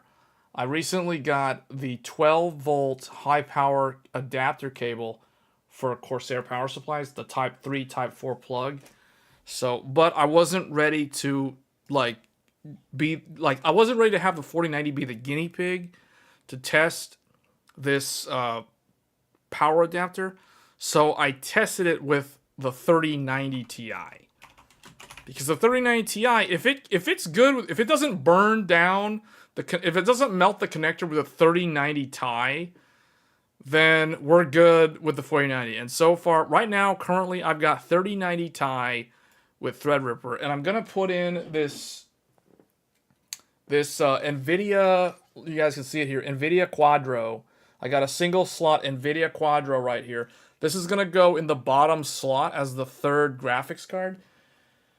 And then I'm gonna try to fit an AMD dual slot card in the second, as the second GPU, so I can have Radeon in there as well. After watching his vid cautioning against triple GPUs, do you think it's SOL to run 3? No, not really. I mean, I don't know how you would run 3 of them, though, unless they're on water blocks. Or unless they're the liquid-cooled version, because you would have to have the PCIe spacing available. And these motherboards don't have that. Perhaps using a power adapter on the third and undervolted. No, it's fine. You can run 3 of them if you want, because like I said earlier, they don't pull 75 watts through the motherboard. They pull something like 20 watts. So it's a big nothing burger. Like I said, it's like there's nothing wrong with doing that. I mean, you can do it. The problem is how are you going to fit them? MSI has a slim for you. Isn't that like a water-cooled one, though? Met's saying either custom water-cooled or if you replace the coolers with the blower style. Hey, is there a blower style 4090? I really want to know if there's a blower style 4090. That would be awesome if there was. It would be terribly loud, though. That would be horribly loud, but I'm just wondering if it's possible. I need to do some, like... I need to try to fit different things. Right now, I'm going to put the Quadro, the professional Quadro single slot. This is going to go on the bottom as the third GPU. And we could probably do, like, AMD... I don't know. I have to look and see what I have that's a dual slot. I tested Intel. I already got annoyed by Intel. Like, the Intel Arc was okay, but it's like, it still has that weird latency spike thing as a secondary GPU. So, I don't know. So, I'm probably going to run like a Radeon and an NVIDIA and then like a Quadro or something as the third one. China-built custom 4090s with blower-style coolers. Yeah, but aren't those like repurposed? You can't actually buy those. I mean, I'm in no, let's put it this way. I'm in no position right now, considering how much money I spent on the Threadripper PC. I'm in no position to try to go and get like another 4090. So that's not going to happen. You're not going to see me running like 2 or 3 4090s anytime soon. But I kind of want to run one. Right now, I've got 3090 Ti with the power connector, and that's it. The other ones, the AMD cards were taken out. And I think in the bottom slot, I've got like an AverMedia or something.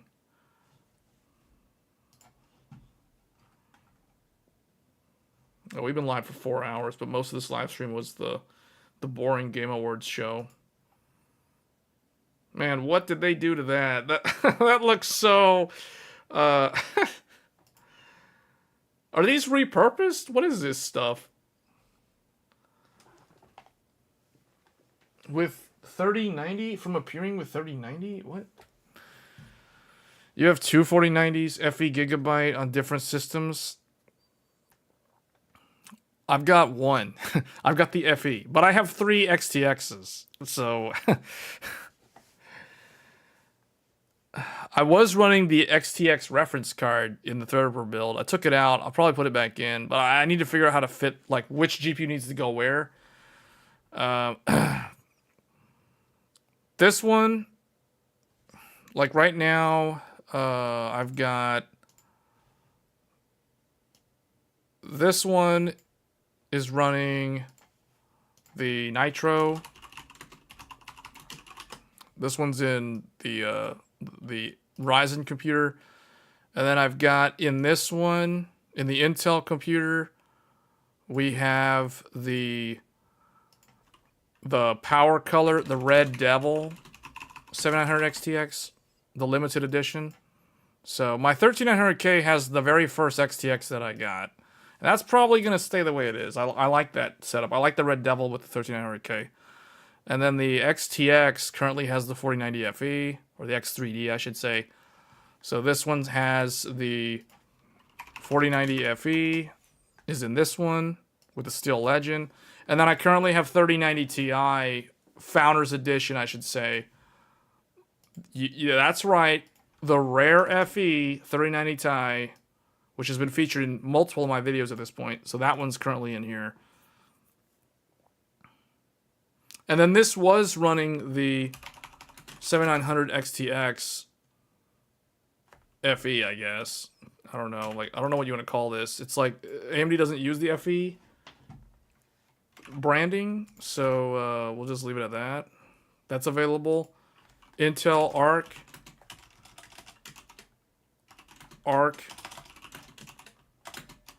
A770 is available as well as an alternative. Gigabyte makes what? Can you believe? Wait, what? Supreme? The Supreme? Did you cover / comment on the 40 Supers? Yeah, we did that like weeks ago when the leaks first came out. I think it's kind of a dumb idea. The only reason why NVIDIA is doing Supers, if they are, I mean, I guess they are, is because they have to put something out there. Because they just have to, because the shareholders say they have to. It's kind of like Intel has to put the 14th gen out, even though they didn't have to put the 14th gen out. They just kind of were told, hey, you guys better put something out. Otherwise, we're going to like sell all of our stock that we've got in this company. And yeah. So, okay. We'll relaunch the thing we launched last year and change the name. And yeah, everyone will be happy. And yeah, other than the large tech channels like Gamers Nexus and those guys, like, they weren't happy, but, you know, like, you think your average Joe is going to know the difference between a 13900K and a 1400K? They're going to think that they're different, even though they're not. So, one's like $70 more than the other, but it's the exact same silicon.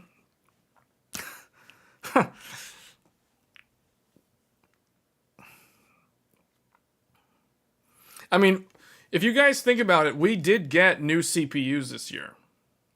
We got new CPUs this year, right? Like, what did we get? So 2023, new CPUs of this year. What did we get? We got a whole bunch. Man, I really don't like Paint on Windows 11. I don't like how it's automatically resizing my text box. I cannot stand this. Windows 10 Paint is so much better. Okay, we got 7950. Actually, no, we got a bunch of new CPUs. We got this. We got Ryzen 9 7900 non-X. We got Ryzen 7 7700 non-X. Ryzen 5 or 70, yeah. These were the first CPUs. These CPUs launched in January. Or has everybody forgotten? So technically, these are 2023 CPUs. Then there was, as everybody knows, the X3D stuff. So there was 7950 X3D. There was the Ryzen 9 7900 X3D. And then there was the pretty much everybody's favorite. Why is this like, what the heck? Why does it do that? That is so... Okay. Ryzen 7 7800 X3D. So we got those. So these are like AMD's new CPUs. And then we know what else we got. We got Intel i9 14900K. We got i7 14700K. We got i5 14600K. And then throughout the course of next year, Intel will launch more 14th gen in the form of the F, the KF. Well, I think KFs might be out already. But like the Fs and the lower end stuff. And maybe there'll be a 14th gen Alder Lake. Who knows? So we got a bunch of new CPUs this year. Right? We got like low power 65 watt TDP Ryzens. We got gaming Ryzens, and then we got like Raptor Lake refresh. So there was a bunch of stuff on the CPU side, and we got a lot of GPUs this year. So here's what we're gonna do now. We're gonna vote on what was the best CPU of 2023, and then the chat's gonna vote. Actually, how do I do a poll? How do I do a poll? I've never done that before. Can I even do that?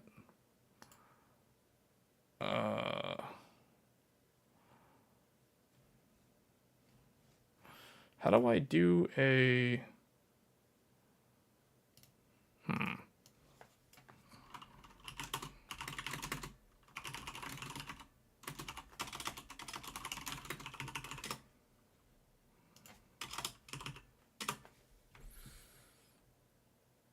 From the bottom of the chat window...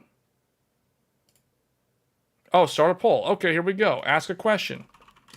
Best CPU of 2023.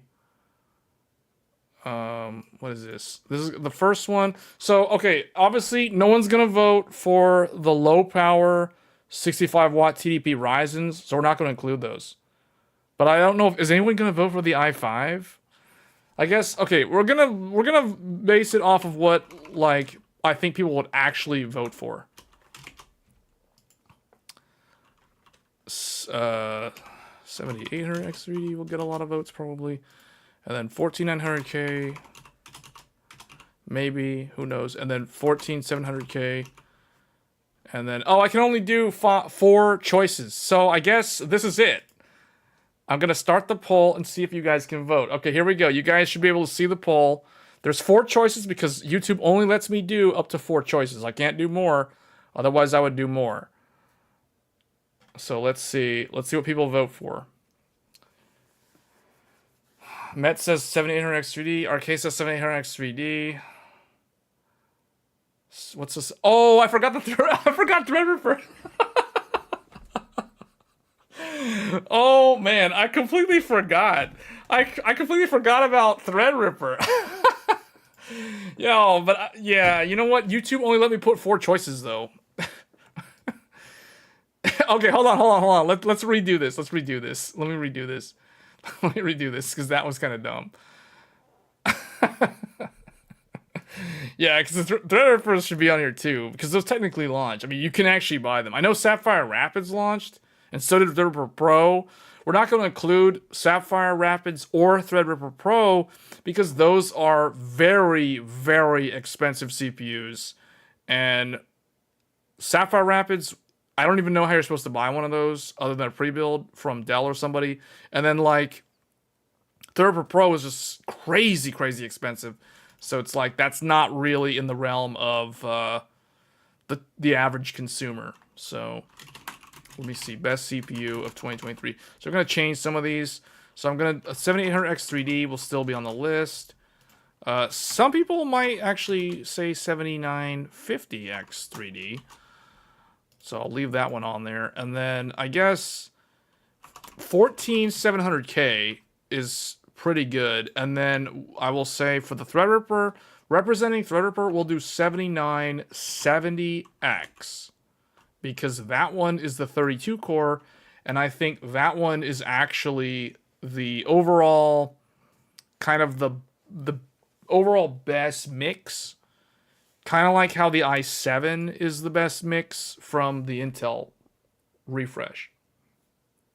Yeah, Sapphire Rapids and Threadripper Pro are very expensive platforms. So, okay, it looks like everybody voted for the same CPU. Interesting. I'll leave it open a little bit longer this time so more people can vote if they want to. We also need to do best GPU. So we're going to do best GPU next. Best GPU of 2023. We're going to write them over here on the left. So let's think about what launched in 2023. So the very first GPU was the Man, what is wrong with this? RTX 4070 Ti. This was launched in January. It was the very first one. And then after that, I think... Now, I got to remember now what came next. It was... I think it was the RTX 4070. Yes, I think it was the RTX 4070. Then there was the RTX 4060 Ti. Then there was the RX... I really wish I understood why Paint does what it does. It's like it randomly like moves around for some reason.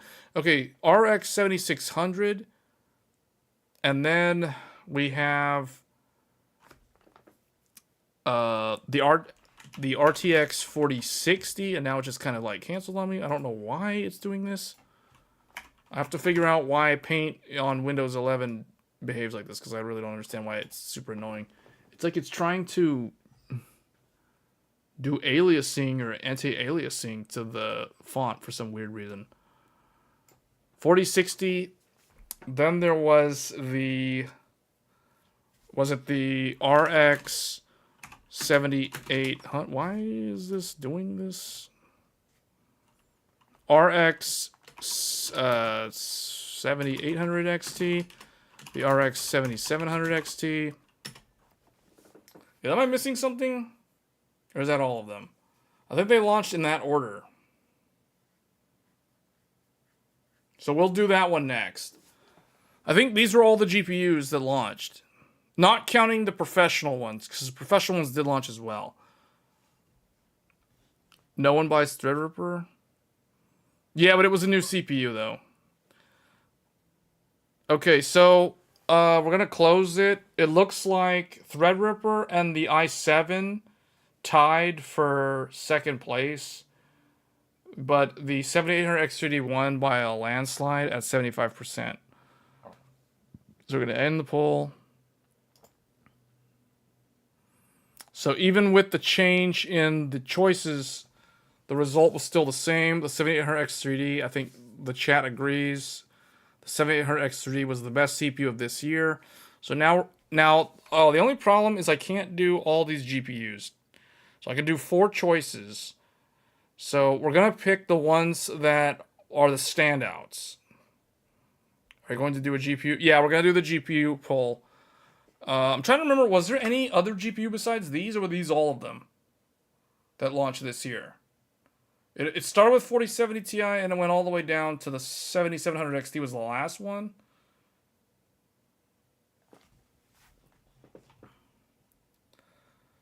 All right.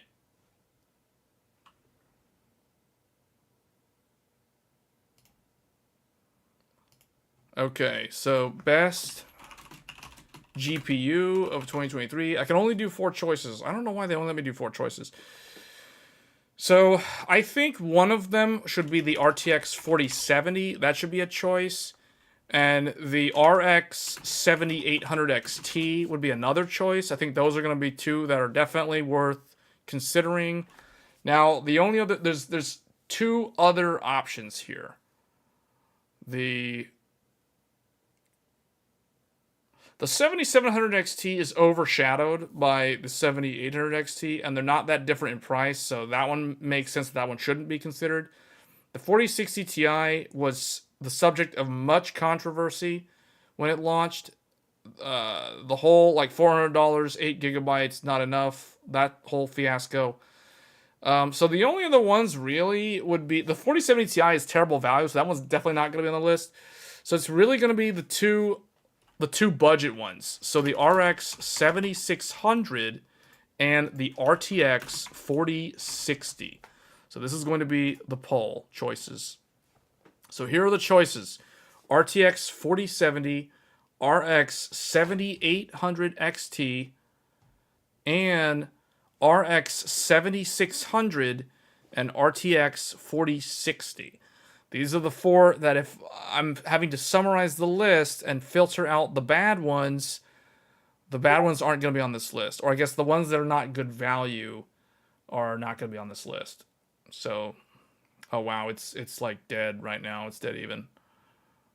So we've got 3 votes. I mean, we've got 10 concurrent viewers. You got 10 people that can vote. So you guys want to get your votes in. Apparently, I can't vote, which is interesting. I'm not sure, like, why can't I vote? I guess I'm the one doing the poll, so I shouldn't vote or something. You could put that 4090 is not considered. 4090 is not a GPU of 2023, so that one will never be on the list. The 7600 is actually good value, guys. Like, compared to the others, to be honest. Like, if you're looking at the price the dollar per FPS, or FPS per dollar, the 7600 actually would win in that. Well, I don't know about it would win. Maybe the 7800 XT would still win. Your phone shows the black boxes. Oh, you think we should do it that way? What about the TIs, though? Would the TIs even be considered, though? Would anyone actually vote for the TIs?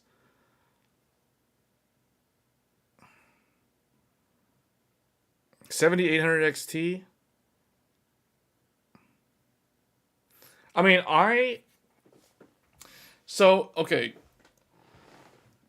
I think the best CPU of this year, I'll agree with you guys, the 7800 XT is, even though I didn't use one, since you guys see what I'm using, I do agree. The 7800 XT, I think, is the best GPU of the year. Or the best CPU of the year. Now, for best GPU, I can't vote, but if I had to vote, it would go to the 7800 XT. So 29% for the 7800 XT right now. There's a lot of people voting for the 4070.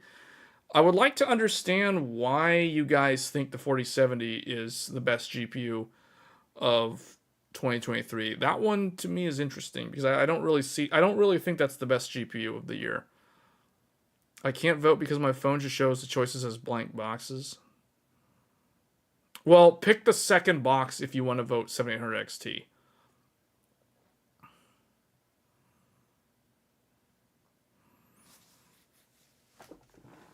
I'd like to understand why people think the 4070 is the best GPU, because that one's kind of, I mean, I'm trying to understand.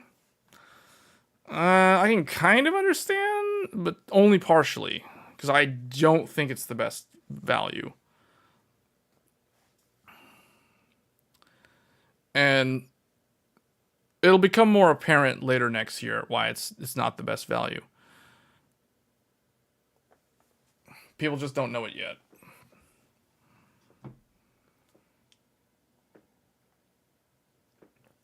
TI, maybe when they drop another $50, $100. 4070 Ti, 4060 Ti. I think most people would agree the TIs this year are just not good. You know? So, okay, it's pretty close. 9 votes. We had 10 concurrents, 9 concurrent viewers. So I think we're going to close it 4 minutes ago. We'll leave it open for like 1 more minute.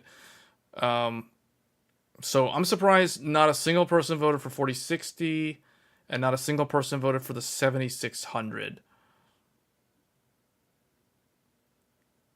4070 is going to age like milk with a 192-bit bus and only 46 SMs. Yeah. See, Met understands. Met understands the reality. And the people voting 4070, there's some lack of knowledge there. I'll just say that. Because there's a lot of people, let's put it this way. There's a lot of people that bought the 3070 and they kind of got burned on buying the 3070.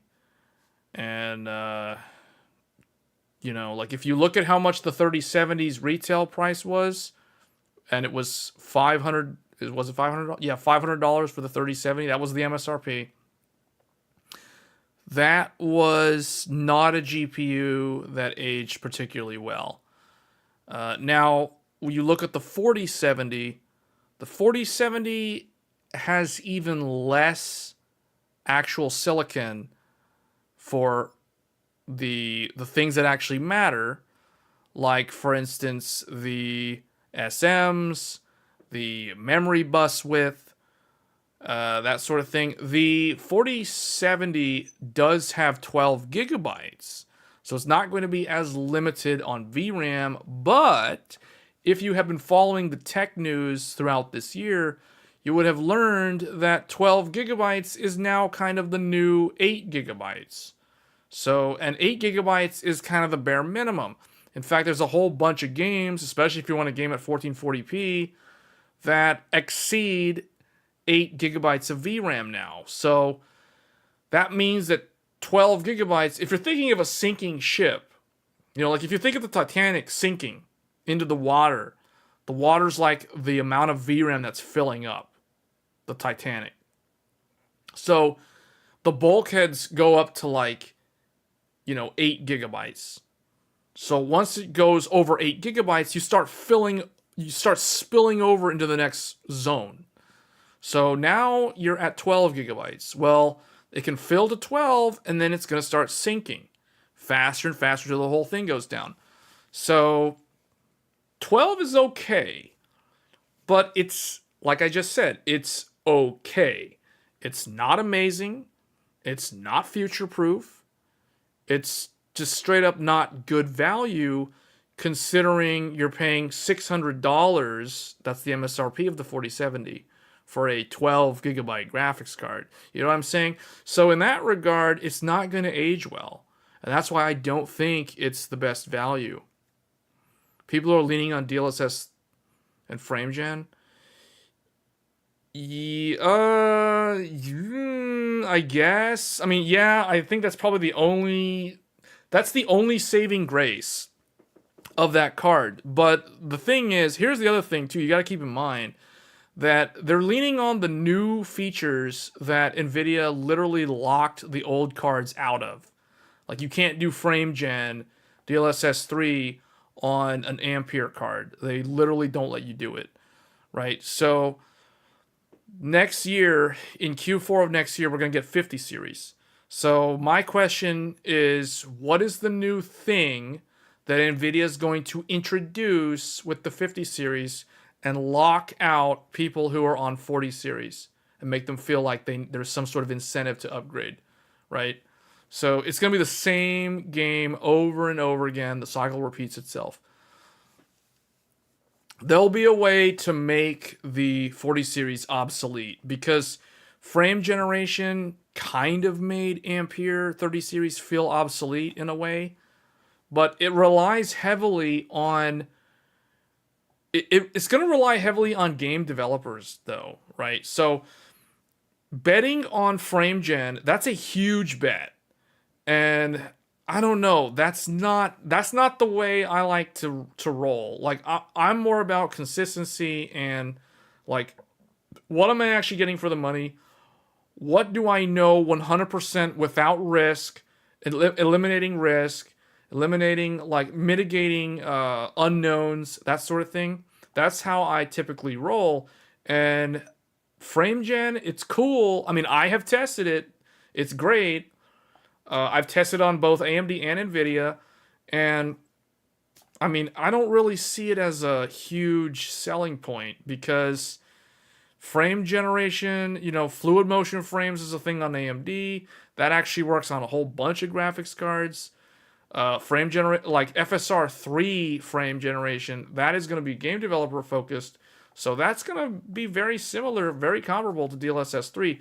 And that also can work on older generation hardware. So I personally don't really see the argument in favor of frame gen strictly on 40 series.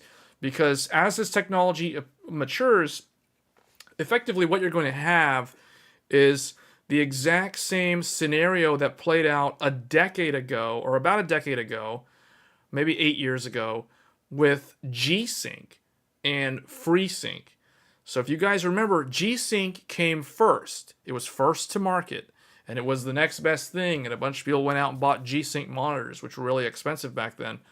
And we all know what happened.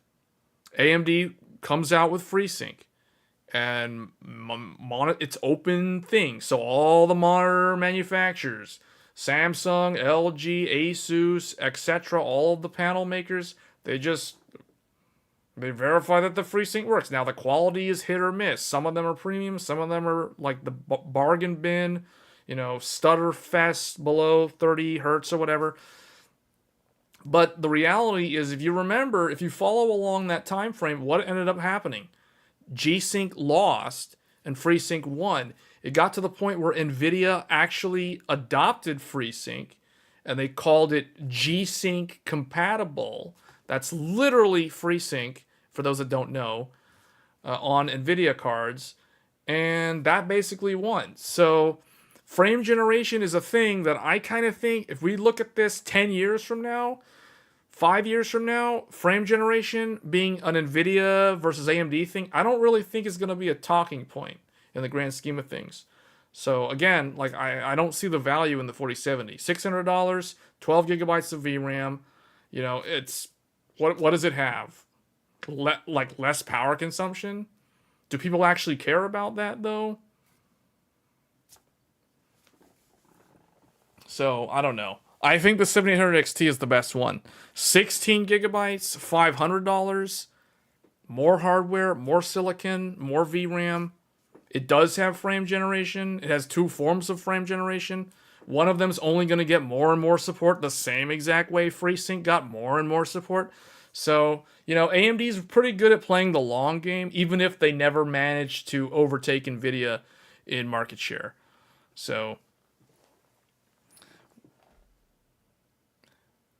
Jensen running the same, yeah. I mean, you guys, because I've been in this game for a while. You guys can tell, looking at how many motherboards I have over the years, I have seen how these things play out in multiple different refresh cycles, multiple different generations of graphics cards, CPUs, chipsets.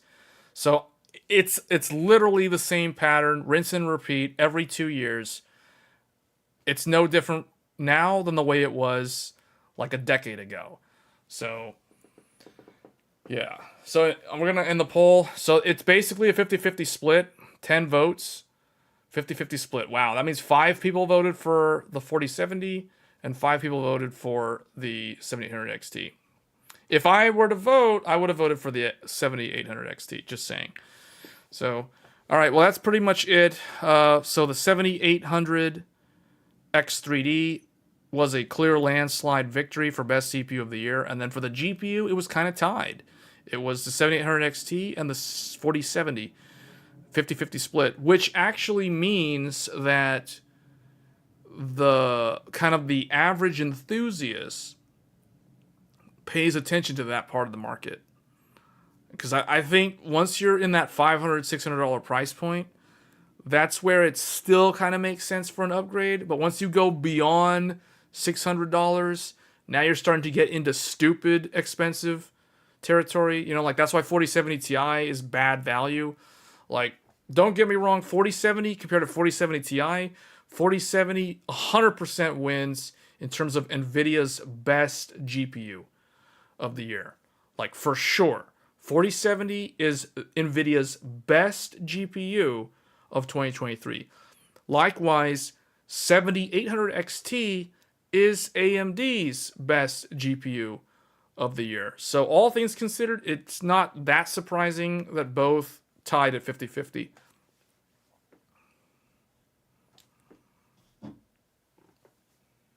Can I join the Discord at the end? Okay, yeah, I can join. Let me see. It's pretty late. I can probably join for like 10 minutes. But okay, guys. So we did the Game Awards show, and we also did like best CPU, best GPU. So that's a good area to end the stream. Hey, Soul Halo. FrameGen is the best tech out there. Love them frames. Yeah, but see, that stuff's just going to mature and become like the next G-Sync FreeSync thing. So you would have gotten that if it was available.